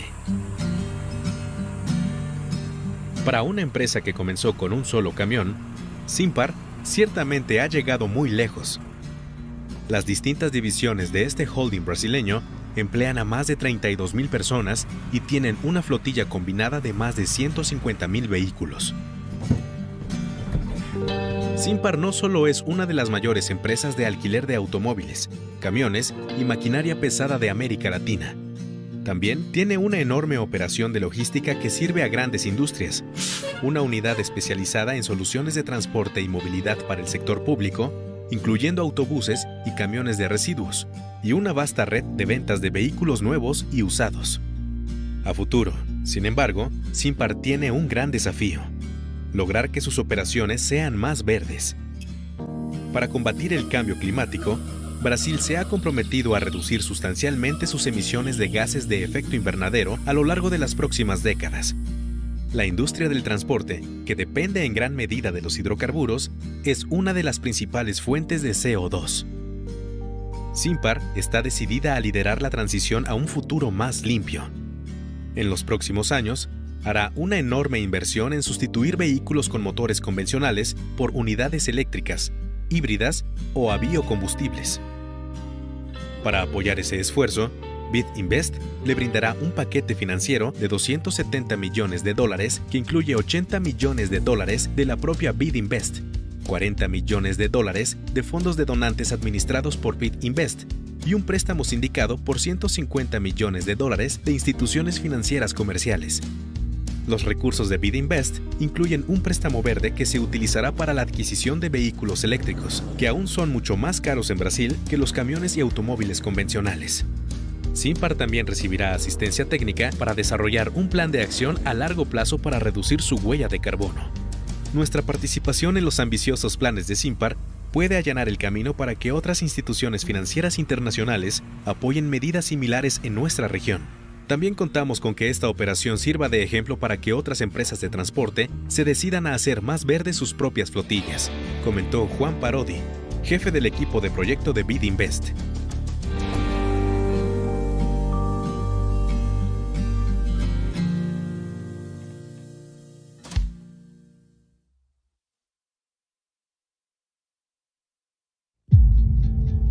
The world is facing an extraordinary combination of environmental, social, and governance challenges. For Latin America and the Caribbean, these challenges hit close to home.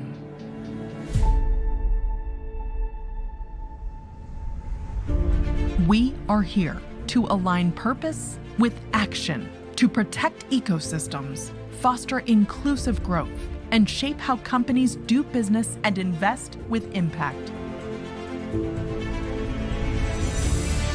Because we need to act now to build resilience in our businesses and economies to leverage the power of the private sector. Act now to expand access to ESG solutions and sustainability-linked financing that are beneficial for more than 600 million people, the private sector, and the planet. Act now to strengthen sustainable value chains with environmentally and socially conscious mindsets.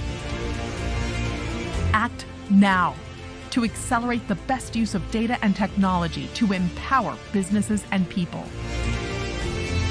Act now to enable sustainable investments in countries susceptible to the impact of natural disasters. Act now to lay down a roadmap for a green transition of the private sector that is just, gives voice to communities, and leaves no one behind. We have a plan. Now we are here to take action so that we can keep building a greener, more inclusive, and resilient region for all. So we can go from thinkers to doers. Welcome to Sustainability Week 2022.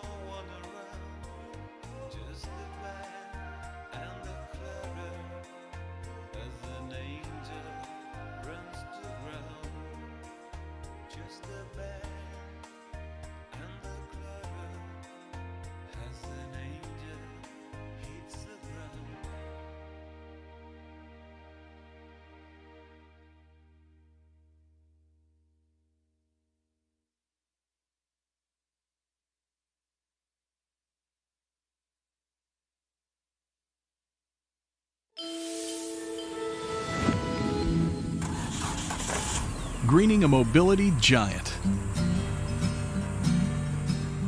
For a business that started with a single truck, Simpar has certainly gone far. The Brazilian holding company's different divisions now employ more than 32,000 persons and boast a combined fleet of more than 150,000 cars and trucks. Simpar not only runs one of the biggest car, truck, and heavy equipment rental operations in Latin America, It also has a huge logistics business that serves several key manufacturing industries, a specialized unit that offers mobility and transportation solutions to the public sector, including passenger buses and garbage trucks, and a network of dealerships that sell new and used vehicles. But looking down the road, Simpar faces a huge challenge: greening its operations. In a bid to combat climate change, Brazil has committed to reducing its emissions of greenhouse gases substantially over the next few decades. The transportation industry, which relies heavily on fossil fuels, is one of the biggest sources of CO2. Simpar is determined to become a leader in the transition to a cleaner future. Over the next few years, it will make large investments in substituting vehicles with conventional internal combustion engines for electric, hybrid, and biofuel units. In support of that effort, IDB Invest will supply the Brazilian company a $270 million financial package, which includes $80 million from IDB Invest itself, $40 million from donor funds managed by IDB Invest, and a syndicated loan for $150 million from commercial lenders. IDB Invest's resources include a green loan earmarked for the acquisition of electric vehicles, which still are far more expensive in Brazil than conventional cars and trucks. Simpar will also continue receiving technical assistance to develop a long-term action plan to reduce its carbon footprint. Our participation in Simpar's bold plans should pave the way for other international lenders to support similar efforts in our region. We're also counting on this project to set an example for other companies in the transportation industry to start greening their fleets, said IDB Invest project team leader Juan Paradis.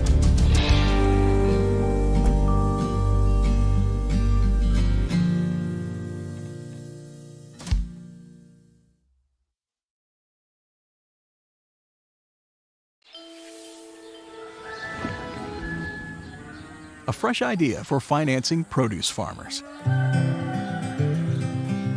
ProducePay's founder, Pablo Borges Schwarzbeck, had firsthand knowledge of the obstacles produce growers face way before he founded his AgTech platform while pursuing an MBA degree at Cornell.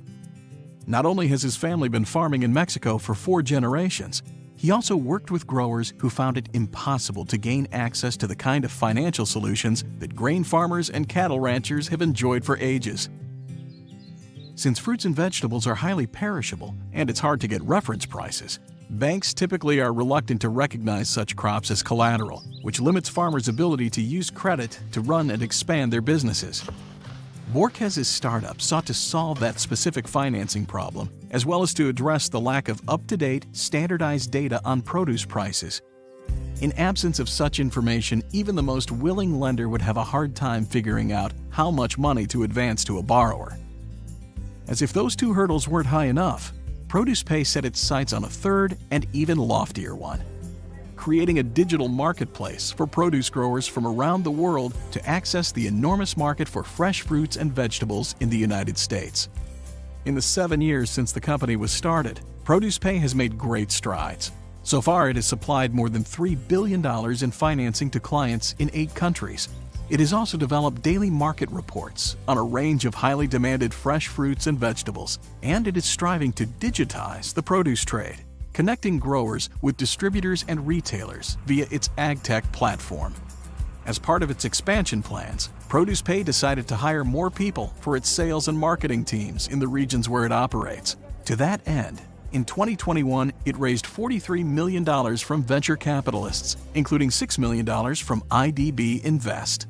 With our support, ProducePay will develop a strong social and environmental safeguards for its operations, as well as make improvements to its corporate governance, building on its reputation as a trusted partner for all participants in the produce value chain.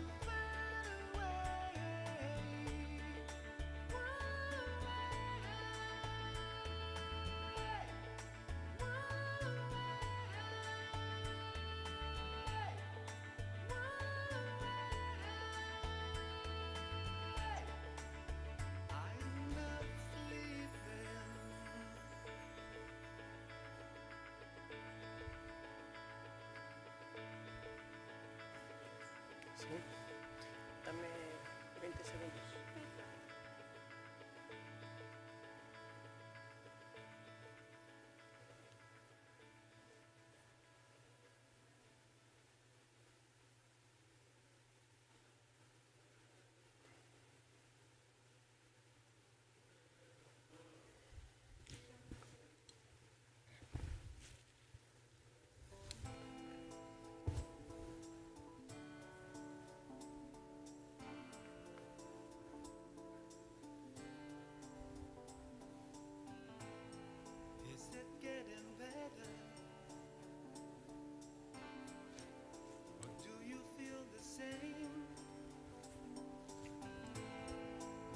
Make it easier on you now. You got someone to blame. You say one love, one life. When it's one need in the night,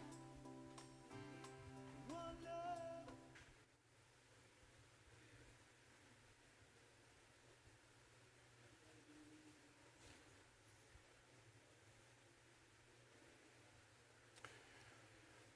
Good afternoon. Thank you for joining us. It's a pleasure to be here, and I want to welcome those in person as well as those who are participating in this event virtually. We're going to be talking today about sustainable tourism. Where were you on March 11, 2020?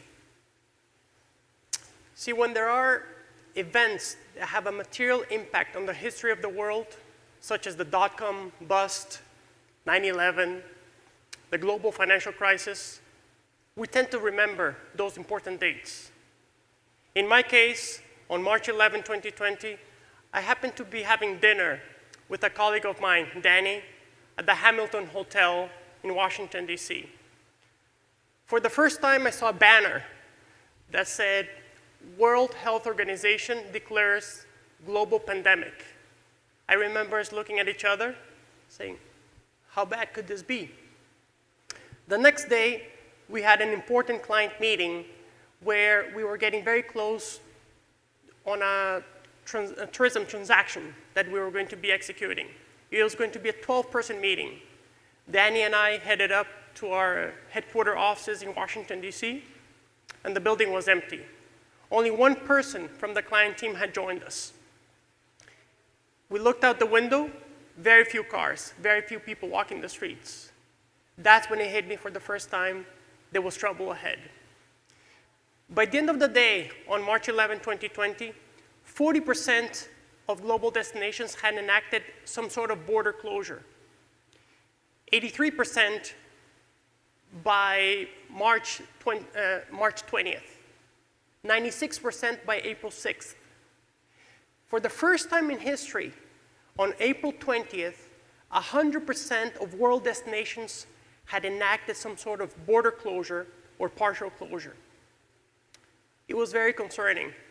If you recall, there was a lot of confusion, there was panic, there was chaos, there was a lack of information, but in general, there was misinformation. For some of you, for the first time, you heard the term N95, PCR tests, antigen tests. We started hearing some information or terms that were social distancing, mask mandates. All of that was new, it was foreign to us. Yet, we had to go back to work, but we started doing it in a virtual manner, whereby terms that are now ubiquitous, such as Zoom and Microsoft Teams, grew exponentially over time. One of the things that I heard during those webinars that I participated was that the word resiliency within tourism was being mentioned over and over. We were talking about keeping together as an industry, about finding ways to protect our employees, protect our guests, protect our communities. So there was an expectation that we had survived other crises in the past, and we were gonna make it again. But even the most pessimistic of forecasters couldn't have predicted what was to come ahead. In 2020, we had an erosion of 1.1 billion tourists around the world. 1.1 billion tourists vanished, creating a 74% decline in activity and eroding about $1.3 trillion of value of economic activity. Just to put things in magnitude, that was 11 times greater than the global financial crisis from a decade ago.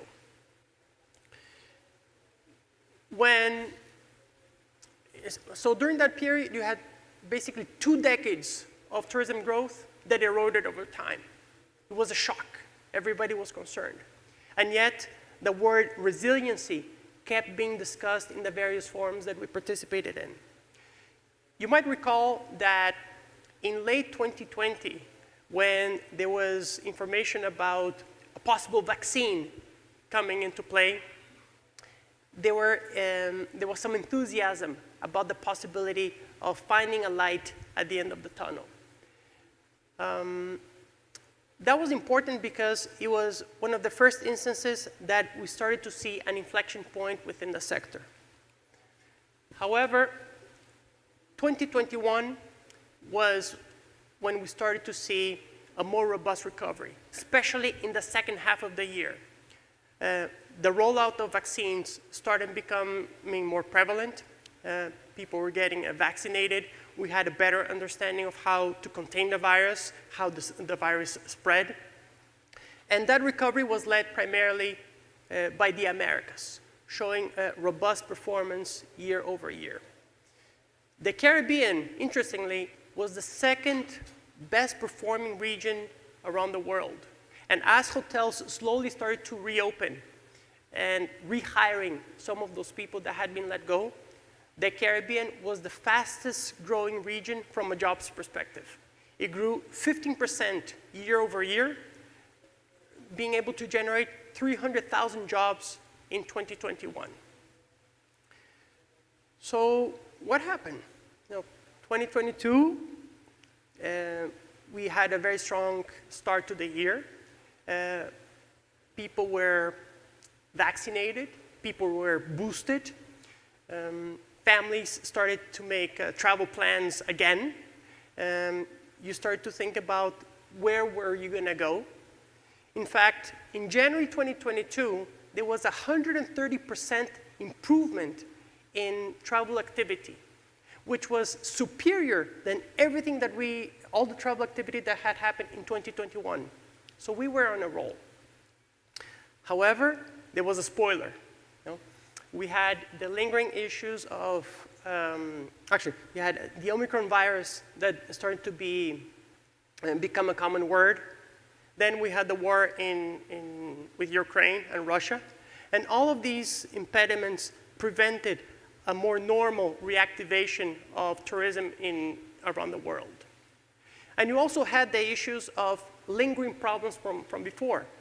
We all recall the supply chain difficulties that we faced, the fact that certain supplies were not readily available. And within a tight labor market, you had a situation of escalating prices, oil starting to go up. Many banks, including the Federal Reserve, starting to see that with great caution and started to raise rates in response to inflation. And now this big word, recession, is looming in the horizon, creating more havoc and concern across international markets. Just to put things in perspective, in the US alone, $2 trillion of market value have eroded as a result of the bear market of the stock market. And yet, when you talk amongst tourism stakeholders, there's a sentiment that we are in a more privileged position to take advantage of an inflationary environment by being able to adjust our rates on a daily basis. So this discussion of resiliency continues to permeate throughout the sector. And resiliency is most evident when we talk about revenge travel. You know, this intent to make up for lost time. People want to pack their bags, they want to go, they want to explore. We talk about the golden age of travel, and the amount of tourism activity that we have seen in the past few years is a testament of that. One important trend that we have seen over time is the shift from international to local travel. There's still some apprehension about getting on planes. So folks, they are rediscovering their domestic markets. Now, that doesn't mean from a tourism perspective that we should forget about the international traveler. However, it is a segment that we hadn't dedicated much attention to that is now worth exploring. And you have examples like in Costa Rica, whereby there's a temporary decision by the government to move all national holidays to Monday in order to elongate the vacation opportunity for locals. Another trend is related to drive to versus fly to. If you're able to maintain control of your environment with your family, deciding where you want to go, there is a higher level of comfort that you're seeing in those types of decisions. As a matter of fact, this summer, it is anticipated that about 38% of travelers will opt to stay within their country or within their residence in order to take a vacation with their family. Business and leisure. You know, extending business travel to incorporate some me time is becoming increasingly important. I mean, think about yourselves. How many of you arrived a couple of days before this conference or are staying a couple of days later to enjoy Miami Beach? This is increasingly becoming a trend because 60% of workers today, they say that either they want to work from home all of the time or most of the time. Now, what's important is that work from home is migrating to be work from anywhere. You know, as an individual, I can decide to go work from a Selena hostel in Panama or an Explora lodge in Chile and be able to accomplish both my business needs and incorporate a little bit of fun activity along the way. What has happened with COVID is that there's been a lot of introspection that has taken place. We were, you know, cooped up in our homes for a very long time. And that has led to an analysis of what is important. What are the values that really matter? So think about yourselves when you're planning your next vacation. You're sitting down at the table with your families. There's a discussion not of taking the same old trip, but something that is authentic, something that is genuine, something else. We can put a grain of sand in the world. So aspects such as community tourism, nature-based tourism are becoming increasingly important. And when you think about the tourism as a conservation tool, we must not forget that sustainability is not only about environment protection. You know, sustainability and impact is about how are you going to influence economies and the peoples in those destinations where you operate. Along those lines, what we are seeing is that lifestyle hotels, they are growing in importance because people are seeking that authenticity. They want to stay at a hotel that is able to capture the local essence and local character of the destination. And it's pretty powerful what you see when a foreigner connects with a local and learns about the bar, the restaurant, the attraction, the amenity that is not in the guidebook, and is able to have a truly authentic and unique experience. One interesting trend that we're seeing is what's happening in the space of all-inclusives. You know, this is a sector that traditionally has been dominated by the Spanish chains coming to the Caribbean, but the US operators have increasingly found an interest in jumping into the all-inclusive segment. And what we're seeing now is that there's evidence that they're fully committed. Proof of that is Hyatt's acquisition of AM Resorts for $2.7 billion, Marriott creating an alliance with the Sunwing through the Blue Diamond Group via its autograph collection to have much more presence in the Caribbean. Marriott also bought the Elegant portfolio of all-inclusive hotels in Barbados. And then you have Hilton also signing a strategic alliance with Playa Hotels and Resorts because they recognize the importance in this space. What we're seeing over time is that the all-inclusive segment will continue to play a role, but it is going to be evolving. There is a micro-segmentation of demand and more creation of brands that would allow these companies to identify the right customer segment that they need to attack and attract so that this continues to be a viable and attractive asset class within the hospitality space. Another interesting trend is around third-party operators. I believe that Latin America is ripe for continued consolidation in this space and the continued professionalization of this segment. One example of that is Advent International becoming a major investor in Colombia-based GHL Hotels, or Aimbridge acquiring Prisma Hotels in Mexico, or the recent agreement signed with Highgate to manage all of the portfolio of Peru-based Intursa. So we see that this is a normal evolution. Much has happened in Europe, has happened in the United States. The Latin America is now ripe for this third-party operator growth and continued consolidation. COVID and the past 2 years have also allowed us to debunk certain myths. Remember when we used to say that we're never going to go back to the office? Well, we're slowly transitioning back.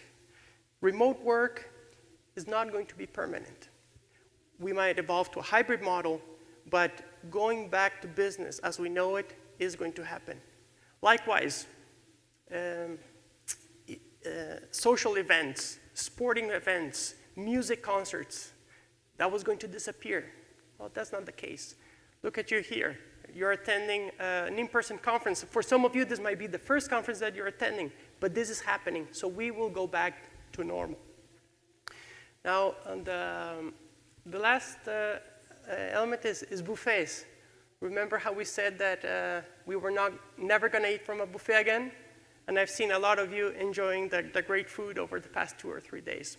So COVID has allowed us to debunk certain myths. Now, do you remember when you went to a hotel pre-pandemic? When was that hotel being cleaned? It usually happened at night during the graveyard shift because it was bad to see that a hotel was being cleaned. Well, sanitation now is visual. The more active cleaning that you see at a property, the greater confidence you have in that establishment. It's something that puts you at ease. But as you see these changes taking place, hoteliers are having to adapt and adjust the public areas of hotels beyond their original use. What does that mean? That the lobby is no longer being used only for check-in and check-out. The lobby is where you have a business meeting, is where you have a Zoom call, is where you work on your laptop. So hoteliers are having to adapt these public spaces areas to cater to the needs of these changing demands of the client. Likewise, when you go up to your room And now you might be staying 1 week or 2 weeks, and you're going there with your partner, and now you need 2 desks, 2 chairs, you need better lighting, you need a better broadband. You need a room service menu that is more expanded because you're staying there for a longer period of time. And so those adjustments, they need to trickle into the operation, not different from the way we need to think about the mix between open spaces and closed spaces in food and beverage outlets. All of these changes, they trickle down to the employee as a multitasker. What does that mean? That the front desk agent also needs to operate in the restaurant, that the hostess needs to be doing a little bit of catering. So the employer of the future will need to be a multitasker who uses multiple hats in order to perform the duties. All of these changes are also resulting in the need for non-traditional marketing channels. Look at this. 48% of travelers are using Instagram to decide on a new destination that they're going for. You know, in the past, we decided on destinations based on the photoshopped, picture-perfect images that appeared on websites and guidebooks. But social media is changing all of that, especially in an era of big data and data mining.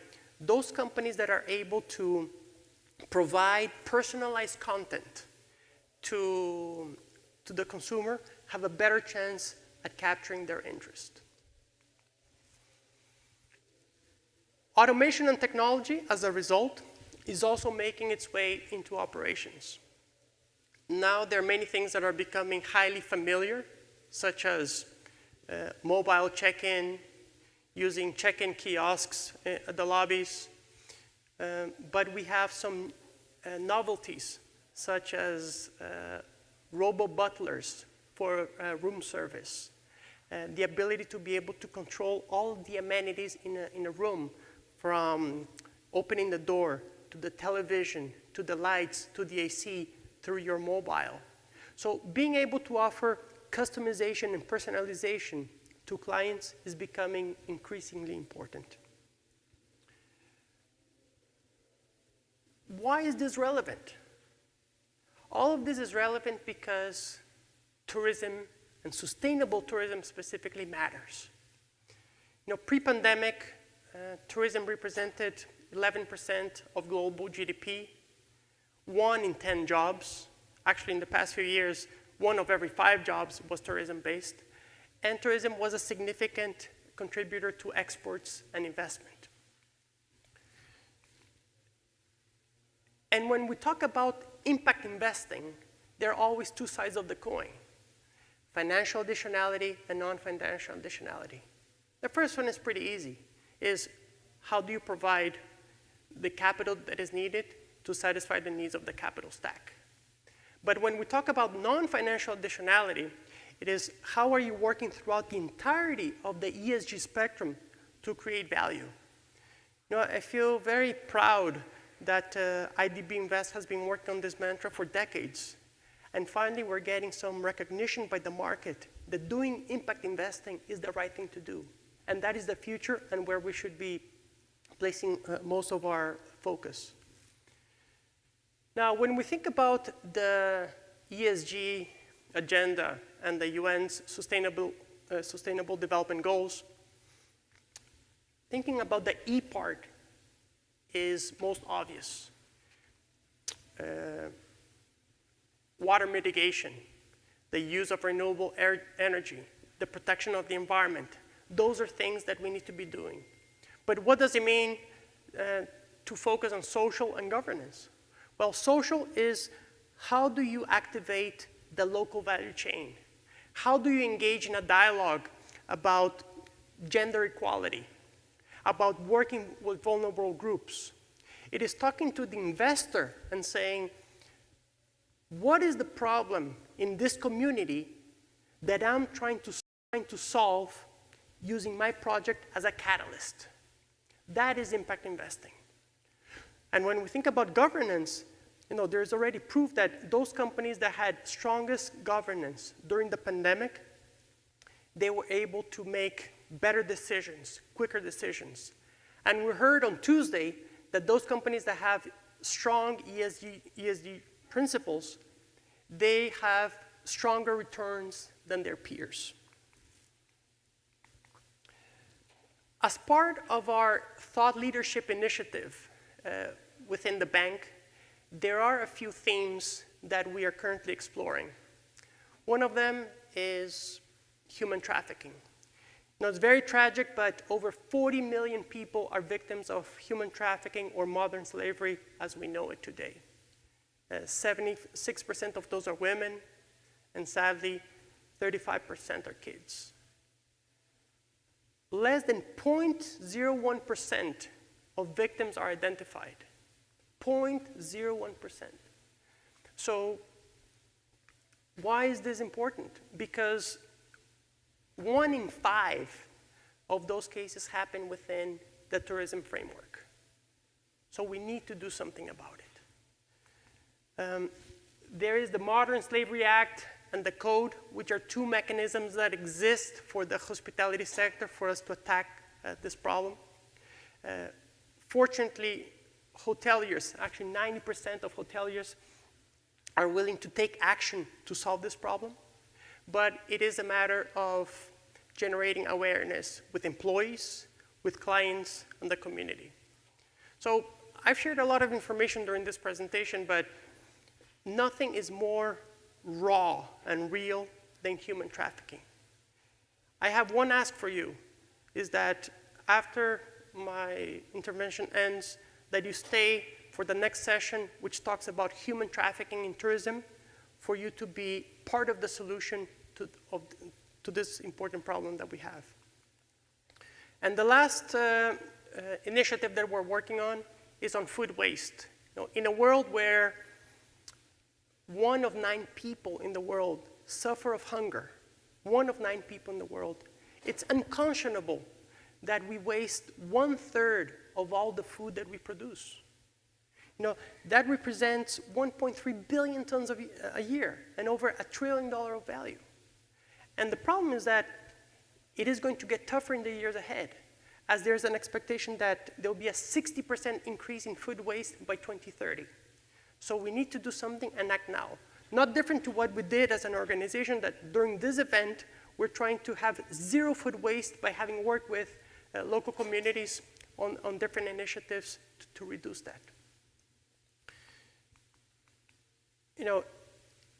In closing, I wanted to say that we live in an environment that still has a lot of volatility. There is uncertainty ahead. But tourism is an important catalyst and an important activity for the economies of Latin America and the Caribbean. We've had 2 of the worst years in our history, and yet we have proven that this sector is resilient. At IDB Invest, and part of our 2025 vision, we're committed to being a key player within the tourism sector, to have an important role and continue to support it. We want to promote transactions that are meaningful, that have a story to tell, that have a demonstrative effect in pushing the sector into the right direction. In essence, we want to participate and support projects that have a very strong development impact capability. I welcome you to join us. My name is Rogerio Basso, and I'm the head of tourism for IDB Invest. Thank you.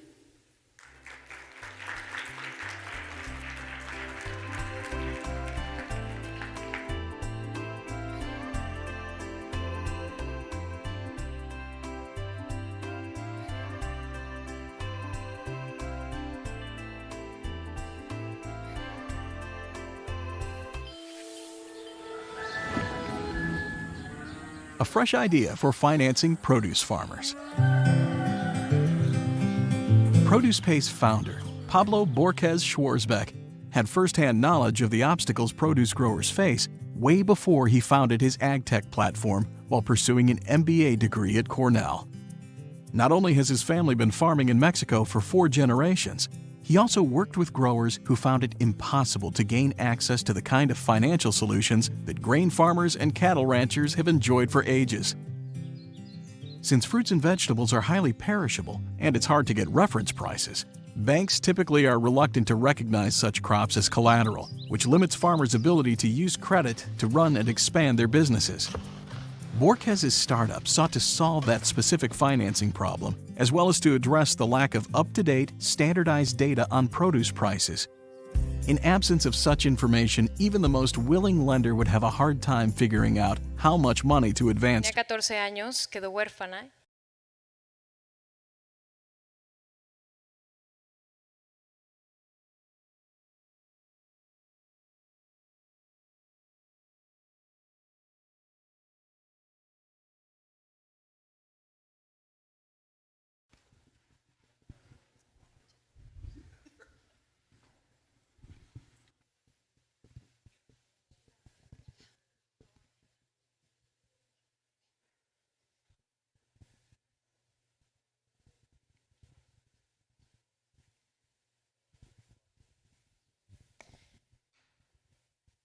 Hace 10 años, Mixi fue rescatada de una situación de trata de personas por un joven que trabajaba en un hotel en el Estado de México. Cuando Mixi tenía 14 años, quedó huérfana y los familiares que se tenían que hacer cargo de ella la explotaron tanto laboralmente, haciendo el trabajo doméstico de su casa, como sexualmente. Estas personas la anunciaban en periódicos y coordinaban reuniones para que ella pudiera tener relaciones sexuales con clientes que veían estos anuncios. La llevaban de hotel en México, en la zona metropolitana, en el Estado de México. Y cuando ella tiene 17 años, tiene un encuentro con un joven que realizaba el aseo en este hotel. Y este joven logró observar que ella era una menor de edad, que no tenía que estar allí, que ella estaba siendo vigilada mientras tenía estas relaciones en el hotel por sus familiares que se encontraban afuera esperándola, y le ofreció ayuda. Este chico la sacó del hotel envuelta en sábanas, la subió a un taxi y la llevó a denunciar a las autoridades sin saber que lo que él estaba viendo se llamaba trata de personas, sin saber si era un delito o no, sin entender exactamente bien qué era lo que estaba ayudando, pero supo entender, identificar que eso era algo que no debería estar sucediendo en ese hotel. Cuando él regresa al hotel, se da cuenta que los tratantes de esta joven, sus familiares, la habían estado buscando y se habían acercado a la administración del hotel. Y la administración del hotel había puesto el hotel de cabeza para ayudar a encontrarla.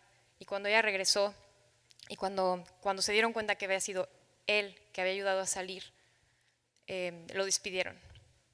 Mi nombre es Mariana y inicié una asociación civil en México que trabaja contra la trata y la explotación de personas. Y en los 10 años de experiencia que tenemos, hemos estado documentando un delito invisible para entender exactamente cómo, cuándo y dónde este problema está sucediendo, para encontrar actores que estén en esos puntos clave que pueden tener un impacto importante en este problema. Y algo que hemos entendido es justamente el rol que tiene el sector privado. Imaginen nosotros viniendo de la sociedad civil, habíamos estado acostumbrados a trabajar con el gobierno, y cuando empezamos a estudiar la trata de personas, empezamos a encontrar ciertas tendencias que nos sorprendieron. Y es por eso que hoy estamos aquí para presentar un estudio que habla del rol del sector turismo específicamente y más globalmente del sector privado para hacer frente a esta problemática. Ana, esta sobreviviente, participó como experta en este estudio, junto con otros, junto con otros y otras expertos en el tema y sobre todo junto con más de 200 hoteles MIPYMES que participaron respondiendo encuestas y en grupos focales. Lo que nosotras queríamos entender era qué tan cerca estaba realmente el problema a los hoteles, qué tan sistemático era, cómo se podía llegar a manifestar y sobre todo entender cuáles eran los desafíos, cuáles eran los retos que tenían estos hoteles para hacer frente a la problemática. Entender cómo percibían ellos el problema. Quiero empezar esta sesión agradeciendo a esos hoteles que participaron en esta investigación. agradeciendo a Ana, agradeciendo a Rogerio, que tuvo esta visión de lo importante que es para el sector turismo hablar de esta problemática, incluirla en esta conversación, en esta semana la sostenibilidad. A Romina Ordóñez también, que ha sido parte muy importante de que esto pueda ser posible.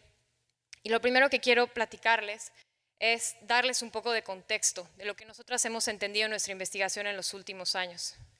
La trata de personas es, antes de cualquier cosa, un negocio ilícito que hace uso de industrias legítimas para operar. Nosotros hoy estamos entendiendo que las víctimas de este delito viajan como nosotros viajamos. Utilizan aviones, utilizan autobuses, utilizan autos. Estamos entendiendo también que utilizan las mismas aplicaciones que nosotros utilizamos para manejarnos en las ciudades. Hoy los tratantes están utilizando, por ejemplo, una serie de nuevas aplicaciones y tecnologías para coordinar sus operaciones simultáneamente en muchos lugares. Están utilizando nuevas aplicaciones para el reclutamiento, para anunciar, para extraer a víctimas de su entorno, para venderles después a través de Internet, y todo esto se está digitalizando. Identificamos entonces que hay ciertos sectores que tienen un rol clave, por ejemplo, también el sector financiero, los servicios financieros.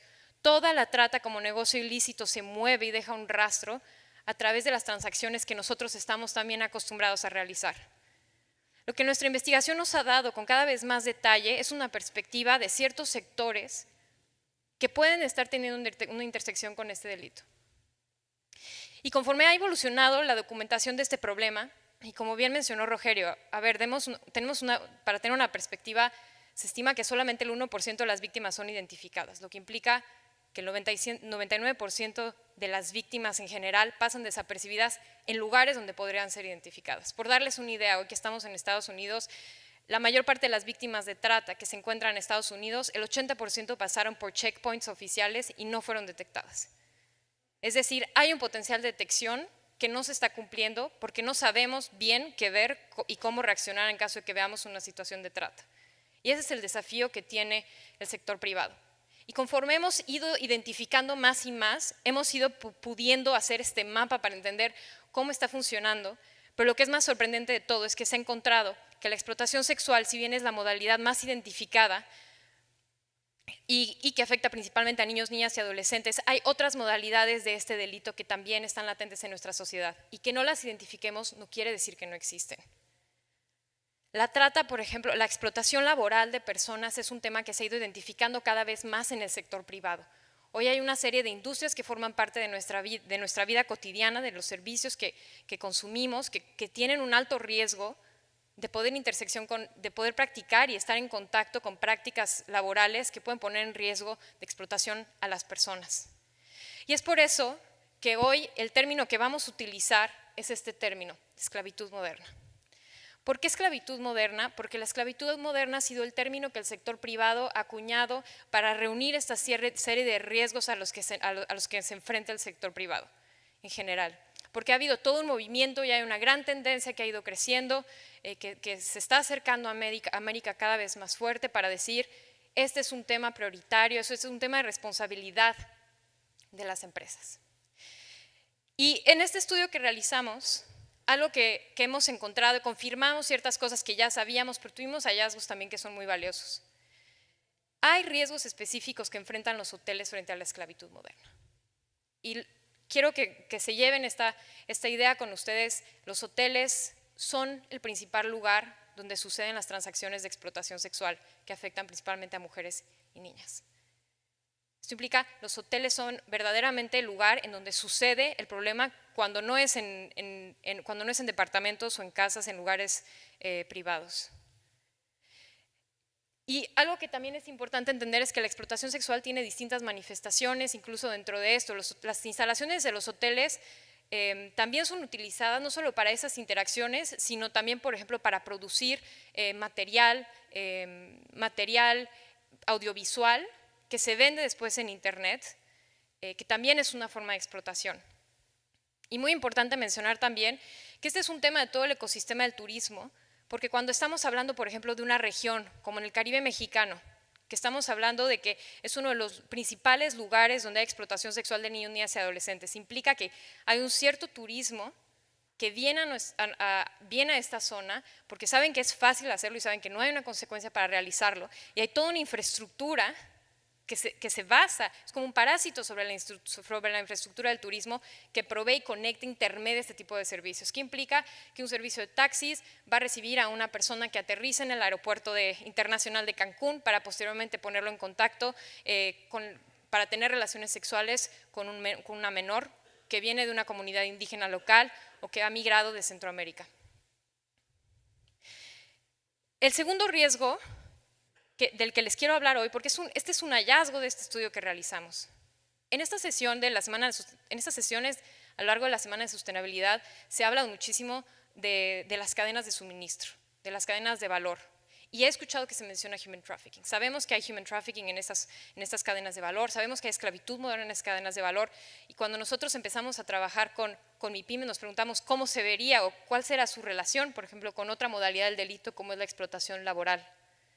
Y lo que entendimos fue que las pequeñas y medianas empresas tienen un riesgo importante en sus prácticas laborales que no está tan lejos. Quiere decir que incurren en riesgos a veces de mal pagar a personas que están en situación de migración, por ejemplo, que pasan por el país, que pueden tener otros riesgos, por ejemplo, contratando a personal que está en una situación de vulnerabilidad, como madres solteras o personas en comunidades locales de la comunidad en donde están los hoteles, y no necesariamente cumplir con todas las responsabilidades. Y no es porque no necesariamente lo malpiensen, muchas veces porque no conocen. Y algo que entendimos es que los hoteles con los que trabajamos en este estudio, ellos saben de otros hoteles en su misma zona, reconocen y perciben que en otros hoteles de su misma zona puede llegar a haber este tipo de situaciones. Más del 50% de los hoteles entrevistados creen que la explotación sexual sucede en su ciudad y en su comunidad. El último punto que nos sorprendió mucho también fue un tema de un reconocimiento, una percepción de riesgo de la vulnerabilidad del personal a estos delitos. En general, lo que los estudios y las cifras demuestran es que el personal de los hoteles tienden a ser poblaciones vulnerables, pero lo que nos dimos cuenta también es que se sienten en contacto con problemas de seguridad que tienen que ver con el contexto de los hoteles. La mayor parte de las personas que trabajan en hoteles con las que hablamos conocen directamente personas que han sido víctimas de trata o de delitos relacionados, conocen personas que han desaparecido y se sienten sumamente expuestos a estas situaciones. Y es por eso que hablar de estos hallazgos es importante para ver qué es lo que enfrentan los hoteles. Es decir, un dueño hotelero puede enfrentar el riesgo de que alguien en su personal pueda vivir una situación de trata de personas. Puede tener un riesgo de que sus instalaciones sean utilizadas para explotar sexualmente a un menor de edad o una mujer, y puede tener el riesgo de estar haciendo una mala práctica laboral, de participar en una mala práctica. Un hallazgo que también pudimos identificar es que los hoteles enfrentan riesgos que son distintos dependiendo de su ubicación y contexto regional. Esto fue muy importante porque lo que nosotros queremos desarrollar, lo que queremos sacar de esta investigación es información detallada, es un plan de trabajo de cómo poder ayudar a los hoteles a enfrentar estos desafíos, y entendimos que tienen desafíos diferentes, no tienen los mismos desafíos los hoteles que están en las fronteras norte del país, que los hoteles que están en el centro del país, que los hoteles que están en las zonas costeras, en las zonas de las playas.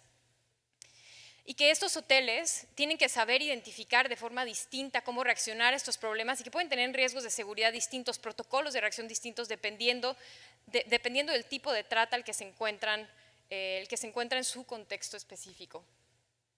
Ahora, algo que hicimos fue, y quiero decirles algo que es muy importante para el sector turismo, dentro de todo el universo empresarial, el primer sector en interesarse en esta problemática fue el sector turismo. El sector turismo tiene 20 años de liderazgo tomando acción específicamente contra la explotación sexual de niños, niñas y adolescentes. Y lo que nosotros nos preguntábamos era, 20 años después, ¿dónde estamos? ¿Cuál es el estatus y a dónde hay que ir a partir de ahora? Hicimos un estudio de benchmarking en donde revisamos absolutamente todos los hoteles más importantes a nivel internacional y operando a nivel nacional, y revisamos en todas sus políticas, en todos los reportes de transparencia que dan de responsabilidad empresarial, sostenibilidad, en fin, revisamos si reportan o no prácticas contra la trata y explotación de personas y si sí, a qué herramientas hacen la referencia. Y lo que encontramos es que la mayor parte de los hoteles hacen referencia a estas dos herramientas que les voy a presentar. La primera es The Code. The Code es una alianza multisectorial que funciona como una membresía que fue desarrollada por una organización internacional que se llama ECPAT, y The Code tiene 6 criterios que los hoteles pueden practicar. Los hoteles pagan una membresía dependiendo de la facturación anual que tienen y reciben un acompañamiento para llevar a cabo estos 6 criterios. Por el otro lado está el Modern Slavery Act. Y es extraño que este documento haya salido mencionado, porque el Modern Slavery Act es una legislación de Reino Unido. Es una legislación que se pasó en el 2015, y lo que sucede es que esta legislación pide a todas las empresas que tienen operación en su país de cumplir con ciertos criterios de transparencia para prevenir la esclavitud moderna. Y lo que encontramos entonces es que en realidad los hoteles, todos los grandes hoteles y todas las grandes cadenas reportan a uno de las dos herramientas o a las dos. Sin embargo, ¿cuál es el problema de esto? Hay una muy buena noticia, y es que lo que encontramos nosotros en el contexto de México, y creo que lo podemos decir para América Latina y el Caribe, es que gracias a las grandes cadenas hoteleras internacionales existen prácticas en América Latina y el Caribe. Son estas grandes cadenas que han llevado esto a nuestros países. De hecho, si vemos el Hilton, por ejemplo, el Hilton está adherido tanto a The Code como al MSA, a los dos, y tiene prácticas también en México. Sin embargo, lo que también encontramos es que este spillover que existe de buenas prácticas no necesariamente se aplica con el mismo rigor en nuestros países, no hay el mismo nivel de transparencia de esta aplicación, y lo más importante es que no llegan a hoteles que no son parte de grandes cadenas hoteleras extranjeras. En México, y creo que es un buen representativo, y tomamos México porque es un buen representativo de otras situaciones de América Latina y el Caribe, y con la gran diversidad que tiene nos permite analizar distintos ángulos. Pero en México, el 99% de las empresas hoteleras son MIPYMES. MIPYMES que en su mayoría no pertenecen a grandes cadenas. Implica que están aislados y solos frente a estas problemáticas, y que muchas veces los lugares en los que están enfrentan muchos riesgos frente a la trata de personas. Lo que nosotros entendemos también, esto quiere decir que no hay una herramienta actualmente que llegue a la gran mayoría de todos los hoteles que, por ejemplo, están en México. La otra cosa que también entendimos que es muy importante es que la única herramienta que existe, por ejemplo, en el contexto de México, es una tropicalización de The Code, que nosotros adoptamos en México, que la Secretaría de Turismo adoptó, que se llama el Código de Conducta Nacional. El CCN es gratuito y lo lleva la Sectur. Sin embargo, la Sectur no tiene los recursos para hacerlo llegar a todos los lugares donde debería llegar, por lo que nos dimos cuenta que solamente el 1% de todos los hoteles en el país tiene dado de alta la única herramienta disponible. Y esta herramienta solo se enfoca en prevenir la explotación de niños, niñas y adolescentes. ¿Qué implica? ¿Se acuerdan los riesgos que mencionamos? Hay toda una sección de explotación laboral que no está tomada en cuenta, que no provee herramientas y soluciones y protección a los hoteles que no tienen el dinero, los recursos para poder hacer referencia al MSA en Reino Unido, porque tampoco hace sentido. ¿Esto qué implica? Que no tenemos hoy una herramienta en América Latina y el Caribe que permita que los hoteles hagan frente al conjunto de desafíos que enfrentan frente a la trata y explotación de personas. ¿Qué aprendimos de las MIPYMES hoteleras y por qué es importante hablar de lo que ellos nos enseñaron? Lo primero es, si queremos diseñar algo que pueda ser democratizable, queremos diseñar algo que se pueda aplicar a través de todo el sector, tenemos que pensar en algo que esté de acuerdo a las necesidades de las MIPYMES, de las empresas MIPYMES. Y aprendimos algunas cosas de ellos. La primera es, el 90% dicen que están dispuestos a aplicar prácticas, creen que es necesario, creen que es importante y en algunos casos creen que es urgente. Ya se me acabó el tiempo. En algunos casos creen que es urgente. En este reporte también detallamos, y les invitamos a revisarle, detallamos que las MIPYMES en general enfrentan muchos desafíos para implementar prácticas, entre ellas tienen muchas limitantes de recursos económicos para poder financiarlas, y aunque cuando hemos diseñado prácticas pensamos que es una cuestión nada más de que sea gratuita, nos damos cuenta que hay muchísimos costos para ellos en realizarlas. Y uno de los otros desafíos que identificamos es que en general en América Latina hay mucha desconfianza en las autoridades. Entonces, pedir a un hotel que necesariamente reporte directamente la trata de personas puede ser muy difícil. Lo que nosotros proponemos en este estudio, digamos más bien lo que desarrollamos en este estudio, fue una guía detallada de un siguiente paso. Fue una guía detallada que nos puede permitir diseñar un piloto para poder aplicarlo a América Latina, diseñarlo de acuerdo a las necesidades específicas que tenemos y aprender, evaluarlo, aprender, adaptarlo, volver a evaluarlo hasta que vayamos desarrollando una herramienta que sea verdaderamente útil y fácil de aplicar. Les invitamos a leer este reporte, les agradezco mucho este tiempo y les quisiera cerrar con este mensaje. El sector turístico, el sector hotelero y otros sectores en el mundo de las empresas tienen un rol único para hacer frente a esta problemática. Porque si logramos que todos los hoteles implementen prácticas para identificar y prevenir este delito, podemos hacer que este sistema que hace que la trata sea posible en nuestros países sea mucho más complicado. Podemos aumentar el riesgo de estas operaciones en nuestros países. Por eso es importante que el sector privado añada estos criterios en toda su visión de ESG. Muchísimas gracias por su tiempo.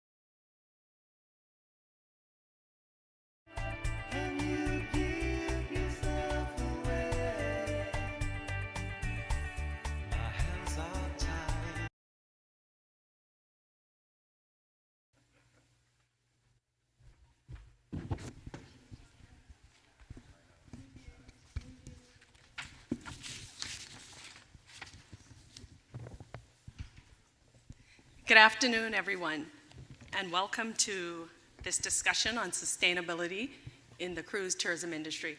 Earlier, we just heard from Rogerio talking about land-based tourism, so we'll move the discussion to the waters. I'm Charlene Lewis-Small, and I am the IDB Investment Officer for the Bahamas, where I help us find good projects with good partners who share our ESG values. Today, I'm pleased to be joined by Mike Mora, who's CEO of the Nassau Cruise Port, and Becky Hope, who is the Assistant Port Director with many titles. She covers resiliency, environmental issues, sustainability with Port Miami. I want to thank our viewing audience and our audience in person for joining us for this discussion. So I think we know how much COVID-19 has sort of, let's say, hammered cruise tourism over the last couple of years, but I think it's important for us to really remember how important the cruise industry is to our region. So prior to the pandemic, cruise tourism actually represented about, I think, just over a third of global capacity in cruise tourism was actually deployed to the Caribbean, and about, or maybe more than 25 million passengers cruised through our waters. So there's a really, I guess, symbiotic relationship between the cruise industry and our respective destinations. But I guess from time to time, there's a bit of tension between the partnerships, and some of that is probably driven by an increased focus from stakeholders on sustainability issues. And so I'm very pleased that Mike and Becky, who are very experienced in this industry, are going to be able to share some of their insights with us today. So just so you know, for those online or in person, feel free to share your questions with us through the events app, and we will have some time for them towards the end of the panel. So I think it will be probably a good opener to start with Becky and Mike. I'm going to throw this question out to both of you to give us your thoughts around kind of where you see the industry going in terms of sustainability issues. What are some of the trends and what you see as the impacts from a near-term and a longer-term perspective on our ports in the region? Thank you. I'll look at it from primarily from the cruise port destination side.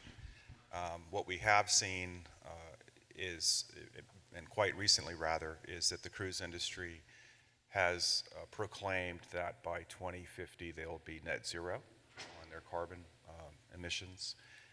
What we have seen over the last year, in spite of COVID, is we've seen the Mardi Gras, we've seen the Wonder of the Seas launch all LNG ships. We see the Silver Nova planned for next year, which is a hybrid of battery, fuel cell, LNG. We see investments in technology and R&D that the industry is making in terms of waste management, water conservation, and the like.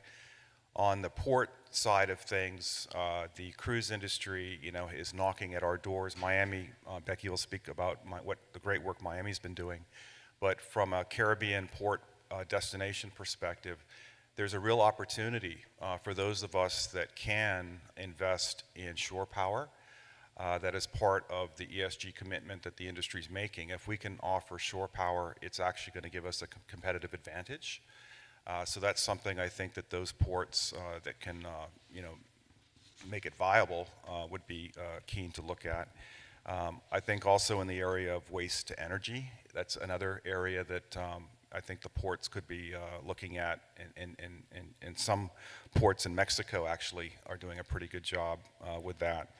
I think that as we see from a port destination perspective, as we see the industry and the community and investors pushing and encouraging ESG, I think it's not too long down the road that we're going to find that destinations are being ranked or rated on their ESG commitments as well.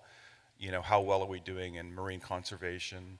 How are we doing in recycling? How are we handling our waste?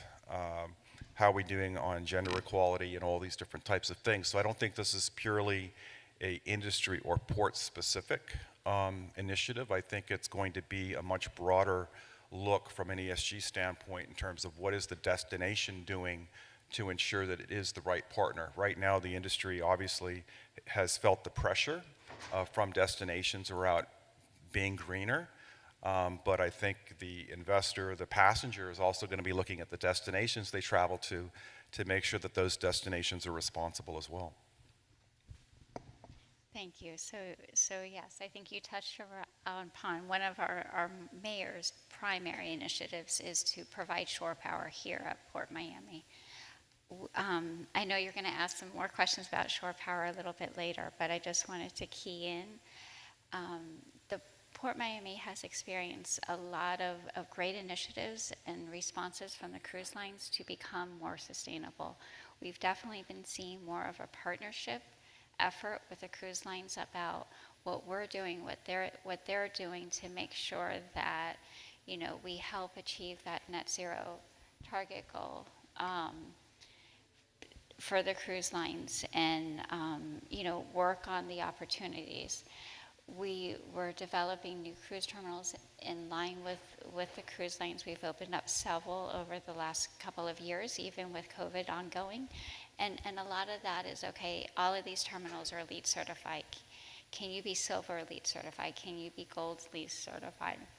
what are the key aspects that they're looking at as they're building, and what continues through operations? You know, how can you manage your energy? All of those things, and they're done in line with our cruise partners. And it's really kind of neat to see like how all of this ties in with the mayor's initiatives and the county's initiatives, and to get us ready to reduce our carbon footprint. Thanks. So, Mike, I think I'll throw this one to you. Thinking about where the industry is going, where it's headed, what are some of the critical things that Caribbean ports have been doing in terms of progressing their own sustainability agendas, and just thinking about, I guess, the financial challenges that COVID-19 brought? What are some of the, or has there been a silver lining from the pandemic that allowed perhaps ports to sort of revisit or reset their sustainability agendas?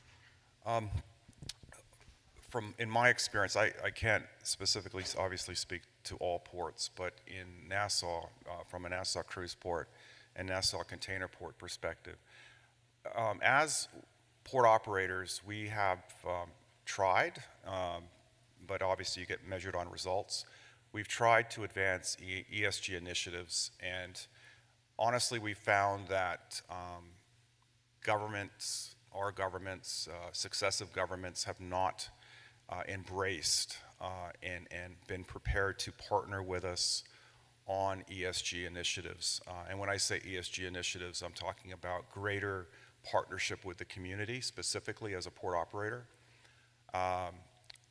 So in the case of our container operations, what we've done is we've gone out and engaged KPMG to help us develop an ESG plan that will serve to basically hold executive management and our board accountable to ESG effectiveness and advancing it. And that means that they will have to find ways, we will have to find ways to break through the barriers, of politics and government to make sure that we're doing the best we can from an ESG perspective in our communities, because there's a lot more that we could be doing as a port operator. On the cruise side of things, what we're doing is we are, as part of our development plan, is our whole port, apart from the marine works, so obviously which take care of the ships themselves, the upland investment, which is at about $150 million, is specific to authentic Bahamian experiences and retail and F&B and culture.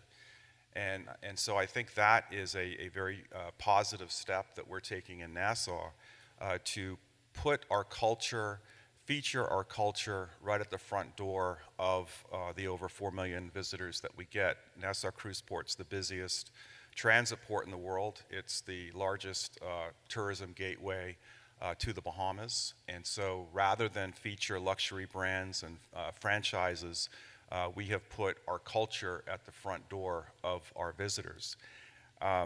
We have also looked at this from the standpoint of environmental stewardship. One of the challenges our country has is that we don't have an effective recycling program, but we're going to be working to implement that, again, given the traffic that we have, both from cruise but also from hotels and residents. And the infrastructure from solar, we have about 1.4 megawatts of solar that's built into our project as well.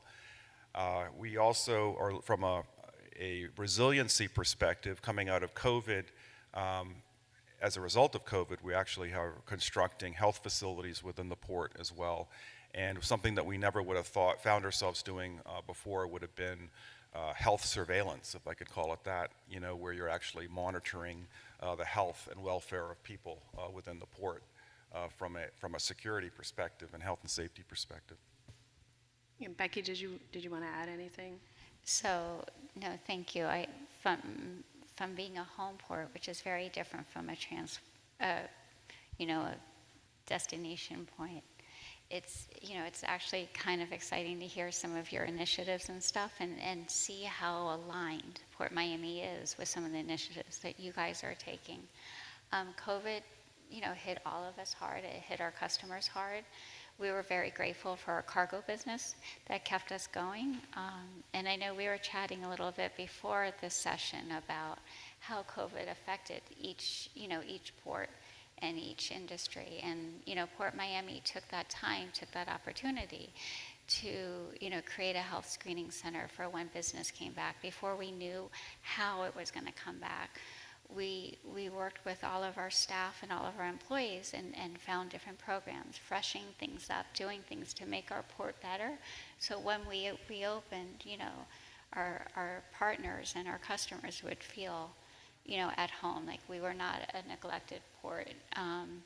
We continued, our mayor initiated with our cruise partners and with FP&L the shore power program at the height of COVID, before cruising started.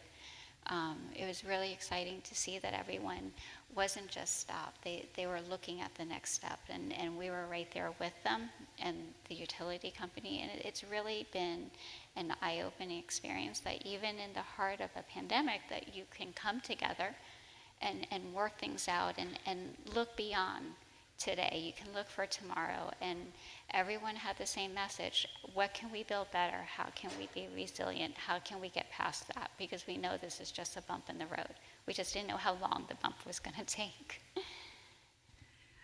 Thanks. And Mike, I think it was interesting that you mentioned sort of the social and cultural aspects of what the Port of Nassau is doing, because there's oftentimes not as much focus on the S and the G in the ESG. So that was good to see. And then just sort of to both of you, piggybacking on that last question, what kinds of innovations have you seen with other ports, globally, regionally, that you think are, impressive steps in the right direction, and maybe to understand how adaptable they are to our region? Do you have any sort of thoughts on that? Well, I think Miami's a great example. Thanks for kicking it to me. So, no, seriously, thank you. What I would like to talk about is our shore power program, because I think that's something that Port Miami is really excited about, and to share the experience that we've had. When the mayor introduced this about a year and a half ago, and all the cruise lines and the mayor and FPL is our local power company, they all signed a letter of understanding that we're going to work together and bring shore power to Port Miami. There's not another port in the state of Florida that has it. It's a West Coast initiative, and a lot of the West Coast has it, in all honesty, because of regulations, because of air emissions. We have beautiful clean air. I'm grateful to say I'm very lucky. I'm happy. So this is totally a volunteer exercise. So we all signed the letter, and then we came back and we're like, okay, what's next? So who's going to step up? Which cruise line are we going to work with to roll out this pilot program? Well, I'm happy to say this is no longer a pilot program. This is a phase 1 program.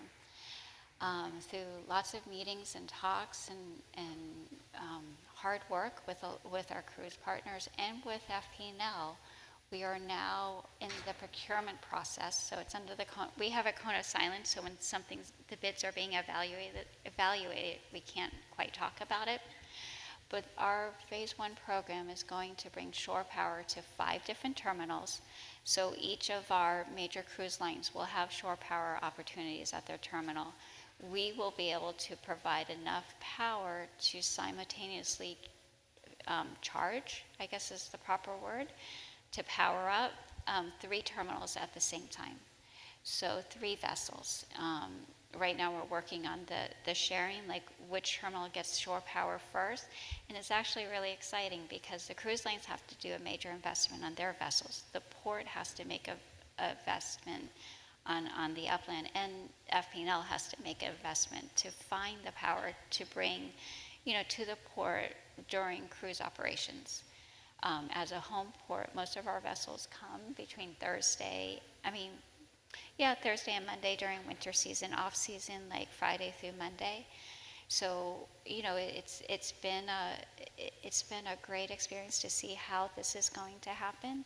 And I know one of the other questions that I can mention very high level is shore power and the cost, because the cost, it's not cheap. I can't speak on behalf of the cruise lines of what they have to invest, but on the port side of the house, to bring that equipment in, to bring, what we found unique was to actually plug in the vessel, because every vessel's portal or place to plug in is in a different location. So unless you have the same ship coming and you only want to power one ship at a time, you have to have what's called a mobile crane to be able to plug in that vessel with the variety of ships that we have being a home port. So it is in the range of probably like $12 to $20 million a berth. It's not a small investment. It's a big commitment that we made during COVID. We expect this to be open and operational by fall of 2023. Yeah, I would just add from a Caribbean, Bahamas Caribbean perspective is that as a island destination, we're challenged with infrastructure which is dilapidated, aging, and so forth. And I think shore power is an opportunity for us, but it's something that the government needs to be able to justify given all of the other challenges, material challenges that we face. The cruise industry, as a result of its net zero commitment of 2050, is a willing partner in destinations to invest in shore power, to provide call contracts and agreements that would give you, the power supplier, the commitment to build it, and they will come. So I think that is something that should be looked at quite seriously. I think as a region, though, we have to carefully select those investments that we're going to make, because it's just not practical or viable that we're going to each be able to provide everything to everyone. And so some may be better at waste to energy, some may be better at shore power, some may be better at provisioning, and I think that regionally we should be looking at that so that we have kind of a regional approach to the industry. The better and more effective we are in supporting the industry in its net zero initiative, the better we're going to be from a competitive perspective, competing with other parts of the world, because these ships are going to deploy where they can satisfy and meet the commitments that they're making, both financial and environmental. And I think I want to dig into this shore power issue just a wee bit more, because I saw that I think in the next 5 years that the Cruise Lines Industry Association, CLIA, is expecting that about 175 ships from its member fleets are going to be shore power enabled. And so, Becky, you're going through this process. Do you have any sort of advice, I guess, let's say, for for our ports in the region about kind of how to embark upon this, how to assess it, how to look at it, how to bring it to life if that's what they decide the path that they're going to take? Bringing to life, honestly, the cruise lines are there. They're sold. They're willing to invest. They're willing to equip their vessels. Working with the utilities up front is key, because these vessels take on a lot of power. It's equivalent to a small town. Working with the different lines and looking at their power needs, they're ranging anywhere between like 6 megawatts up to like 14, 15 megawatts. That's a lot of power to dedicate to a vessel. Some of the, and I may be getting a little bit more technical, but these are some of the things that we learned that I was not aware of when we all signed that letter. There's different ways the power companies can supply the power.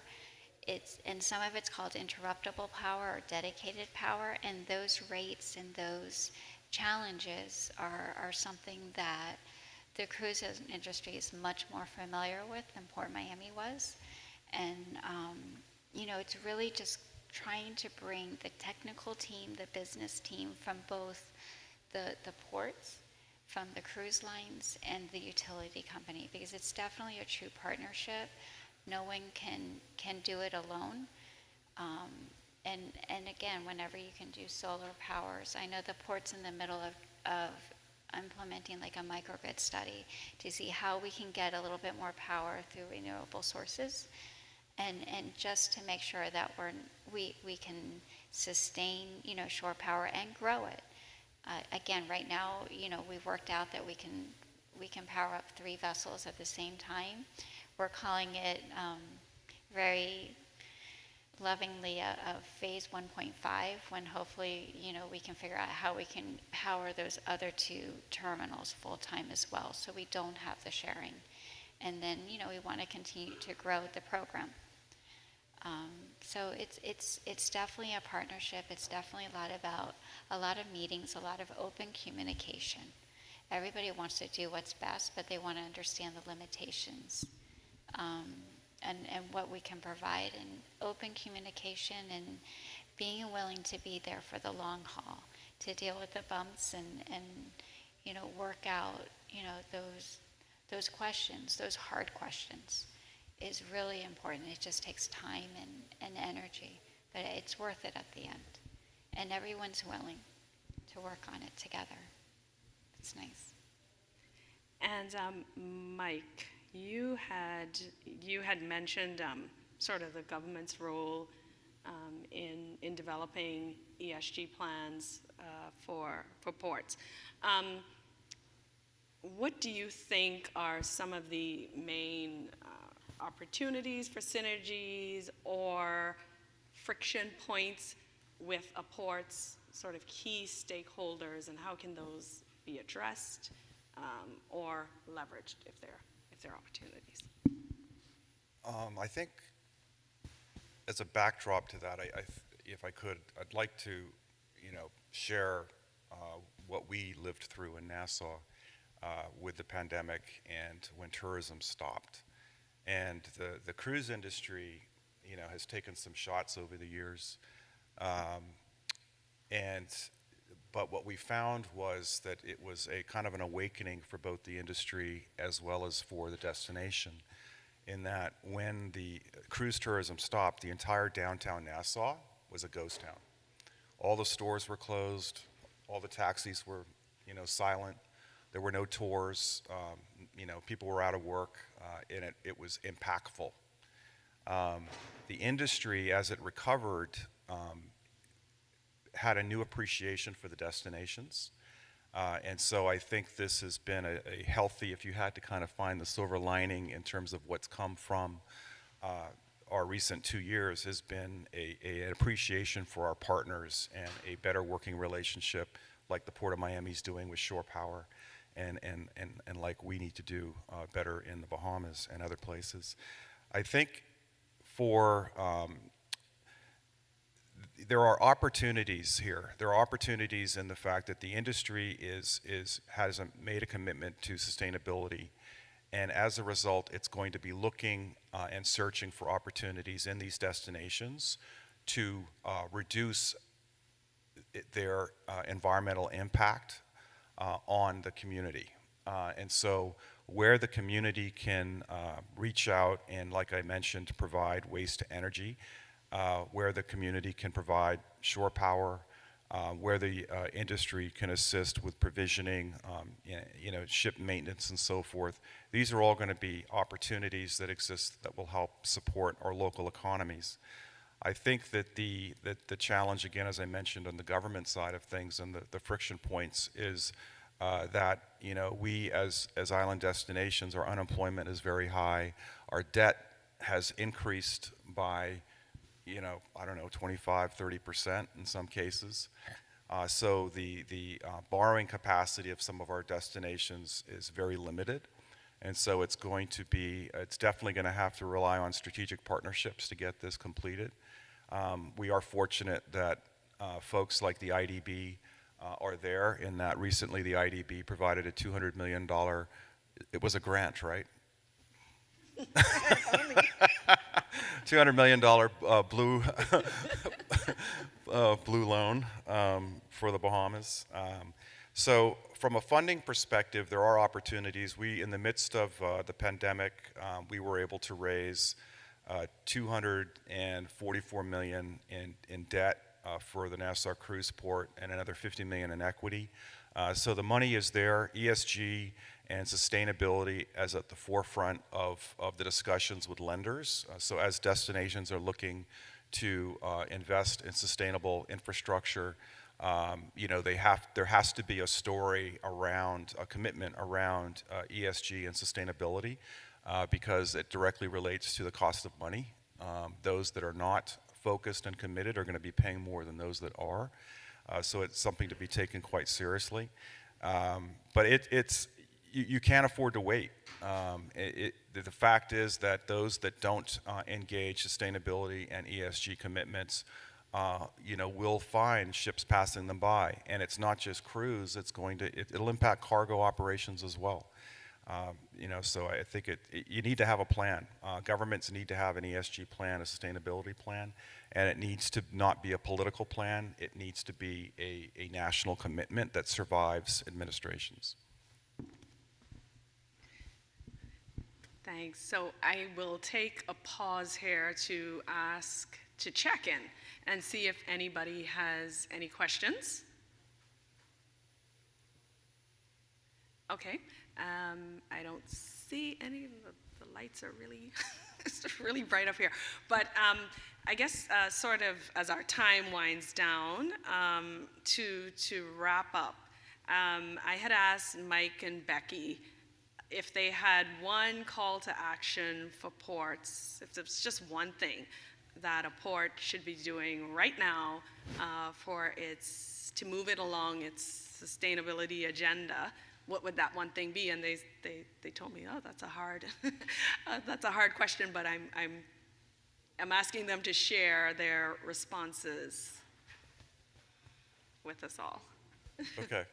Yeah, I think I'll reiterate, and that is ports, should have an ESG plan, a plan of sustainability. It should be documented, and it needs to be public. It needs to have included stakeholder input, government input, and there needs to be consequences for not achieving, milestones within the ESG plans. So I think that there's no downside in terms of developing an ESG plan, because to develop a proper ESG plan, you should have taken an account of your circumstance, completed an audit of your circumstance. You should have reached out to stakeholders to find out what their capacity is. They need to understand what the role they play in the ESG plan, sustainability plan. You need to understand their capacity to participate. You need to find and identify external resources to help you achieve success. And then you need to obviously identify those strategic partners that can help you implement various aspects of an ESG sustainability plan. And then once those are identified through a very transparent process, you need to execute. So I think that would be, for me, the call to action. So, of course, now I want to get back to the port and start writing ours. So, no, just to follow up, the county has an overall ESG plan that the port follows, but listening to you right now, seriously, I think we just need to sit there and pull that together and make it port specific, because not everybody understands that here at Port Miami, we're part of the county. We're a county department, so we fall under all of their plans and guidance documents. But again, being the port, maybe we should pull our own guidance document. But to go back and answer the question, and again, we had very different approaches to this question. And one of the first things, because I think we've talked shore power enough today, is the other thing, as our cruise lines and our cargo lines lead to net zero, is we need to create synergies for the fueling of these vessels. I know, Mike, you mentioned earlier about the LNG with the Mardi Gras and the Wonder of the Seas from Disney. So here at Port Miami in October, we're getting Mardi Gras' sister, the celebration for LNG. And we've been talking to some of our cruise lines, and we do anticipate getting more in 23 or 24 for the LNG. But when you listen to the cruise lines and you listen to the fueling industries, this is considered a stepping stone. LNG is going to be around for a good 20, 25 years, but after that, what's next? Folks are looking at fuel cells, they're looking at hydrogen, they're looking at pneumonia, they're looking at ethanol and all these other different fuels and how they can get to net zero. And keeping informed and being aware of what that process is to make sure that our ports are ready for it, that our regulations are in place, and our stakeholders and our communities are aware that this is coming and it can be safely handled, and it will be a seamless transition for those not working in the field from the current fuel sources to these future alternatives. Because I truly believe there's enough interest around the world that we will get there to get to net zero. Yeah, I would just add that it's not exclusive to cruise. This is a cargo issue as well. And when you talk about shore power, we need to shore power our cargo ports as well. We need to have our electric cranes, not diesel cranes. So this is a much broader national objective than specific to cruise, in my opinion. So I want to thank Mike and Becky and our audience as well. And I think those wrap-up comments not only apply to ports, but hopefully there were some governments listening in too, because I think those apply there as well. So thank you, everyone. Thank you.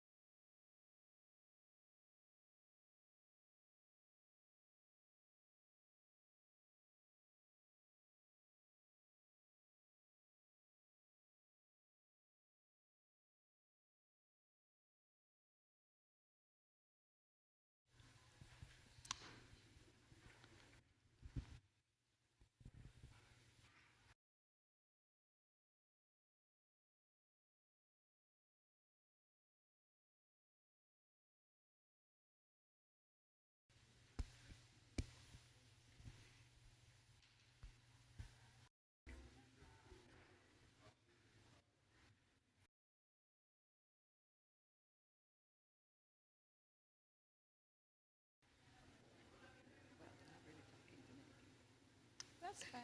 Good conversation. They're online as well. There's a whole crowd waiting for you online. Yeah. They're all of Jamaica. Oops.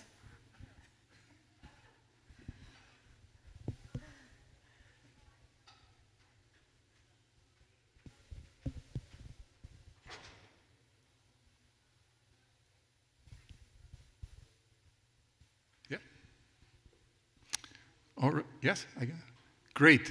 Well, welcome everybody. Thank you so much for coming to this session, and also welcome to all the participants online. We're here on a session on corporate governance developments in Jamaica and the Caribbean. We're looking in particular at the recently launched Jamaica Corporate Governance Code, and we're looking at the persistence, good practice, and leadership that the Jamaica plays in that domain. And we look forward to hearing from our two very distinguished speakers with a lot of experience.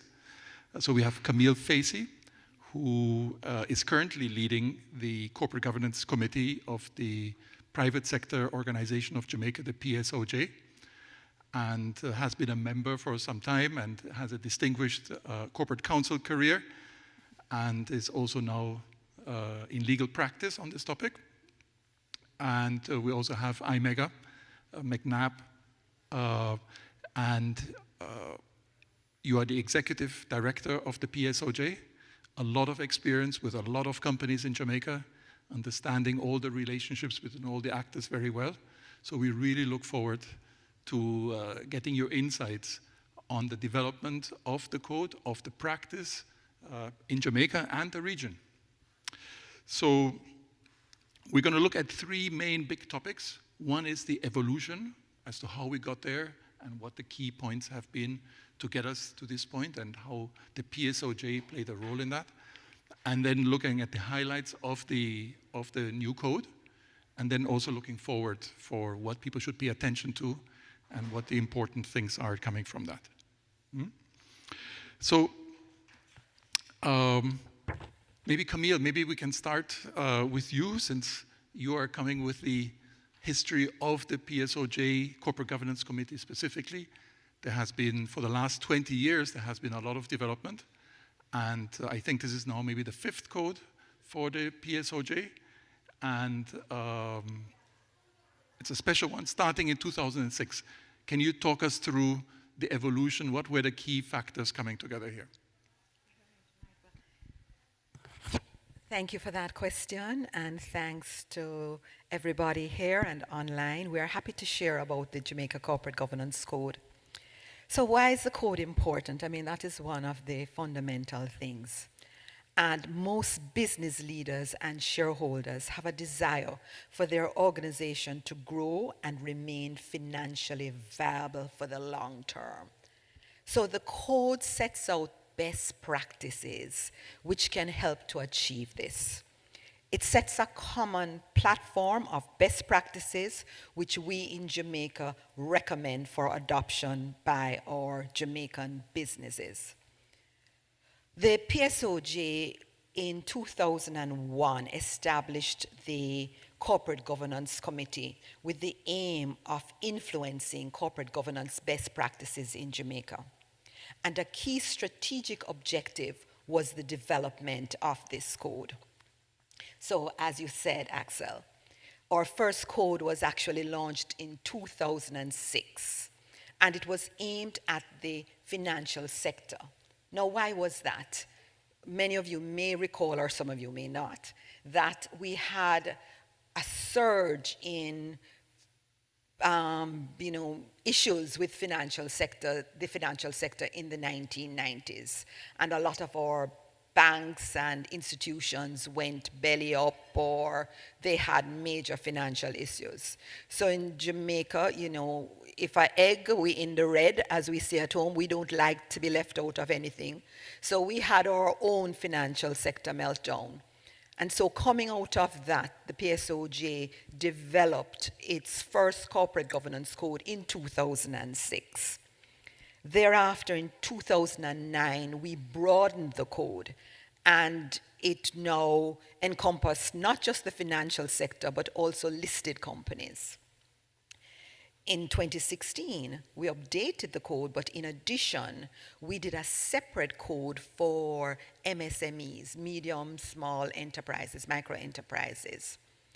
And then in 2021, we decided that governance principles are governance principles. They apply to all organizations, whether public sector, private sector, family-owned, medium-sized, and so we merged all the codes into one code in 2021, and that's the new code that we launched in February of this year. So that's kind of the evolution of our code.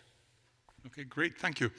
And now that we have this new code, and it applies to all organizations across Jamaica, what are some of the highlights what are the things that you have innovated that have evolved over the last 6 years or so since you had the last code before?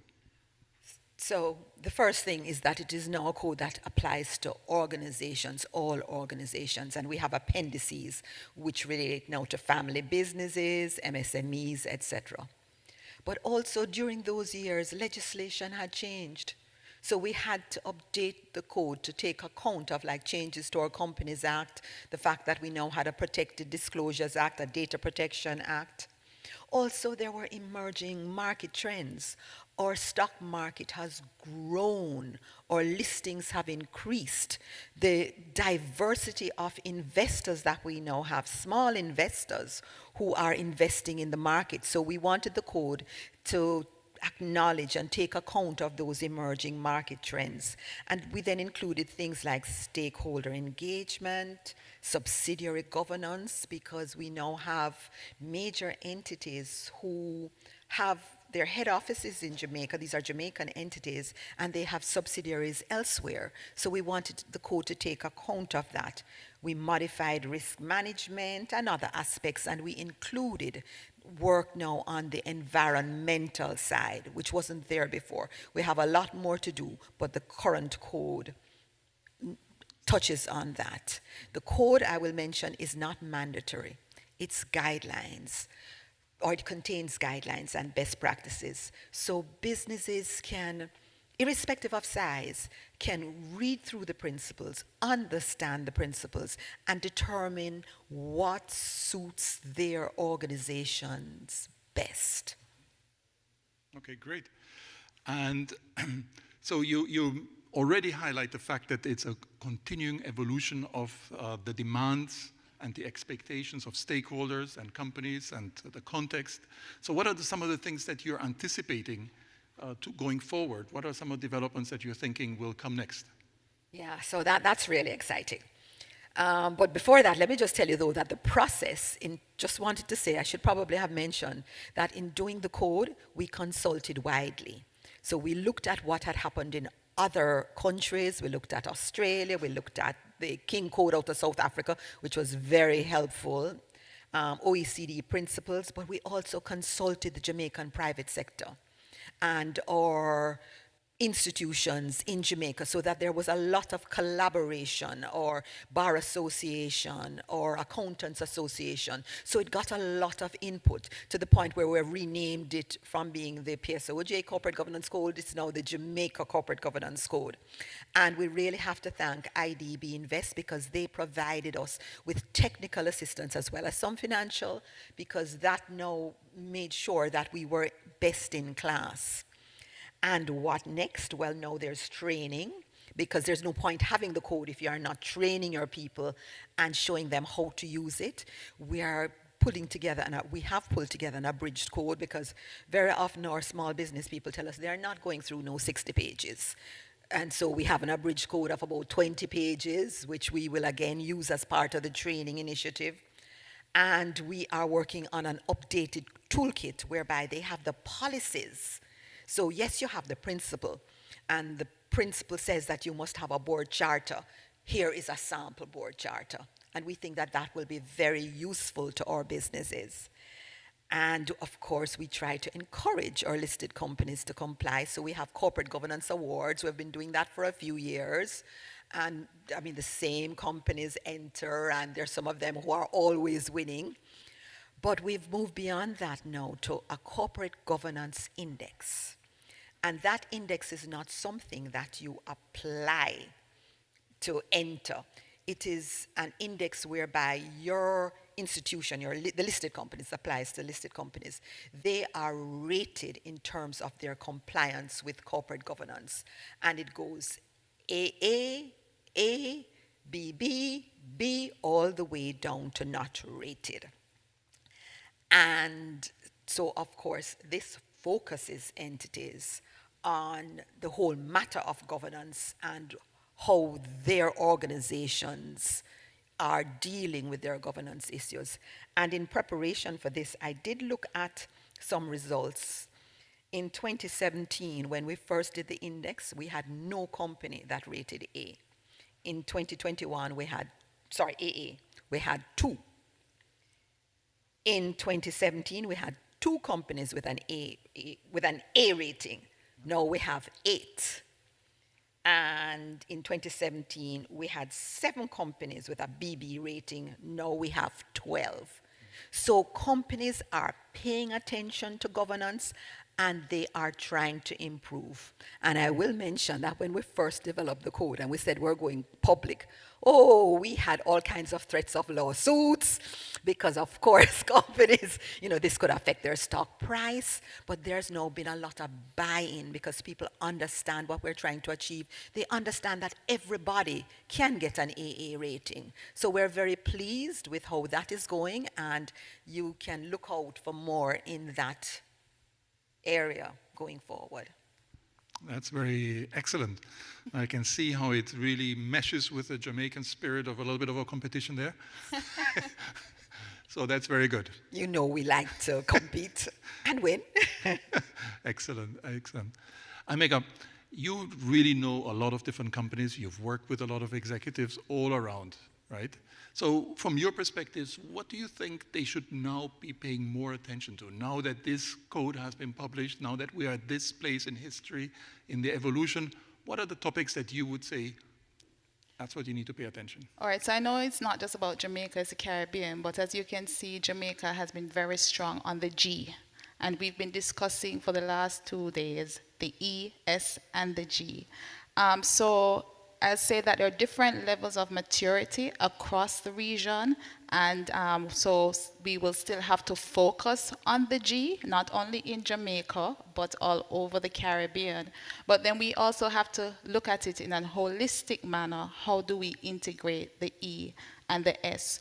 So our companies do recognize that we have to focus on it, but we've been doing it like everyone, transitioning. So we would have heard about corporate social responsibility. We would have done PPP, and then, we're not ESG. So you have different companies who would have been looking at ISO 14,000 certification, 22,000. You talk about good manufacturing practices. You talk about GAP. There are so many acronyms.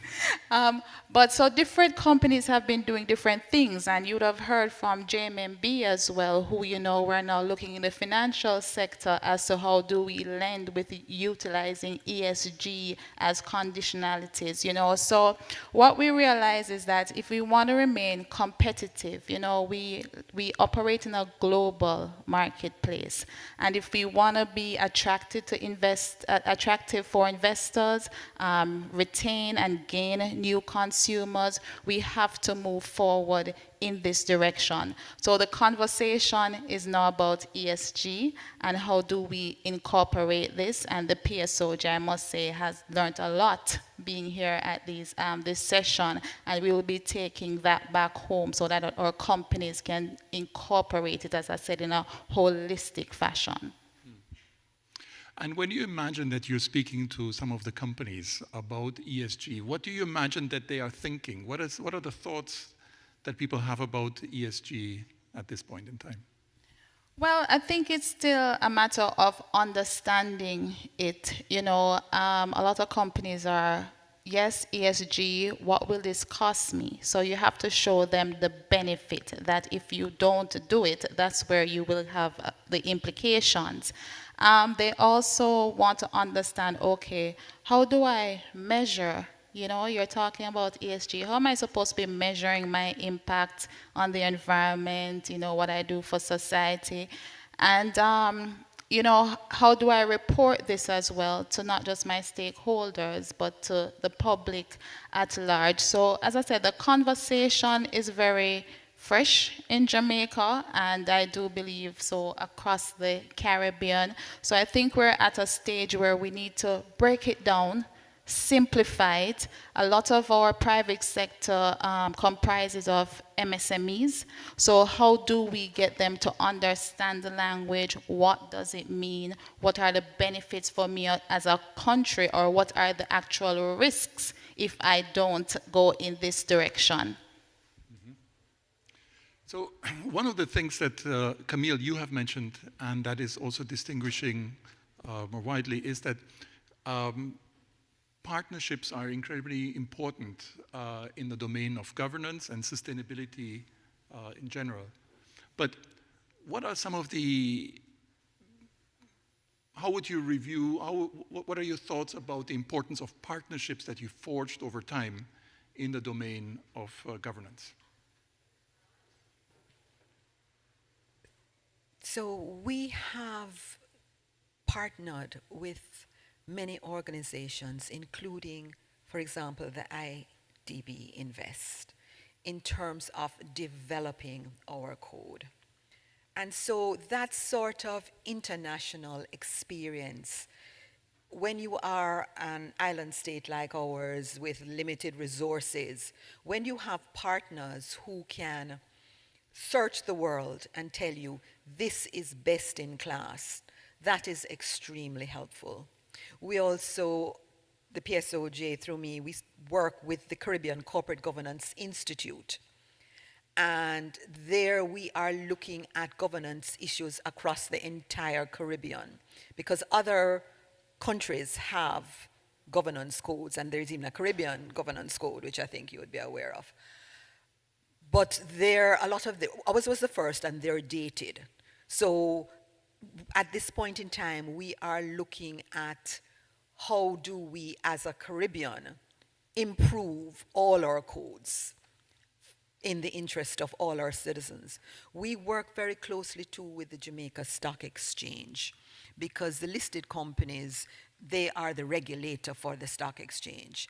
And I mean, we're pleased to say that our stock exchange is consistently ranked in the top 10 throughout the world, and in the last couple of years has, well, I think it was 2018, 2 years at least, they have been the top stock exchange in the world. And so they are one of the critical partners as we go through and develop our code. They, and as I mentioned earlier, the Bar Association, the accountants, we consult very widely in the development. And I don't know if IMEGA also has a perspective. Yeah, just to share that, you know, even though we're competitors, all these companies, for sustainability, we had to do it together. So a key partners were the private sector coming together, understanding that we needed to have good corporate governance in this space. So as Camille mentioned, the legal fraternity, just all the companies who have these best practices already with the expertise that they would lend to the standing committee so that we could develop the code. Yes, and in fact, this partnership goes back, I think it's 10 years now. So 10 years ago when we started the Caribbean Corporate Governance Institute, where I was the founding chair, I worked very closely with the PSOJ and Sandra Glasgow in getting things going. And I think that your Corporate Governance Committee is an example of how you bring stakeholders across different disciplines together, including internal auditors, all the different professions coming together, and forging those relationships. And we have to congratulate you on being the founding chair. The Institute is just going from one level to the next, and it's really bringing a lot of value to the Caribbean for us all to be sharing, from Suriname to Belize to Trinidad. I mean, very often when we have a lot of training sessions, and when we get on these sessions, we find that there's so much commonality. And then we also find, oh, you've done this, we're going to try that. So it's really good for the Caribbean in terms of governance that we're now collaborating. Absolutely, very good. So what are some of the impacts that you have experienced or that you are anticipating from companies and organizations taking up good corporate governance practices? Now that you are promoting, you're training, what are you telling people? You've done the previous training, come to this one. Here you're going to get something new. What are the things that you're moving forward with? Who do you want? Either one or both. You both are. Well, the impact, if you go back to the index, you can imagine if you're in the same industry and say you're both banks and one bank gets rated A and the other one gets rated AA. The A bank is not happy about that, because they're, you know, they are competitors and they want to present themselves as being the best of the best. And so that is what you have happening now. So entities have moved from threatening to sue us if we release the results to now themselves releasing the results. And you had a company that said, oh, when we started, we were B and we are now A. And they did a big press release about that. So that is good because our listed companies are understanding that they are taking the investments from the regular person in Jamaica, not just big investors, and they have a responsibility to manage their entities in a way that is sustainable and will lead to a long-term return for these persons, I mean pension funds, etc. So we are really very pleased about that. And what I really do see happening is the continued growth in governance and also the small businesses, because we're really focusing on them now, explaining to them, don't be afraid. Yes, it's 60 pages. We're bringing it down to 20. We're explaining it to you. It's not that terrifying. And we're going to take it in bite-sized bits. And a lot of it is very commonsensical, like remuneration. Align your remuneration to your objectives. But first you have to set objectives. You know, you have to have a board. The board has to speak to vision and purpose, and you must have a strategy. So that would be my take on it. May I check if the members of the audience, are there any questions that you have at this point? We have 2 minutes, and now would be a good time if you had a burning question. And otherwise, we're going to continue this engaging chat. Yes. Okay, Imega, did you have a thought about that or have another question? Well, I mean, like how we're wrapping up, I would just say that, you know, in terms of the relationship and developing the ecosystem for the Caribbean and Jamaica overall, that we've heard it throughout some of the panels before, you know, leadership and commitment across the private sector and government administrations is very important in moving this dialogue and action, you know, forward. And then we talked about the Caribbean Corporate Governance Institute. You know, we need to strengthen those relationships with that institute as they also advance the whole discussions around corporate governance. But there are also other institutions or organizations within CARICOM and the Caribbean that we also need to engage. You know, you have CARICHAM. You have the CRMA, which is a regional manufacturers association. You also have the CARICOM private sector organization. So how do we talk about this more widely amongst these groups and, you know, share the best practices? And so I just believe that is very important. Camille mentioned, you know, we have the CGI, we have the awards that we do. So there's a lot that the Caribbean can learn from Jamaica. And I just want to say that the PSOJ is willing to share and assist so that as a region we can move forward. Absolutely, that's wonderful. And you know, it reminds me that you are combining the 3 essential elements for development. There's a benchmark, something to measure yourself against and get some feedback. Then you give them support, right? And then you also have the measurement of progress. So people can really see where they stand and how to move forward. So thank you so much for this very enlightening conversation, and good luck. And we look forward to the next evolution of Jamaica leading in the region. Thank you. Thank you so much for having us.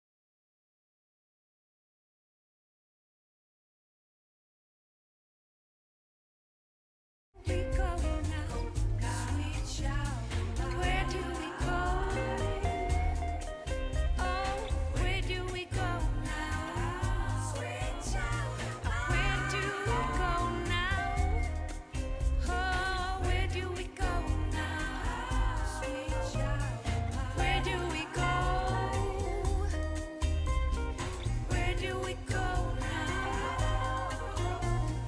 Where do we go? Ooh, but where do we go now? Sweet children.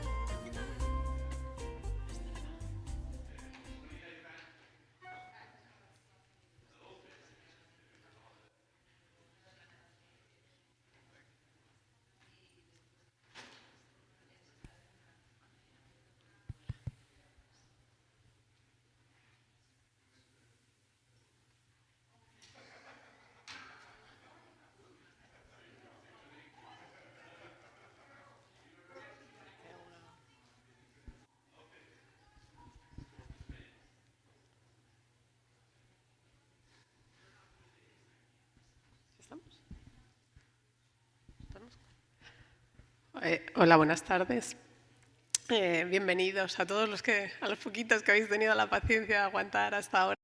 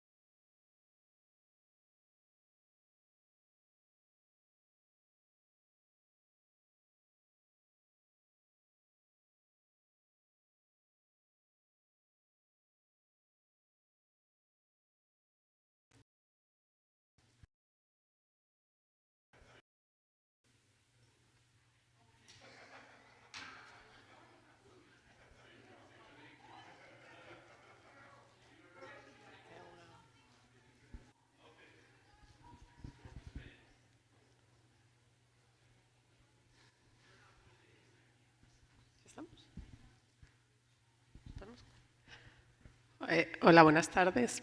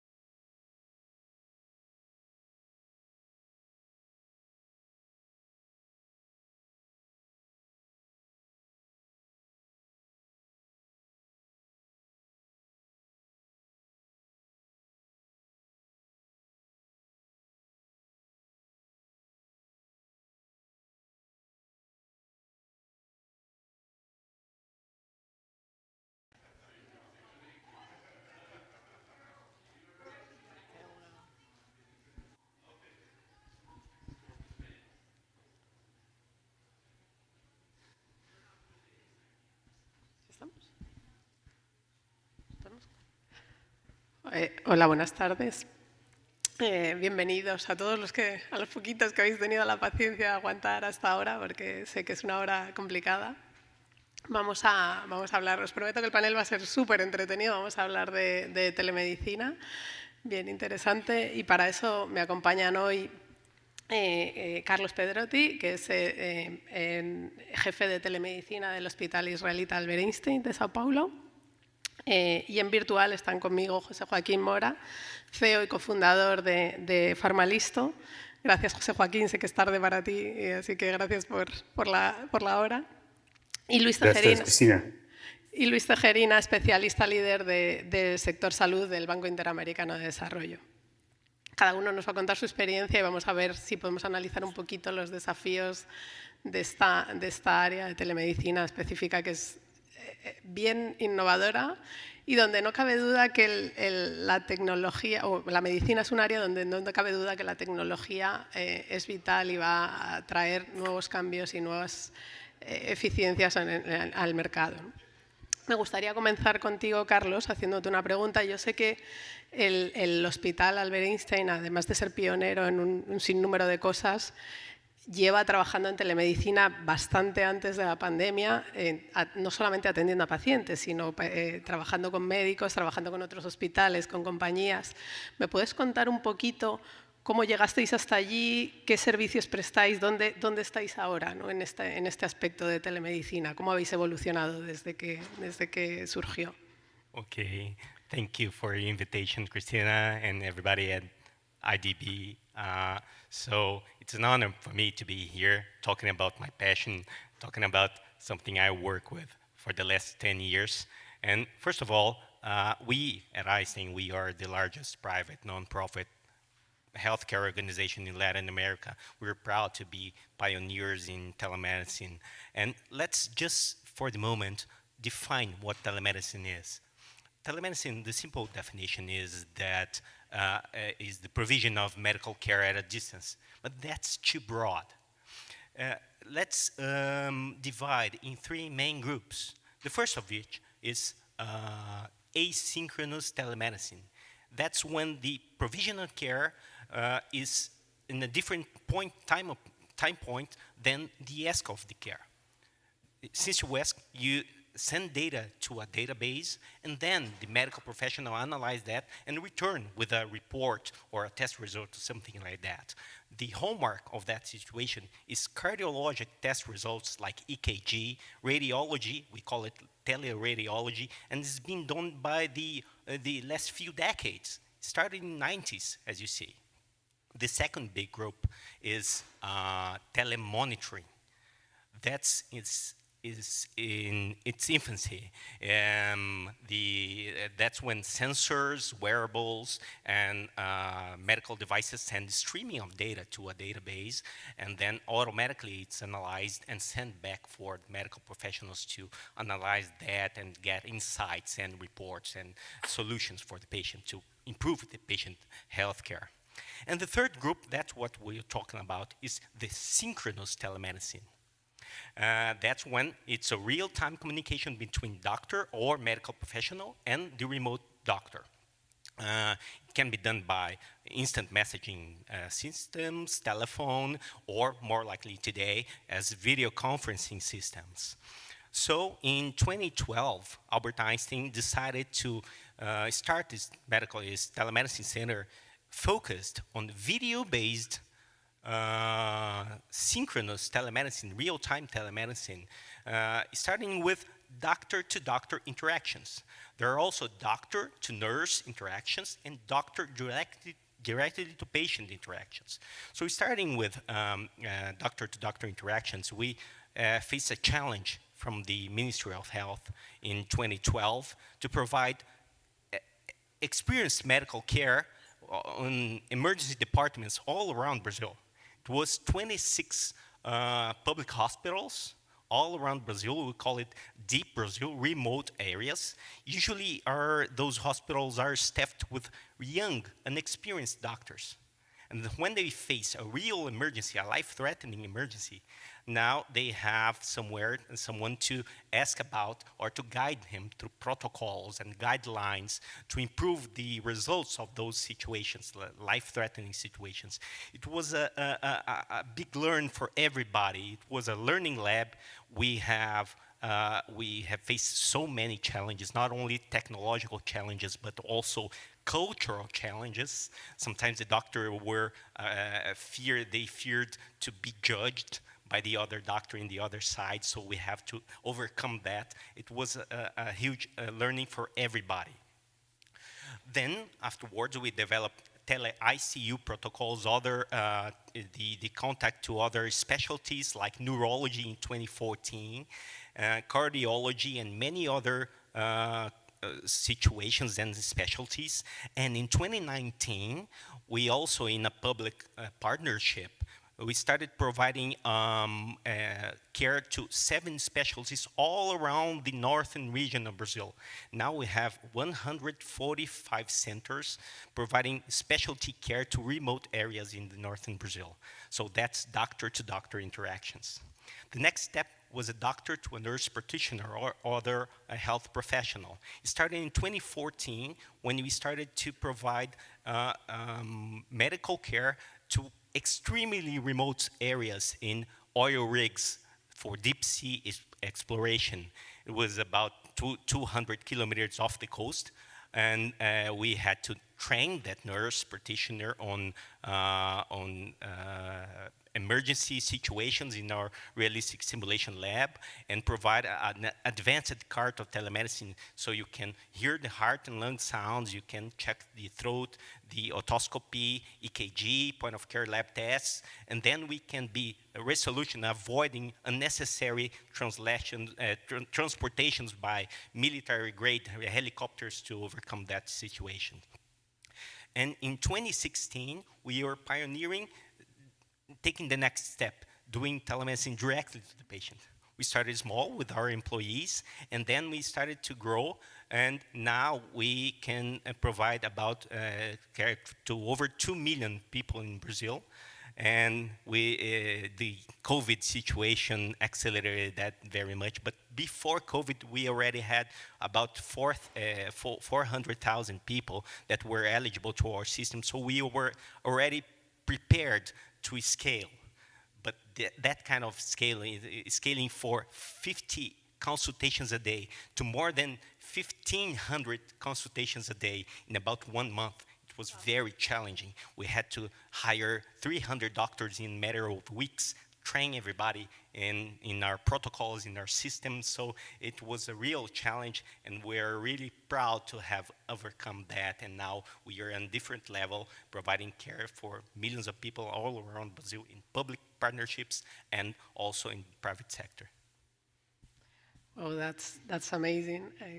La verdad que ver vuestra experiencia y ver cómo compañías como la vuestra pueden eficientar o mejorar los servicios en Brasil y además cambiarle la vida a gente que no tiene acceso a medicina o que tiene acceso a un médico poco experiente o solamente a un enfermero, pues es bastante impresionante y desde luego nos motiva mucho a nosotros como Banco de Desarrollo sabiendo que hay este instrumento que puede ayudar a mucha gente.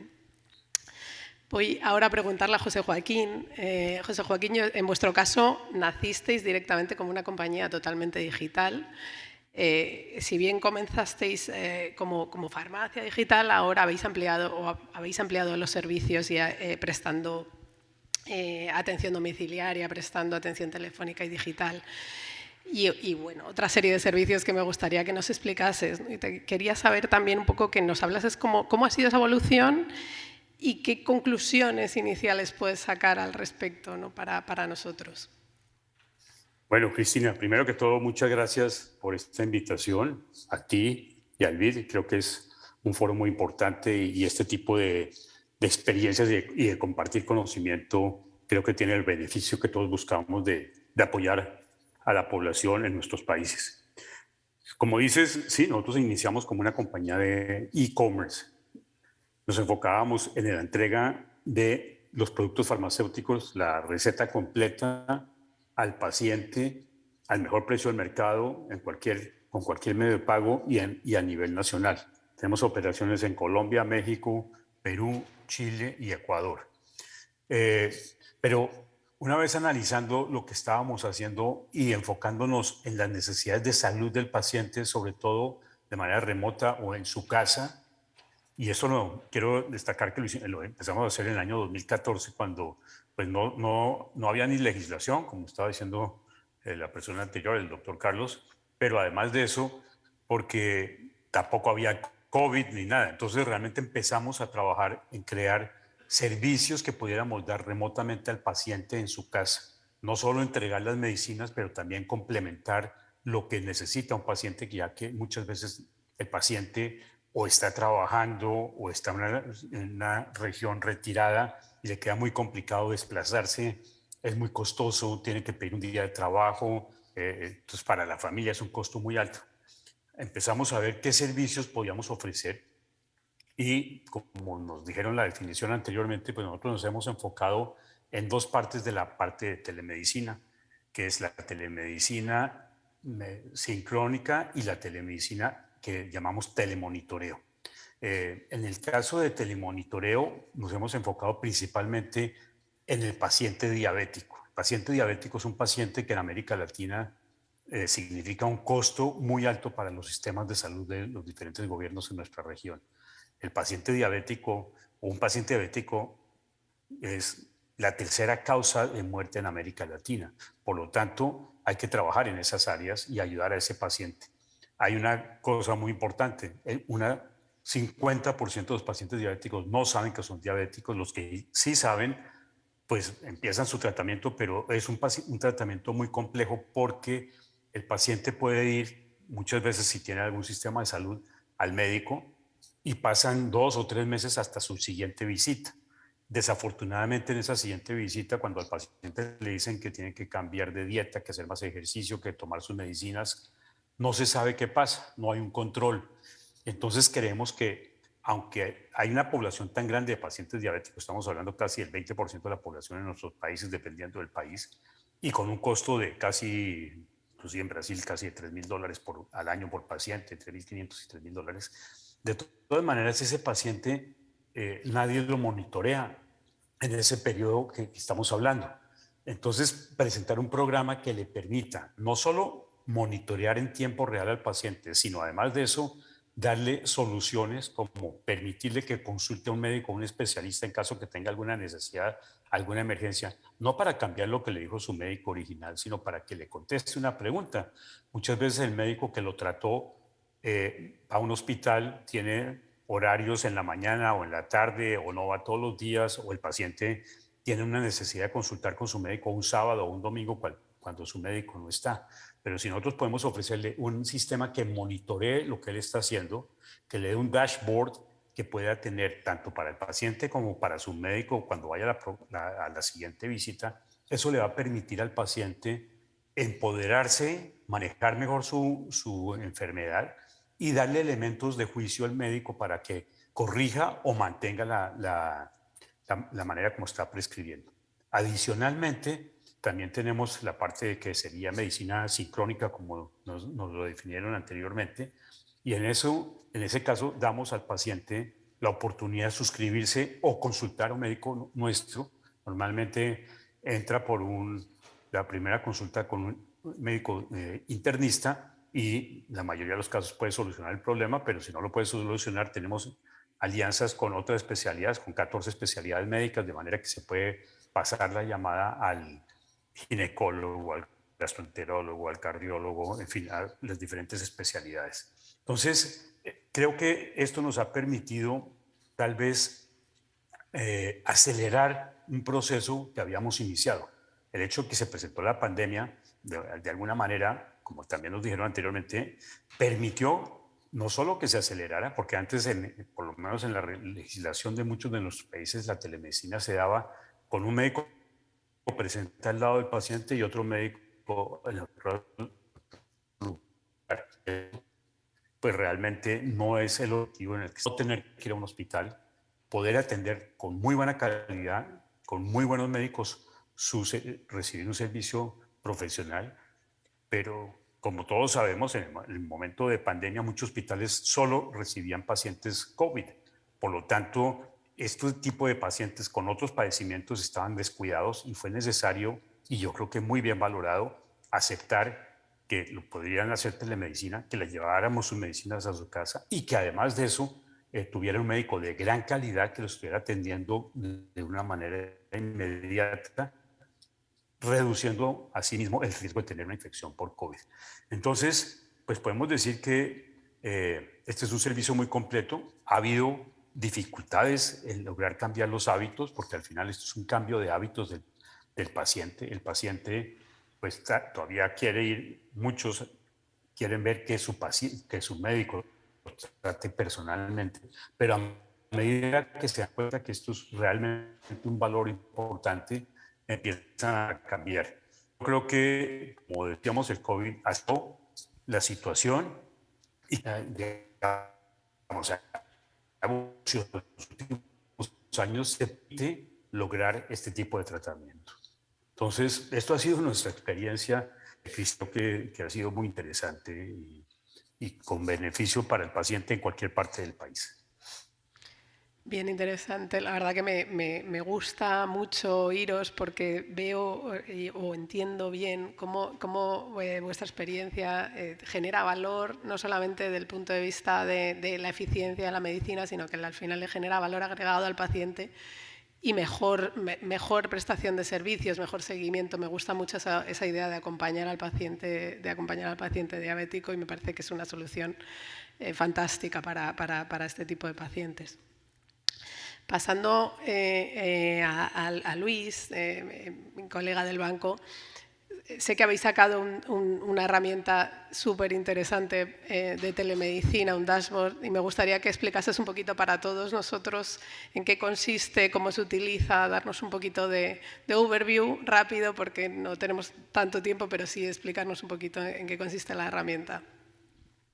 Lo hacemos rápido y un poco estoy saliendo de COVID. Mira, no me deja compartir la pantalla. Voy explicando y si en el camino me dan permiso, la comparto.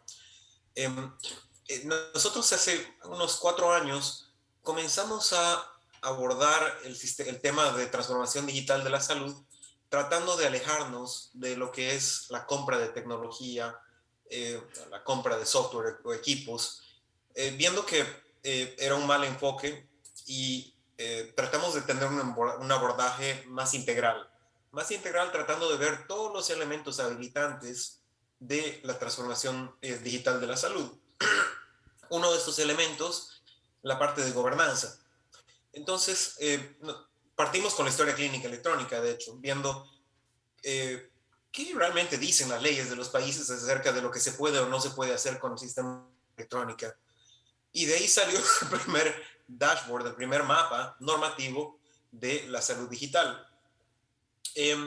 Cuando llegó COVID, vimos que también se creaba una ola de nuevas regulaciones, nuevas normativas, y se estaban aprobando cosas, pero no teníamos realmente un mapa de qué realmente necesitamos tener en las leyes, en las normativas, acerca de telemedicina y qué tienen los países. Entonces hicimos todo este peinado de normativas de salud digital en la región y creamos una herramienta interactiva en la cual, que ha sido tremendamente útil para los países de la región. Es una de las páginas más visitadas dentro de nuestra página de social digital. Y lo que uno tiene es un mapa de la región donde uno puede hacer clic en los diferentes países. Puse el link en el texto y uno puede ver el mapa y escoger el país. Yo escojo mi país y puedo ver en 7 dimensiones qué nos dicen las leyes de ese país. Pero más importante, cuando uno va a la parte inferior, puede hacer clic en cada una de las leyes y no solamente decir, miren, este país está en 80% en la dimensión de telemedicina, sino ver exactamente todas las leyes que tocan los diferentes temas dentro de cada uno de los países. Entonces, esto nos ha sido tremendamente útil para trabajar con los países y decir, no solamente, mire, usted necesita una ley de este tipo, sino, mire, la ley de Colombia dice esto, la ley de Perú dice esto y la ley de Brasil dice esto. Entonces, hemos tratado de... ha sido muy popular con los países y los invito, no puedo compartir la pantalla, no me habilitaron, pero dejé el link en el chat para que la puedan visitar y con gusto puedo responder cualquier pregunta acerca de la construcción o el manejo de la herramienta. Muchas gracias. La verdad es que sin duda el marco regulatorio creo que es uno de los desafíos de este sector o de esta nueva área de la medicina que es la telemedicina, ¿no? Pero me gustaría que desde el punto de vista del marco brasilero me expliques también cuáles son para vosotros, o en el mercado brasilero, cuáles son para vosotros los principales desafíos para el desarrollo de nuevas herramientas de telemedicina, de todas las posibilidades que vosotros estáis empleando, cuáles han sido los desafíos, y no sé si el marco regulatorio es uno, pero... Thank you, Cristina. I believe we have three main challenges. The first one is user experience. You have to develop a user interface that integrates seamlessly with the patient routine. Especially millennials, they are used to applications in their smartphones and in the web that they use seamlessly, and they integrate with their routine like Spotify, Netflix, and things like that scale vertically easy, and the easiness of use. That's one thing we should focus when developing the telemedicine applications. The second one is data privacy. So we have to, we used to say a word that is privacy by design. So every single app and every single data flow has to be has to have that mindset of privacy by design. Privacy, data privacy, especially in healthcare, is key to development of those applications and to scale that applications and securing the patient data within this environment with passwords and keys and everything that can be done to provide the accurate data privacy. And the third one is cultural. So we have to teach patients what are the main benefits of the use of telemedicine, how they use so they can use the proper service in telemedicine. So if it's acute care or if it's a specialty care, how the patients behave on that new environment of healthcare provision. So I think those are the three main challenges we face, and we always have to have on our minds when we're developing new applications on telemedicine. Sin duda, a mí quizá el que me parece más desafiante o el más difícil de todos probablemente sea el de la privacidad de los datos, ¿no? Porque es algo inherente también al sector, pero me gustaría saber también en ese sentido tu opinión, José Joaquín, y un poco ver también el lado, no solamente los desafíos para vosotros, y no sé si coincides con Carlos, pero también las ventajas de digitalizar un sector como este, ¿no? Me gustaría saber qué ventajas le ves tú. Ya hemos hablado de algunas, pero cuáles otras encuentras tú y qué desafíos y cómo los sobrelleváis.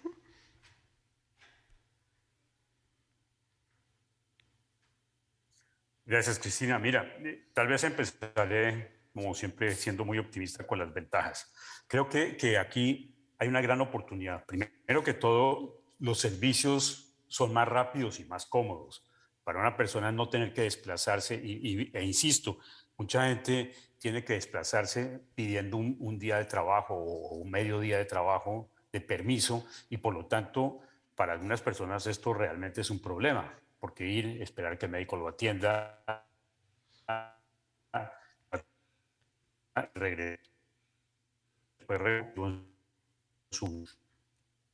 aquí podemos tener servicios más rápidos, tal vez más adecuados a las necesidades de horarios del paciente. Se minimizan los tiempos de espera, se minimizan los costos de desplazamiento, se minimiza el riesgo de contraer otras enfermedades, y normalmente, y teniendo la buena calidad de profesionales que se pueden entrenar en este sistema, pues puedes garantizar todo esto con una excelente calidad de profesional. Un poco lo decía Carlos, cuando hay pacientes en zonas remotas, a veces tienen un médico que es un médico que va por primera vez, está haciendo su práctica o lo que sea, y de pronto no tiene la experiencia o el conocimiento para poder tratar algún padecimiento complejo. En este caso, el paciente, así esté retirado de las capitales de las ciudades importantes de los países donde estamos, tiene acceso a los mejores médicos y por lo tanto eso se vuelve muy importante. Finalmente, pues el paciente, y dependiendo de cómo se sienta, puede muchas veces estar apoyado por su familia, acompañado, porque muchas veces el paciente llega al consultorio, el médico le da una mala noticia, le contesta algunas cosas y sale y no se acuerda de muchas de las cosas que le dijeron. Aquí puede tener la oportunidad de tener un mejor acompañamiento familiar. Obviamente, por otro lado, pues tenemos todos los riesgos y los desafíos más bien que hemos mencionado. La confidencialidad, pues hemos hablado, no voy a repetir. La regulación ha ido evolucionando porque obviamente la regulación en nuestros gobiernos pues venía mucho más atrás de lo que se está viviendo en el día. La confidencialidad de la información, de todo esto pues no está ni siquiera regulado en muchos casos. Es importantísimo la humanización, no sé si la palabra es correcta, pero el médico tiene que tener la capacidad de atender de una manera que haga que el paciente se sienta bien atendido de una manera muy humana. El paciente está acostumbrado, pues normalmente a la presencia del profesional, face to face, y entonces a veces piensa que es incompleto el tratamiento. Entonces es muy importante que los resultados sean positivos. Inclusive el paciente tiene miedo, le da miedo conectarse, le da miedo que le van a preguntar, y este tipo de cosas tienen que evolucionar. Yo creo que ese cambio de cultura es tal vez el desafío más grande al que nos enfrentamos, pero creo que siguiendo un poco los ejemplos que nos dijo Carlos y lo que hemos estado tratando de hacer, vamos evolucionando, vamos creciendo y la gente empieza a darle el valor que tiene estos servicios y que yo creo que llegaron para quedarse. Gracias. Y sin duda ese cambio de cultura no solamente se ha dado y de manera mucho más acelerada o agilizada gracias a la pandemia, también se está dando en los gobiernos, ¿no? y obviamente en los marcos regulatorios, como comentaba Luis. Me gustaría saber o entender un poco de vuestro estudio. Seguramente habéis alcanzado algunas conclusiones al respecto de cómo está de preparada la región y al respecto de otros aspectos. No sé si nos puedes compartir un poquito de las principales conclusiones que habéis obtenido a la hora de trabajar en este dashboard. Claro que sí. Cuando uno ve todo el mapa normativo en un resumen de la región, ¿qué es lo que puede obtener? Como decía José, tenemos brechas en todas las dimensiones, pero una donde se avanzó más en años recientes, esto es nuevo, es en la normativa para la protección de datos personales. Muchos países de la región aprobaron leyes relacionadas, no necesariamente con salud, pero relacionadas con datos personales, bueno, incluyendo de hecho Brasil, que tratan en varias dimensiones de proteger la confidencialidad o normar cómo y cuándo se deberían compartir los datos de las personas. Esta es una de las, en términos relativos, no digo que absolutos, en términos relativos es una de las áreas donde más se ha avanzado, y en cierta manera durante la pandemia, la aprobación de leyes que de manera temporal o permanente habilitan el uso de servicios de telemedicina de una u otra manera. Donde existe todavía alguna brecha importante es, por ejemplo, en la reglamentación de algunas de las áreas de cómo se tiene que dar la prestación de servicios. Por ejemplo, cuáles son exactamente los tipos de actividades que se permiten o no se permiten, o cómo se debería cobrar por la prestación de servicios de telemedicina. Y esto va a variar seguramente dependiendo del sistema de salud de país a país, pero existen todavía muchas áreas grises en la parte de normativa específica acerca de cómo debería ser el actuar en la prestación de servicios de telemedicina. Otra área débil es la parte de gobernanza, entendida como la creación, la existencia de estrategias a nivel nacional acerca de ¿cuál es nuestro norte? ¿Hacia dónde queremos llegar con la prestación de medicina? Y cómo un país va a apoyar a la promoción de la prestación de este tipo de servicios, si es que lo va a hacer. Entonces, planes claros que vengan con recursos acerca de incrementar, por ejemplo, temas de conectividad para que se pueda extender la prestación de servicios de telemedicina, entre otras cosas. Pero un pie de página en lo que quiero decir es, el trabajo es de normatividad, pero no quiero restar la importancia o decir que la normatividad lo es todo. Las leyes con los incentivos adecuados se pueden aprobar en una semana. Son cosas que pueden pasar rápidamente.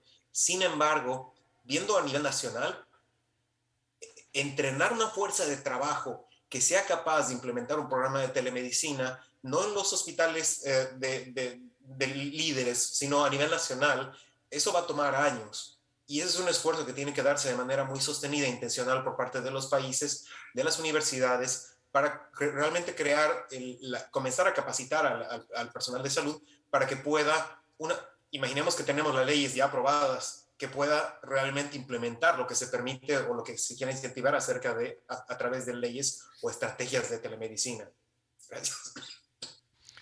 Es bien interesante lo que cuentas y aquí también tengo que decir que Einstein sois pioneros en eso, ¿no? Porque vosotros ya tenéis capacitación en ese sentido, aparte de atender en todo Brasil y a un buen número de países fuera de Brasil. Tenemos 3 minutitos más, entonces no sé si hay alguna pregunta del público, si tenéis alguna avisadme, y si no, quería hacer una pequeño wrap up con cada uno de vosotros, que me contéis en un minuto qué viene, qué esperáis a futuro, qué falta por desenvolver o por desarrollar en el futuro próximo, y cuáles son las lecciones aprendidas, qué necesidades encontráis al respecto, ¿no? Y aquí os dejo un minuto a cada uno. Okay. We believe that telemedicine is not only a tool to improve the access and reduce costs, but also to develop equity in health. So we can provide the same level of care to a person in São Paulo and a native Brazilian in the Amazon River. Reachable only by boat, 3 hours a boat. So at the same time, the same level of care provided by the same doctor. So that's one of the main things we're talking about when we talk about telemedicine, because telemedicine is one of the only new technologies that can provide equity at the same time reducing costs and improving access.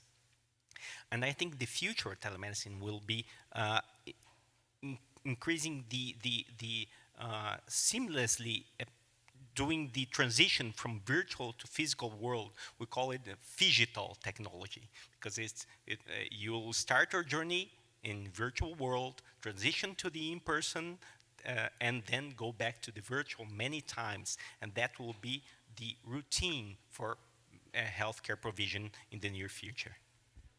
Thank you, muchas gracias. Muito obrigada, Carlos. José Joaquín, tu minutito. A ver, muy rápido, Cristina, para cumplir con tu objetivo. Mira, yo creo que a medida que nuestros wearables hagan más cosas, que se pueda medir la presión, que se pueda medir, como te decía, la insulina, que se pueda medir la hemoglobina, que se puedan calcular un bolo de insulina, esto va a ir evolucionando. Entonces yo creo que cada vez habrá más, que haya, por ejemplo, rayos X remotos analizados por inteligencia artificial. Este tipo de cosas que están llegando, que ya están acá, yo creo que va a hacer que nuevos padecimientos se puedan manejar de una manera digital muchísimo más rápido y tal vez con mayor certeza y mayor comodidad para el paciente y con mayor certeza en el diagnóstico y en el correcto tratamiento. El mejor uso de medicinas. La inteligencia artificial nos ayudará también a saber qué medicina es la adecuada de acuerdo al grupo de pacientes, y entonces se aumentará la eficacia y seguramente se van a reducir los costos.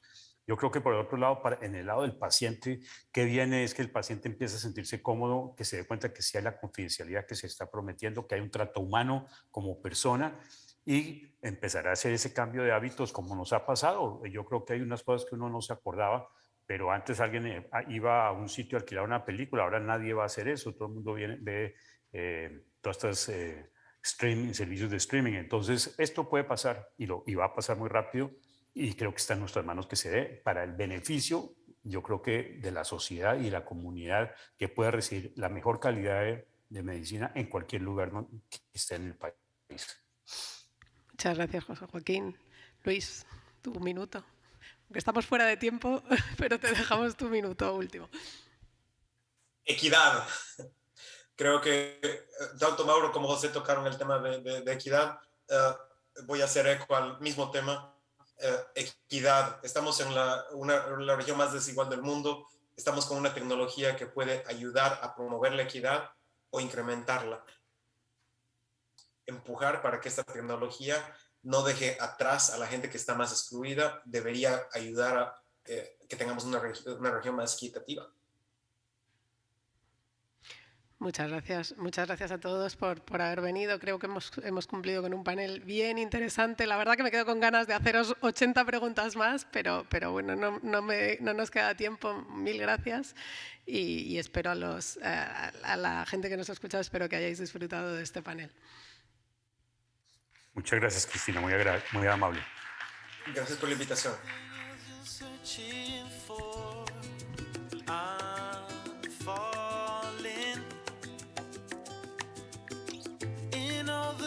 Times I find myself longing for change, and in the bad times I fear myself.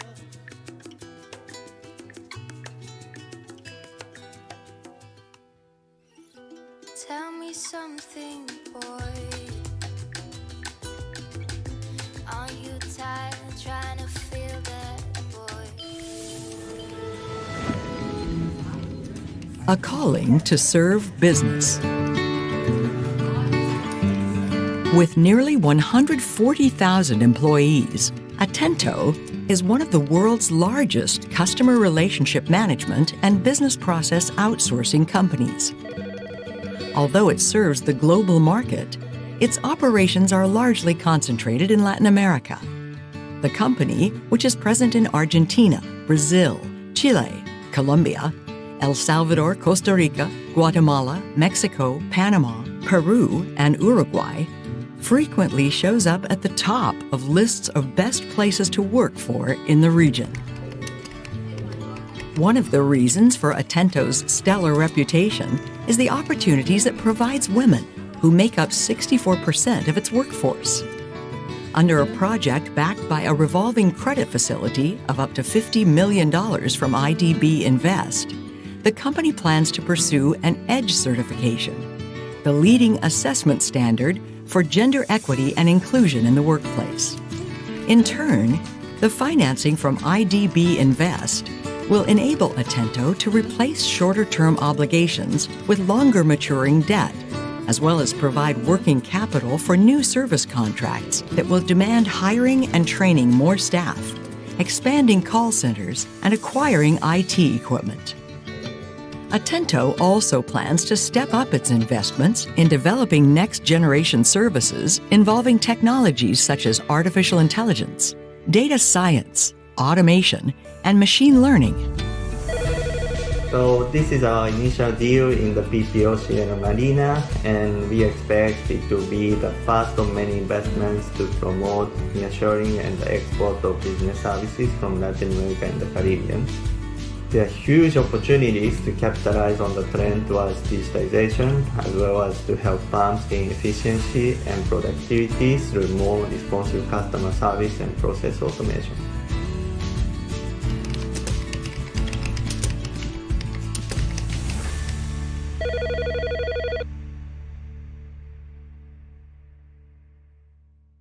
Silk sheets and diamonds, so white. Lucky for you, that's what I like. That's what I like. Lucky for you, that's what I like. That's what I like. I'm talking trips to Puerto Rico. Save the world and we go. You can be my flica, girl. I'll be your flico, mamacita. I never make a promise that I can't keep. I promise that just mine ain't gonna never leave. Shopping sprees in Paris, everything pretty for parent. Take a look in that mirror now. Tell me who's the fairest? Is it you?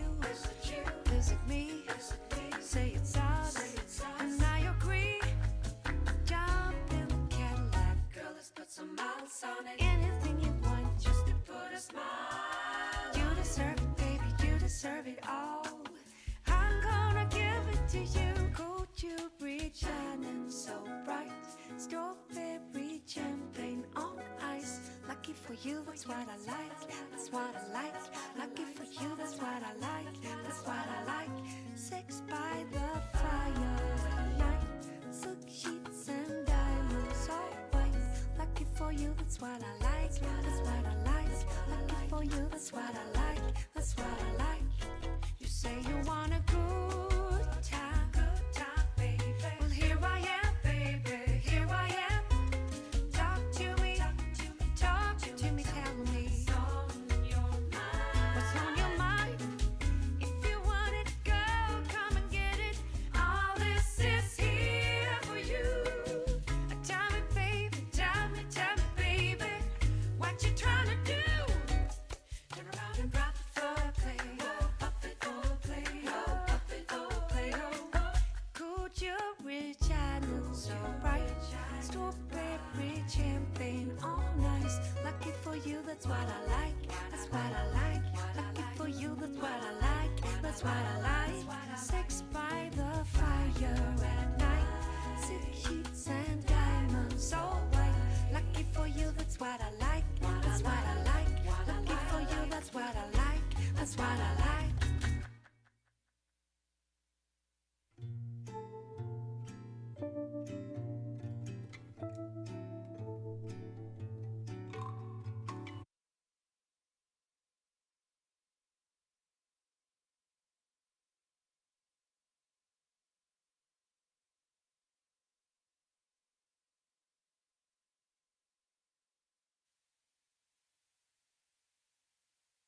Well, let us know if we're in, and we'll get started.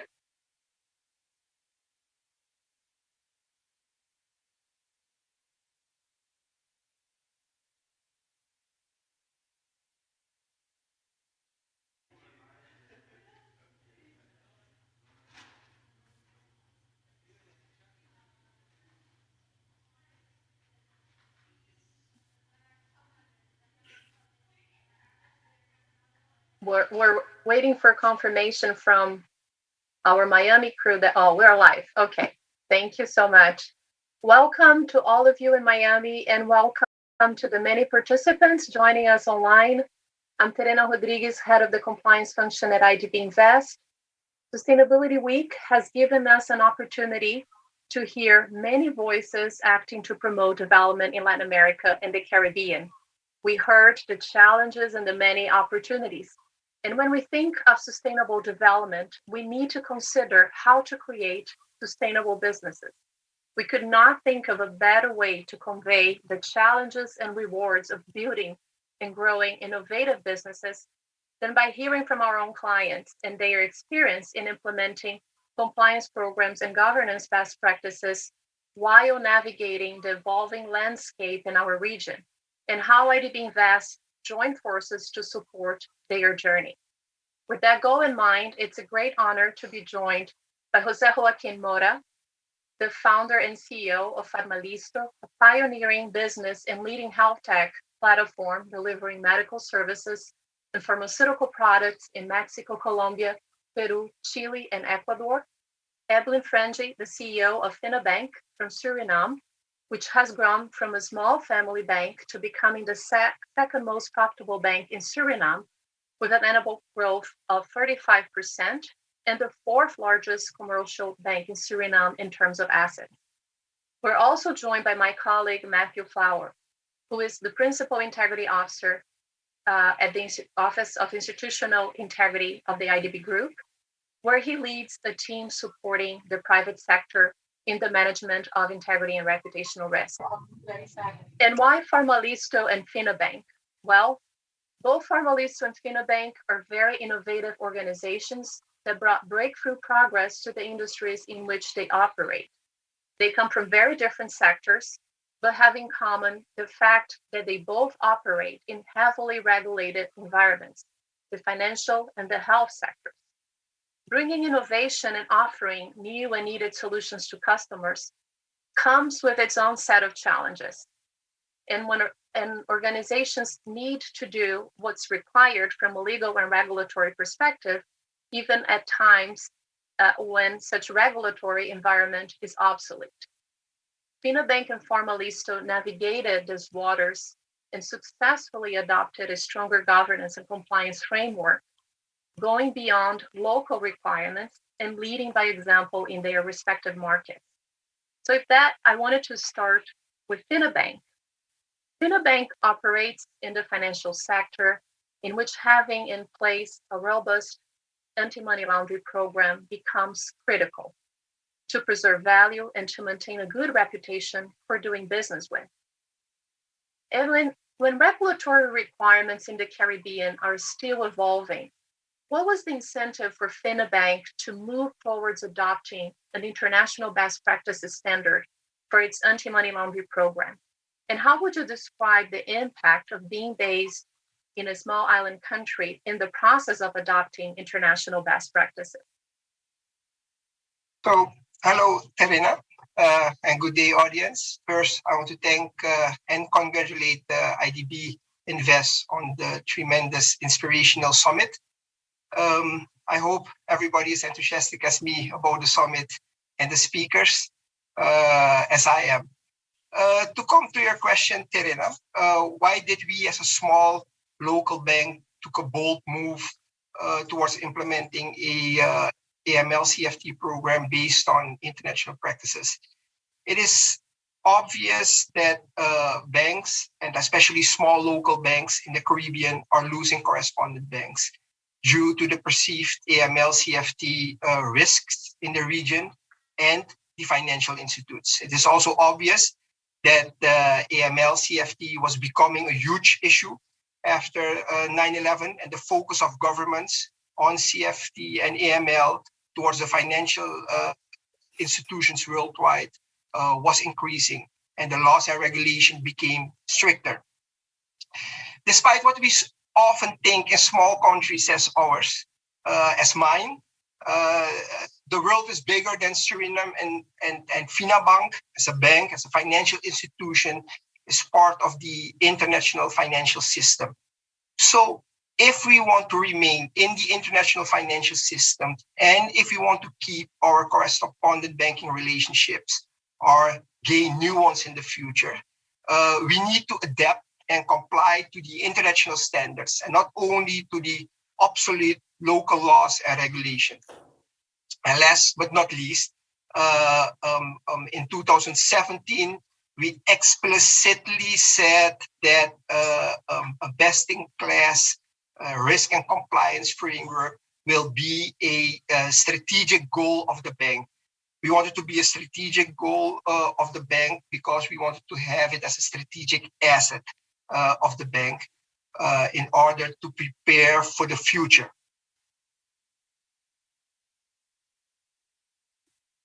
Thank you, Evelyn. And your experience does tell us that when leading the way, organizations are certainly not taking an easy path, but rather setting themselves to go beyond what's required. In Farmalisto, IDB Invest has an equity investment, and we have worked together to support Farmalisto in strengthening its governance and compliance in a highly regulated and evolving sector at the height of the pandemic. And I hope I'm right when I'm saying that that was the height of the pandemic. And it's going to be past us. Jose Joaquin, what was Farmalisto's experience in bringing about innovation where the local regulatory landscape was still in evolution? How do you innovate in the healthcare technology sector while being compliant with the legal requirements that could be viewed as outdated?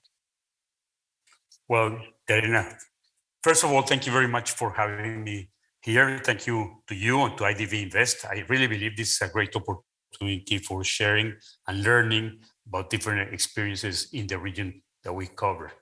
So that's a very interesting question.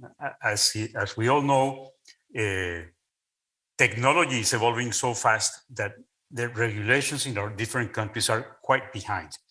Farmalisto operates in 5 different countries. So that also adds to the complexity because the regulation is not the regulation of one country. You have to understand the regulation in the 5 different countries and try to make things work in a way, in an environment that's totally different, because at the end of the day, all the countries have different regulations, and they believe that the ones that they have in their own country are the most important ones, and we have to adapt to them.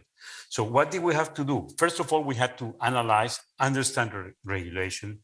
Secondly, and I think that you mentioned this very clearly, but having IDB as an equity investor in Farmalisto means that we have, and we also wanted to do the same thing, is that we have to comply with all the regulations in each of the different countries. And this is key and very important. And that sometimes means that working in let's say, in an environment where some other of our competitors do not comply with the regulations probably seems like an unfair advantage. We had a situation when in one of the countries where we operated, the law did not allow to have photographs of prescription products. Therefore, we could not have those in our webpage. All our competition did have them. And obviously that made a difficult situation. So what we have to do is instead of cutting corners and trying to see how we could do without, let's say, how we could operate, we decided to lobby and to work in order to have the government understand that this was a change they must do, because that's for the benefit of the patient, less confusion, better prescription. And if that change is made, then we can comply with the law, have a similar playing field for everybody, and then we can compete at the same level. So that's an example of why we have to operate following the law. And if the law is still behind, well, we have to work in ways to update it for the benefit of our whole population. So it's not easy and it takes time, but at the end of the day, I think that you are leading by example, and that is very important, because then other companies can see that this is the way to do and to behave and to really preserve the values that we have as a company and to give the best service to the patient. Jose Joaquin, that's an excellent example of how one has to weigh the short-term gain versus building a more sustainable business. Your first-hand account is a great example of how leading innovation organizations also help to promote a dialogue with the stakeholders in the region towards a regulatory environment that can account for the new technologies that are coming to face the existing challenges.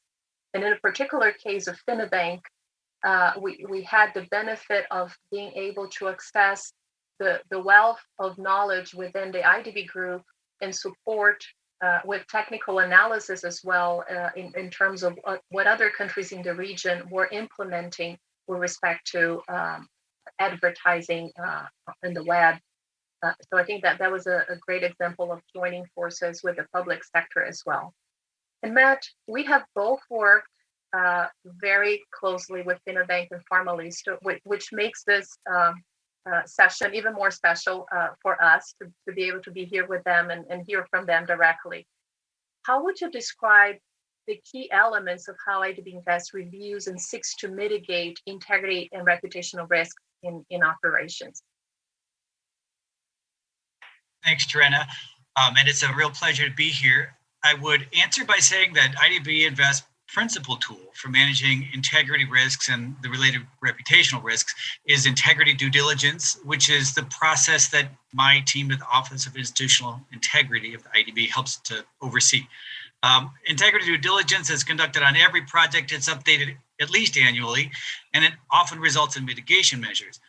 One of the most frequent ways that we try to mitigate integrity risk is by working with clients to adopt or to improve their compliance programs, their integrity risk management programs. This goes a really long way towards reducing the risks for IDB Invest. It shows a commitment by clients to integrity risk management, and it also really shows that companies have developed tools and capacity in order to manage those risks internally, which in turn gives us a lot of comfort that those risks will be managed well by our clients. It's worth noting, as something suggested really by Evelyn, that what we're aiming for is that companies have compliance programs that are consistent with international best practices. Of course, we need to meet local regulatory requirements, but those can vary a lot. And we're really looking for a best-in-class level when it comes to these types of compliance programs. All of this gives us the comfort I mentioned before, that companies are going to manage risks well, and they're going to take steps that are themselves consistent with international best practice. Thank you, Matt. And I certainly don't want to sit here and minimize what it takes to design and implement and maintain such a stronger governance and compliance. And having experienced firsthand, as I worked in the private sector, the many challenges of implementing a compliance program, I fully appreciate that leading the way in adopting and practicing higher standards than you might find around you is no small task, but it does come with rewards. And on that, Evelyn, you shared with us how FinaBank raised the bar on its compliance program by deciding to adopt a framework compatible with international best practices when it was not required to do so by local standards. In which ways would you describe how this effort has been beneficial to FinaBank and how working with IDB Invest supported FinaBank in this process? Oh, indeed, it is not a simple process because before implementing such a robust framework, we had a lot of internal discussions regarding the impact that such a framework might have in a environment where it is not required and where the stakeholders are not used to it. So we first discussed the impact and the effects of the impact internally, and we decided that we will stand in for the consequences of implementing a robust framework. During the implementation, we had a robust discussion internally with our staff. Why do we need to have internal such a high standard? Why do we set the bars high for ourselves? So we try to explain, but also the discussions with our customers, the regulator especially, and the government, which we still have actually right now. And what we saw is when implementing such a framework, you will lose clients. You will lose clients who are not able or willing to comply with your framework. But I think that is part of the consequences you need to accept when implementing such a framework.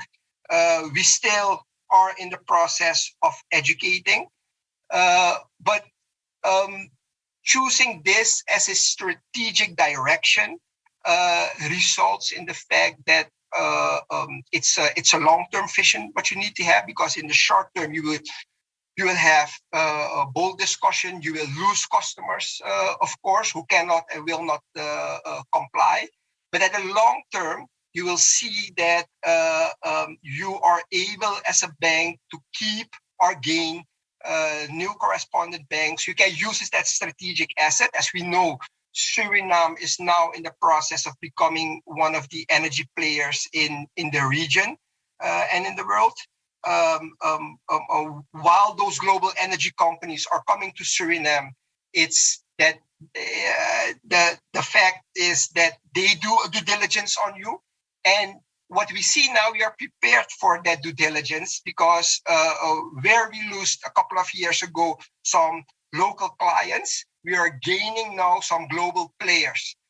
The advantages are huge, but again, you need to be bold, you need to be consistent, persistent, and insistent in implementing the strategy. I think IDB Invest during our process was pivotal in strengthening our framework. We had long, constructive dialogues with the IDB team, our team, the IDB team, and IDB even helped us, support us in further strengthening and implementing the framework in terms of also awareness and shaping the culture. Because having a framework alone is not, the issue. It's easy to hire a consultant and write a framework. It's the huge challenge in building a sustainable bank is changing the culture in a culture of compliance, in a culture of risk awareness, changing the behavior of your people. Because what we ask from our people in the bank is a total different behavior than what is required in the environment. That's a challenge. I think IDB was pivotal to it, and we are very proud that we are in a very good space where we are right now as a bank.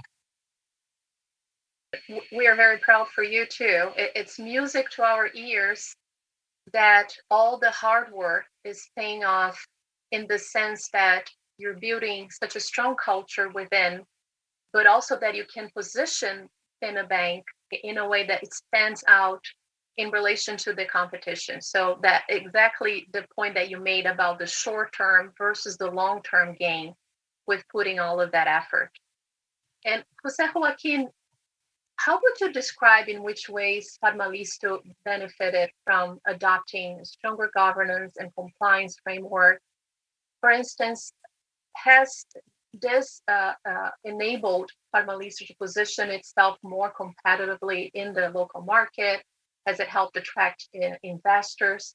And how working with IDB Invest supported Farmalisto in this process? Thank you, Terena. I think that the process is a very complex but very productive process for us.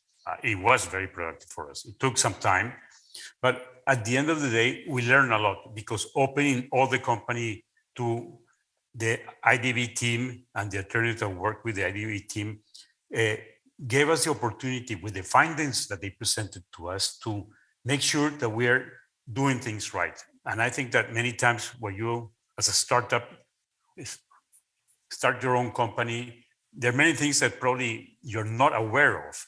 And even if you want to do all things right, there are many things that are not being performed or are not being considered. And if you get the opportunity to have a complete review of the company in every single area of the company, then you see that there are areas that are not being addressed correctly. And I think that if you want to have a sustainable business for the long term, you need to be clear that in all the different areas that you must work, and you have to have the best practices. So I think that the first finding was, we had a list of things that we had to do, that we need to do pre-closing or post-closing with the IDB. And I think that that was very valuable for the company. That turns, as Evelyn was saying, into a major asset, because then you have a company that has a seal of quality of doing things right, that has undergone this type of due diligence. And therefore, if you are able to make sure that this was addressed and completed, opens the door for new investors, for being, again, leading by example, for being a company that should be followed. And I think that this is something very important.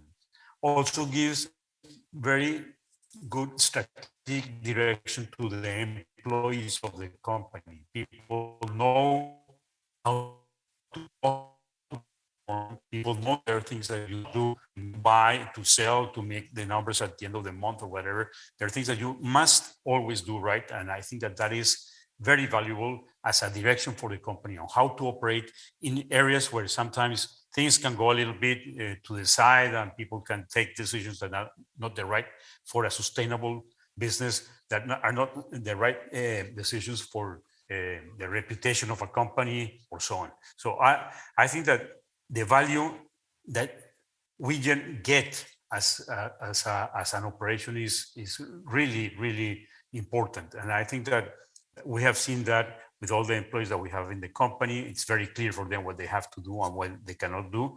And at the end, this must change into a sustainable business where we are proud of what we're doing. And I have to say, I never thought I would hear so many positive remarks about due diligence, because it's usually, it is a cumbersome process, but certainly the results of that and how you have applied all of that information into becoming stronger and better in what you do it truly shows that it's an effort that pays off. And for us at IDB Invest, working with clients to achieve a stronger governance and compliance framework is key to support them in becoming sustainable and successful businesses, delivering the development impact that we need to see for Latin America and the Caribbean. And Matt, we have certainly worked on a number of cases on that with our operations. Can you share how we approach this objective at IDB Invest? Well, I'd really echo what you said earlier about how satisfying it is to hear these answers from clients, because this is really what we're trying to achieve. We emphasize improvements to AML compliance programs and integrity compliance programs because they serve a dual purpose. Part of it, as I mentioned, is that we're trying to reduce risks for IDB Invest, but we're also trying to add value to our companies.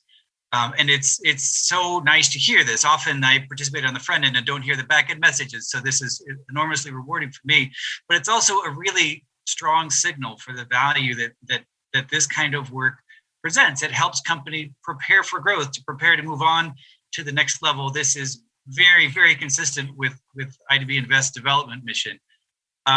Just to highlight a couple of other benefits that we see for this type of reform, it improves access to finance, as Evelyn mentioned. Banks ask the same kinds of questions that IDB Invest does, especially international banks. And so it's really helpful to be prepared with the answers. This is also really attractive to investors.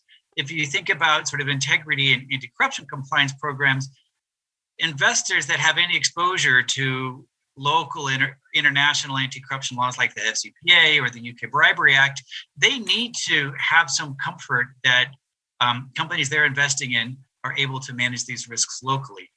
And in the long run, that improves company value. Again, as a supplier, many companies that are evaluating potential suppliers will look at, do we have integrity issues in that pipeline? And it, of course, reduces the risk of misconduct or money laundering violations happening within a company, and that preserves the reputation, it preserves the brand.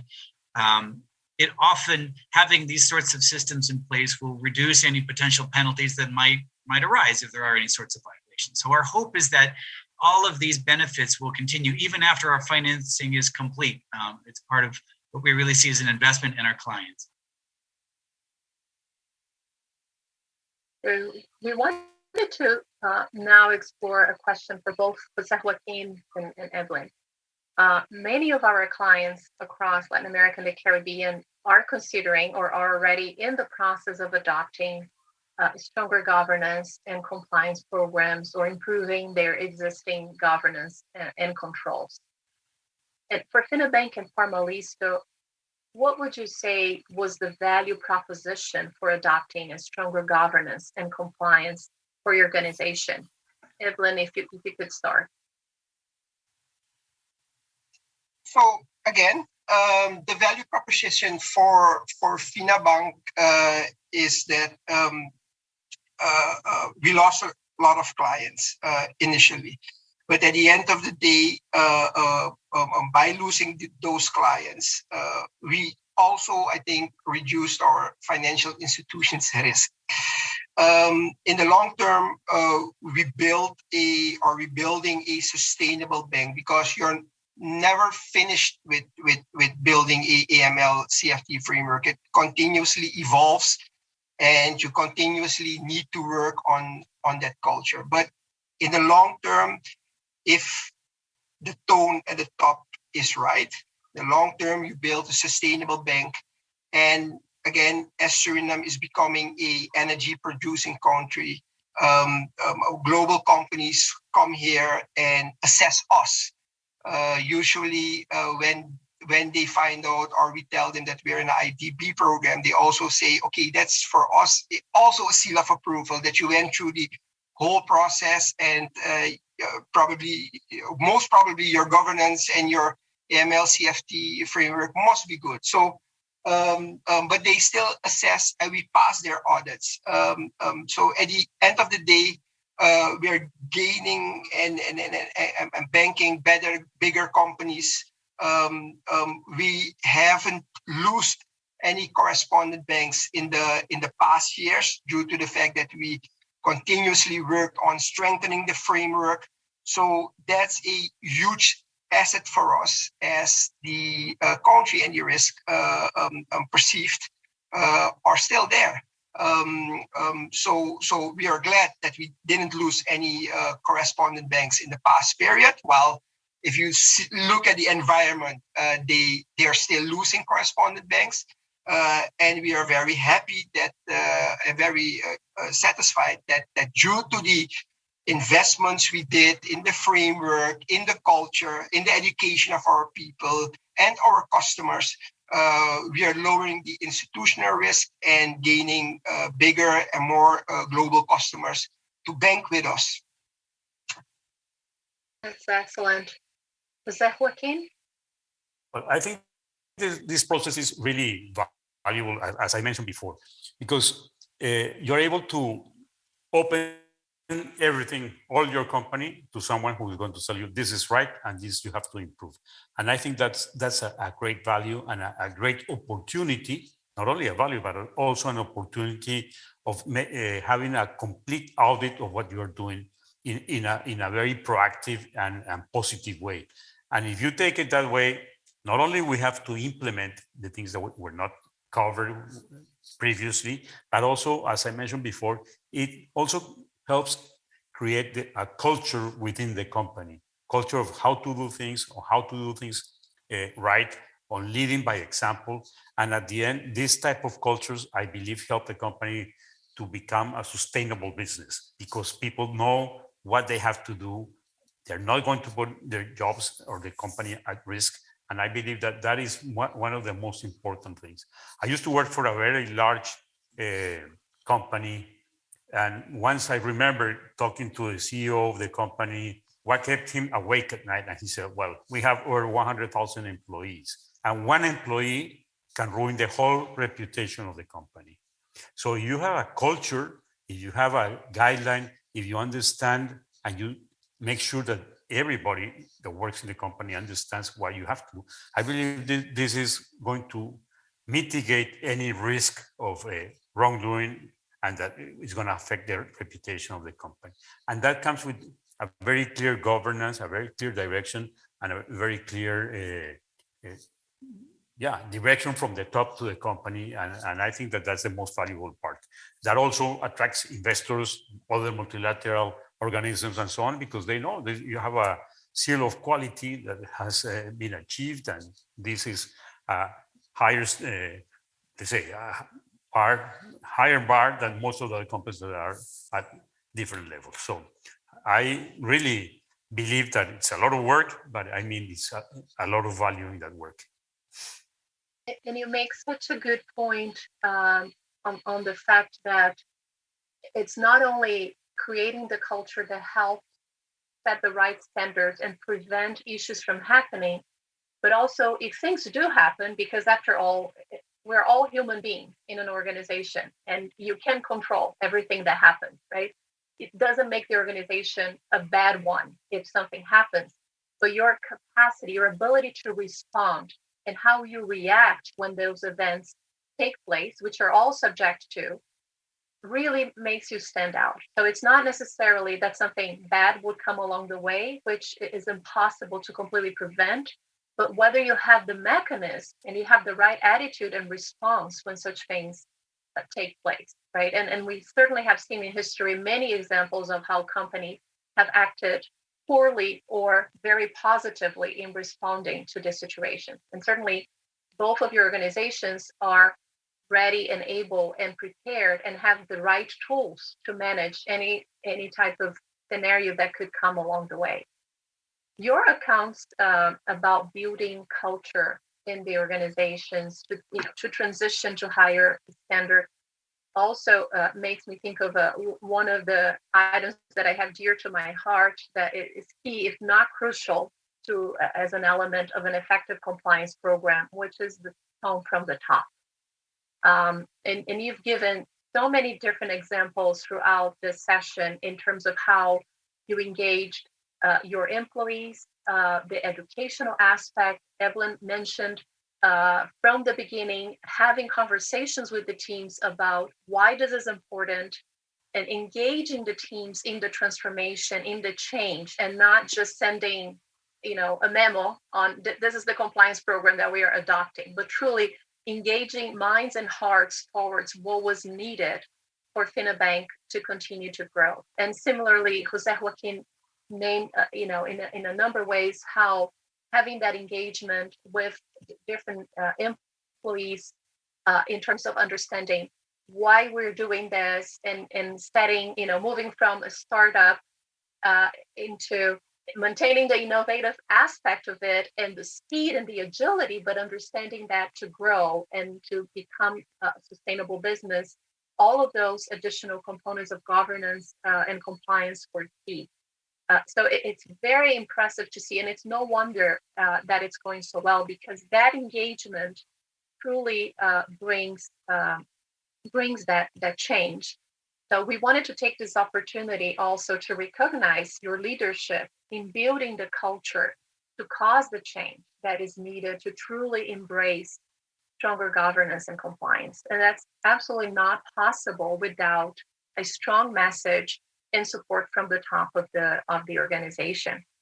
And I was curious also to ask you, because building the culture, gaining that engagement with the staff, it also brings an important point in terms of further engagement of the employees, including talent retention. Unless people are in an absolute situation where they have no choice, they will certainly look at the organization and make a choice as to whether they want to join that culture, that organization. And I wanted to ask, starting with Jose Joaquin, if you have noticed that there was an impact in terms of employee engagement and talent retention for Farmalisto. Serena, yes, I think so. I think that people once they lived this whole process, and it took us close to 1 year, for the people who were part of the company at that point in time, they understood that this really changed the culture of the company, that they're in a company that has values, that knows how to do, how to perform correctly. And I think that is valuable for many of our employees.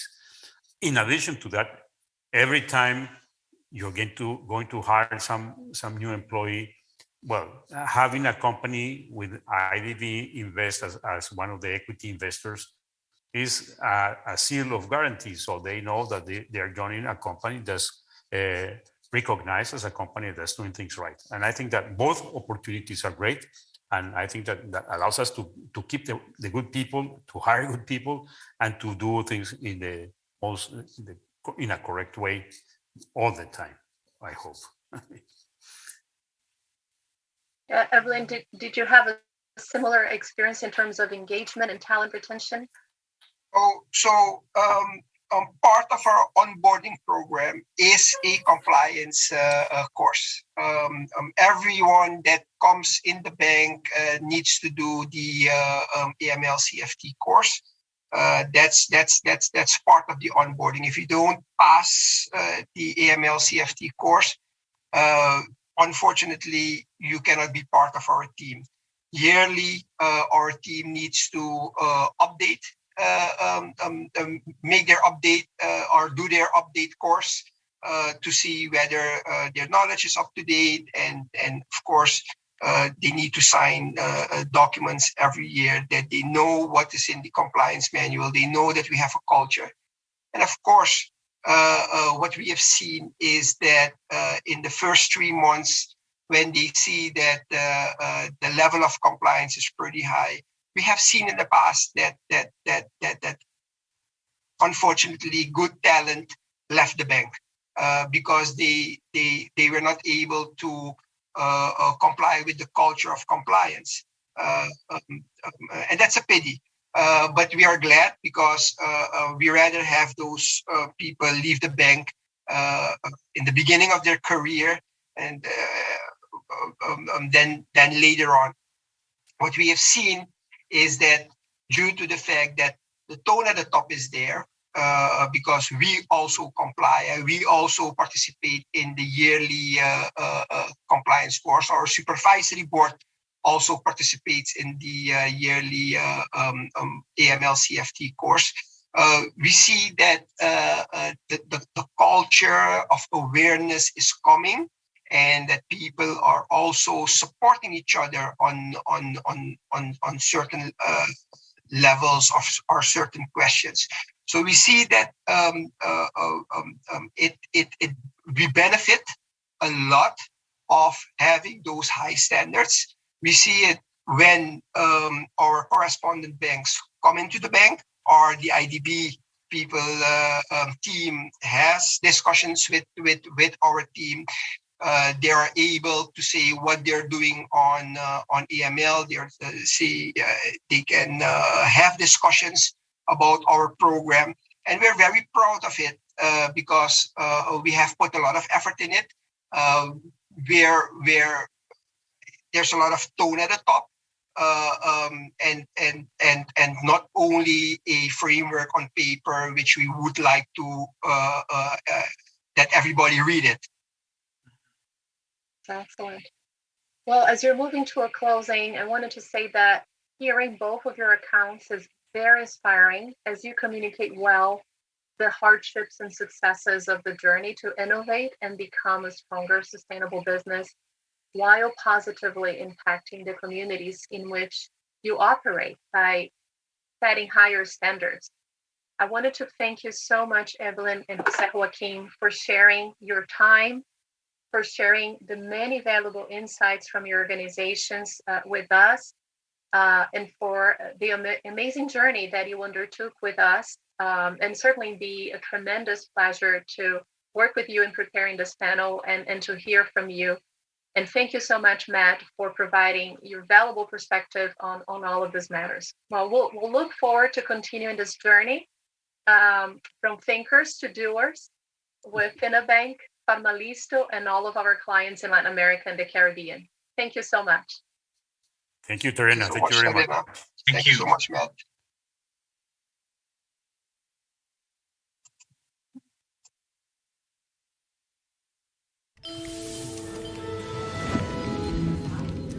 A calling to serve business.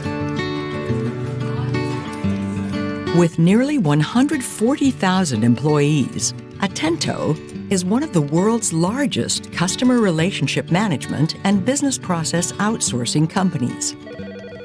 Although it serves the global market, its operations are largely concentrated in Latin America. The company, which is present in Argentina, Brazil,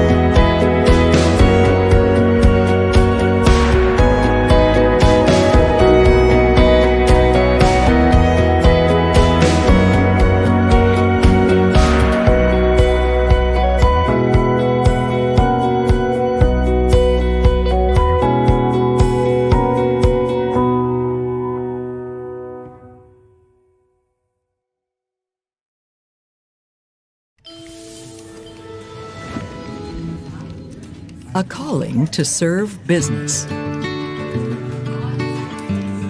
With nearly 140,000 employees, Atento is one of the world's largest customer relationship management and business process outsourcing companies.